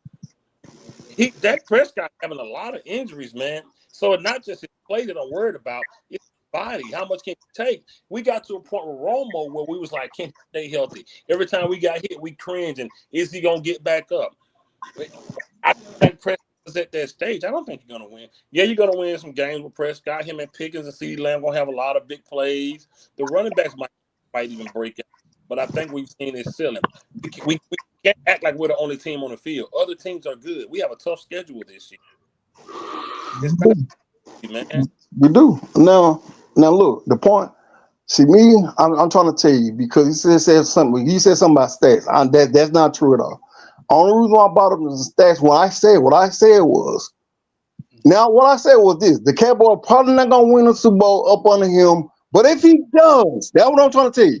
Because his stats from all these seasons is piling up, and right now I think he done already passed. I think he done already surpassed the total yards. So I'm not. What I'm trying to tell you, I'm not trying to brag on his stats. But if you do win because for him to get in the Hall of Fame, he got to win at least one Super Bowl. Now, and if he do this shit, now think about it this though. And the only reason I'm saying this shit is because at least I want to think, I'll at least dream. I'm gonna dream we win the Super Bowl because he's a caliber quarterback that can do it, and he got to step on the plow. Because all the other quarterbacks that came to this hole, hey man, they was bummed because the only reason I take over that so much. First of all, real talk, I feel like had the fan base don't like him in the other half rock with him and love him, and I want them to. But the point I'm trying to make about Dak Prescott is this, and for the other quarterbacks go, because some people be calling him bums. He's a bum. He suck, dude. And see also, and you said you said another thing that kind of irked me. Now it ain't true because I've been hearing it for the last 4 years. Garbage stats. Just think about this. Remember, I don't know. Remember, I know you remember because you're a Cowboy fan. So can you remember that game against Atlanta when we came all the way back and won that game? Now, if that Prescott, now what I'm trying to tell you this, any quarterback, it don't have to be Dak Prescott. Any quarterback is going to fight because if they don't, what people gonna say? Well, he quit. Dude, if he's on the field, he got to go out there and play. Rather defense and dime, nickel, prevent, what are they playing? They got to go out there and play. Now, the Falcon game, we came all the way back and won the game. You know why? Because Dak Prescott kept on playing until it's over with. And so, talking about the onside kick game? Yes, yeah. I know exactly what game he's talking about. That's one game, man. So tell me this. Why we couldn't come back in no playoff game and win? We can come back in a regular season Falcons game and win. Why can we come back in a playoff game down 12-19 and win? Or what was the Kansas City game, Eshan? 20, what was it? 19-9. 19-9. They hold Kansas City to 19-9. You talk about a regular season Falcons game. Why we couldn't come back in the game that mattered in the playoffs? In that Falcons game, I can give you a very good reason. Tell me. It could now. Have y'all thought about this? Because them playoff teams are better teams than the Falcons and them other teams. But playoffs, bro. That's how it works. That's how it works. What do you mean? Holy shit. Dog, it's the playoffs. You think we're gonna be playing them against the UFL in the playoffs? So the point I'm trying to make is them other teams when they get the lead, they're gonna win the game. So you saying Dak can't come? So you saying Dak can't come back against good teams? I'm not saying that. You just said it, man. What do you mean? What I'm saying is, one thing I'm tell you about that question. So far, when we get down to playoffs, like he ain't did it yet. Bro, so, but also though, the book, like what I'm trying to tell everybody this. Yeah. His career's not over with yet. So let it play out. Just let it play out. brother. Listen, Dak's book is closed, bro. That book is and he got a half. Y'all got it, man. Y'all right. Remember when we were little, those books you would open up and shit would pop up? Yeah. No, closed. Yeah. Right, I can't cool, man. I got it, man. This is crazy shit, man. Question about the defense. They said the defense can't stop the run. How we gonna win a Super Bowl if the defense can't stop the run?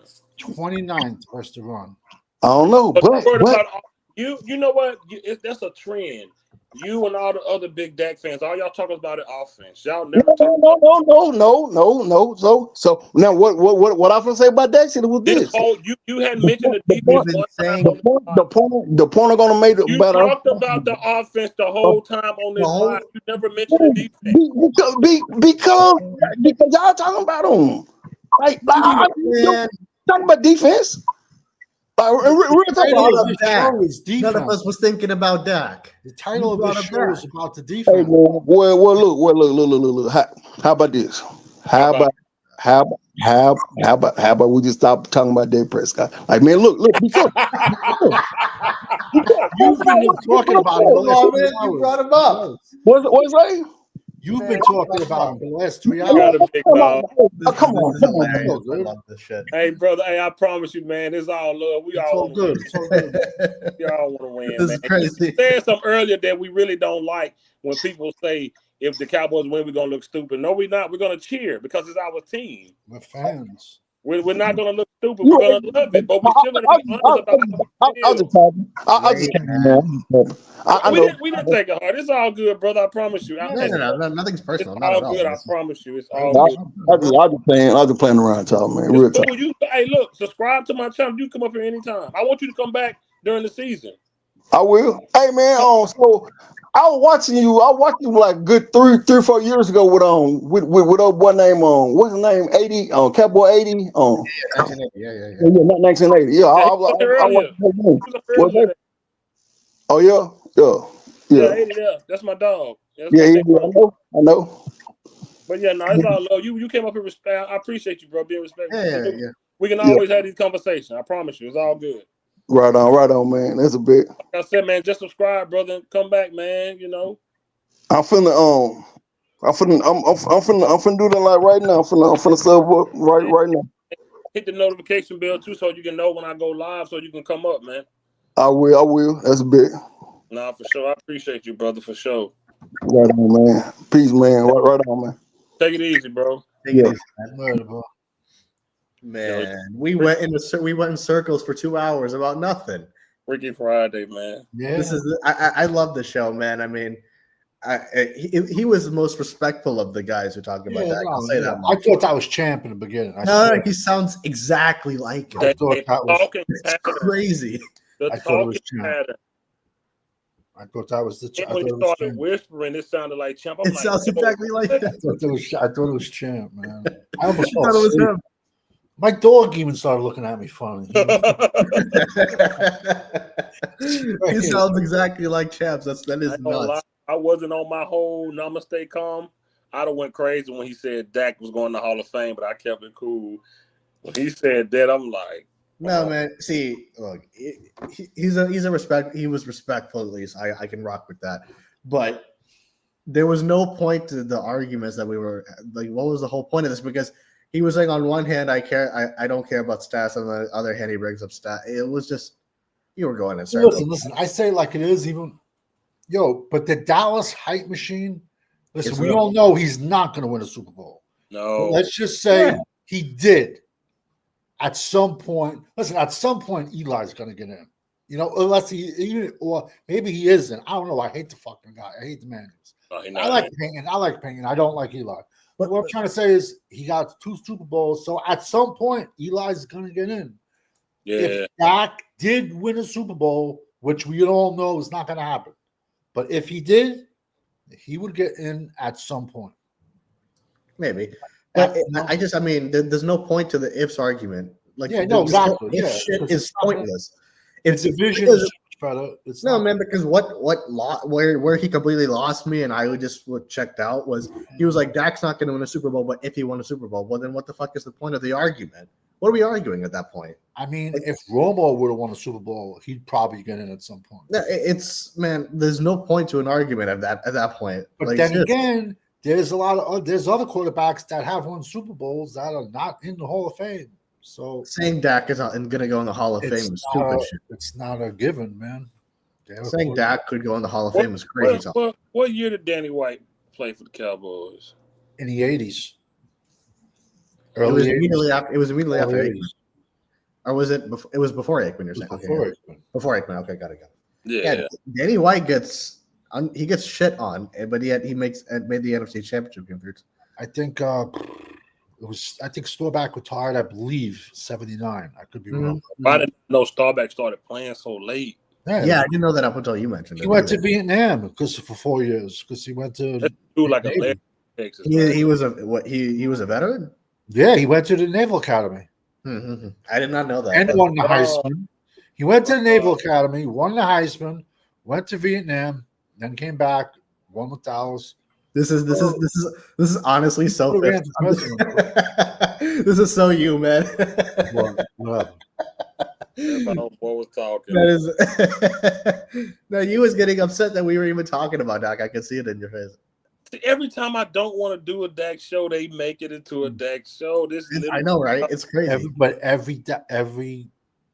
what 99.9999% of Dallas content creators talk about every single day. Man, is Dak Prescott, and I'd rather fucking jump off a bridge than do that. That's why I have a draft channel. I'm gonna be honest. There's other topics out there, man. Yeah, a million other topics. Yo, somebody flagged one of my videos. I don't think that. For what? They said inappropriate language. The only thing I could think of was somebody slipped up and said the full C word on that video. Who? They would have just if it was for the C word, they would have just took it down. I think that's the only thing that's all I can think of that was in it. Would just the C word gets taken down. We say everything else. Real talk, I would not change your shows until Dick was going to show you on the video. But I'm still. You brought up Dak, man. We wasn't even thinking about that, man. It's all good, though. No. There's no hate. It's just you brought up Dak, man. That's just a fact. Root for your team. I'm glad you're still alive. My niece had a stroke. Man. God bless you, bro. God bless you. Yeah, no. For sure. Dan said something. What did he say? I don't. Good, my brother. I promise you. Ain't no. Yeah. No, of course. I don't play by. My niece had a stroke at 29. I don't play by stuff like that, bro. Yeah, no, of course not. Good, man. You good? Dan said something about, and he wanted me to answer. Black corner wasn't here. Man, it would have been an argument off the rip, bro. My God. Ishan, do you still think this current defense can stop? No. We can't stop the run based off of what? Who do we have up the middle? Yo, your last 20 messages been about the defense stopping the run. You really, it's like we want to talk about a player, then it turns into a hellhole. Yeah. I think a lot of people just want him to win. I don't care who back there as long as they win. I have no attachments to that. I don't care who wins as long as somebody. Yeah, exactly. You know? See, the thing that we got to stop. We be so, we don't get upset, but we be so snappy when they talk about his off-field things. Like, we don't care, man. It doesn't matter, man. I don't care. More power to him as a person. That means nothing on the football field. That means nothing. And that's what they hang their hat on, man. Like, bro, that means nothing to us, bro. You feel me? Like, but he will go down in history as one of the middle of the pack quarterbacks to get almost $1 billion, half $500 million. That's like winning the Mega Millions. It's crazy. I mean, I don't know if this is just a Cowboys bubble, but he is so overrated in our fan base. It is nuts. We know trust me. We talk about this all the time with this defense. We stay talking about this. Yeah, no, we've said it. If it was around draft time, that's all you would have heard. Yeah, yes, defense isn't, and that's all you would have heard from us, bro. The only offensive player we talked about was that tight end out of Penn State. That's it. Tyler Warren. Yeah. All we talked about. That's the only offensive player we talked about.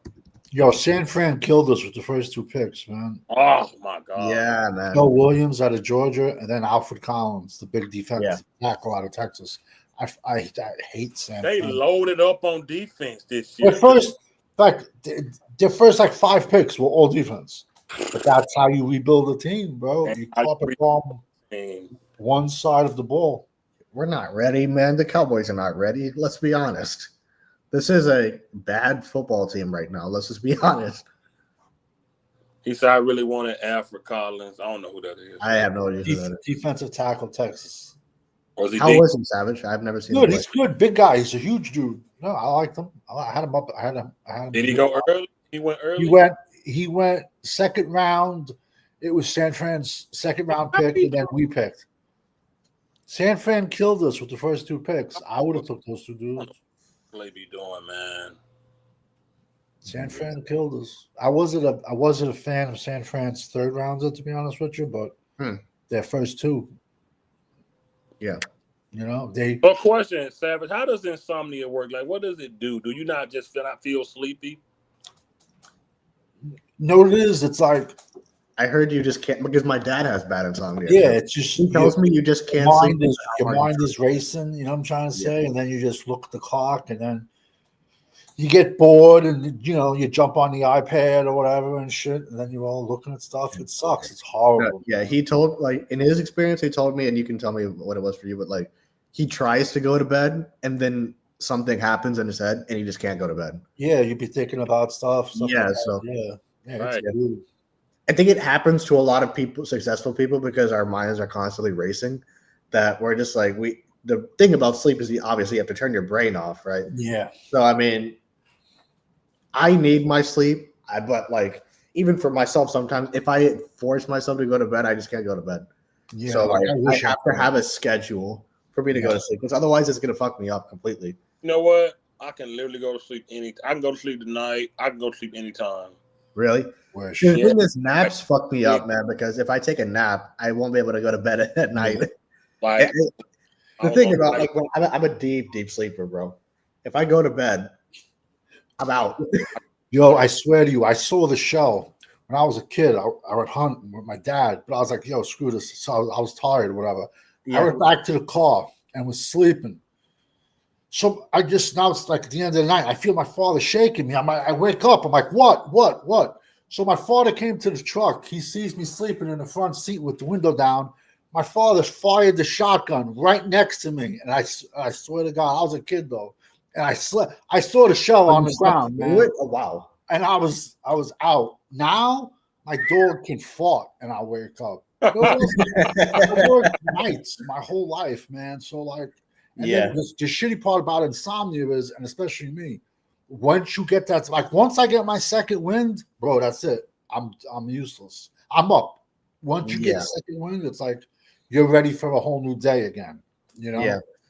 No, for me, once I'm up. It's just I have to sleep at the same time every day. Otherwise, that's the best part. Schedule. Yeah, and so I have to make. I mean, anything I do, I have to make a schedule for it. It helps me that way. But especially with sleep, if I take a nap, I won't be able to go to bed on time, and then it'll fuck everything up for me. So I can't do naps. It just completely wrecks me. Yeah, no. Gonna get ready to get out of here. 4 hours and 30 minutes. I know. Is this the record or no? Is this the record? 5-hour show. 5? Yeah. 5-hour show. I'm telling you. No, the longest show we did was 5 hours and 45 minutes. Damn. These in-season shows got to be crazy because the It's gonna be fun, man. Season, man. It'll be fun, man. Y'all listen. Booker better work out for everybody. Booker better work, man. He better. That's true. I just don't understand why he lost 20 pounds. That's a question. Yeah. He played at Bama at 350. I agree that he was bigger when he was on the field at Bama. He's how much does he weigh? He's saying 330. But I'm gonna say about 325. But I'm gonna be honest with you, he has the frame to carry 350. He does. He's a big kid. I don't want my target. Hey, Nate Dogg, stop. Nate Dogg. I don't want my guard at 350. I ain't gonna lie, man. That's a big dude. That's a big cat, man. If he's 350, he might look balance. How tall is? Does he have the height for 350? He's 6'5". He's a legit 6'5". I mean, I think at 6'5" you can carry that weight, but all I'm trying to say is, so like what? Alabama let him be 20 pounds overweight? Right. I don't see that happening. Nah. You know they weigh those kids every single day. Absolutely. In college. Yeah. So if you played at 350, like I said, did these kids never got no trim and then they come to Dallas and we all got to lose weight? Like, is it the Dallas diet? Why does everyone come to Dallas and lose weight? All That's the thing, like, why it's like does it's the only Mozzie team lose that does weight? that too. Yeah. I need to see this video where you're saying Mozzie lost weight. I didn't know that. I don't think I think he looked the same as he. Because I heard you guys said earlier that he looks slimmer or something. Yeah, that's what I've heard for this year. I haven't watched one Dallas minicamp. No, I haven't one either. Dallas show, one Dallas nothing. It's a waste of time. Coach, he looks smaller, man. And he already was small last year. So why, man, that's crazy. He was 310 last year. Everyone was saying 330, 340. I nailed it. I said, nah, bro. I can tell. I'm pretty good at judging weight.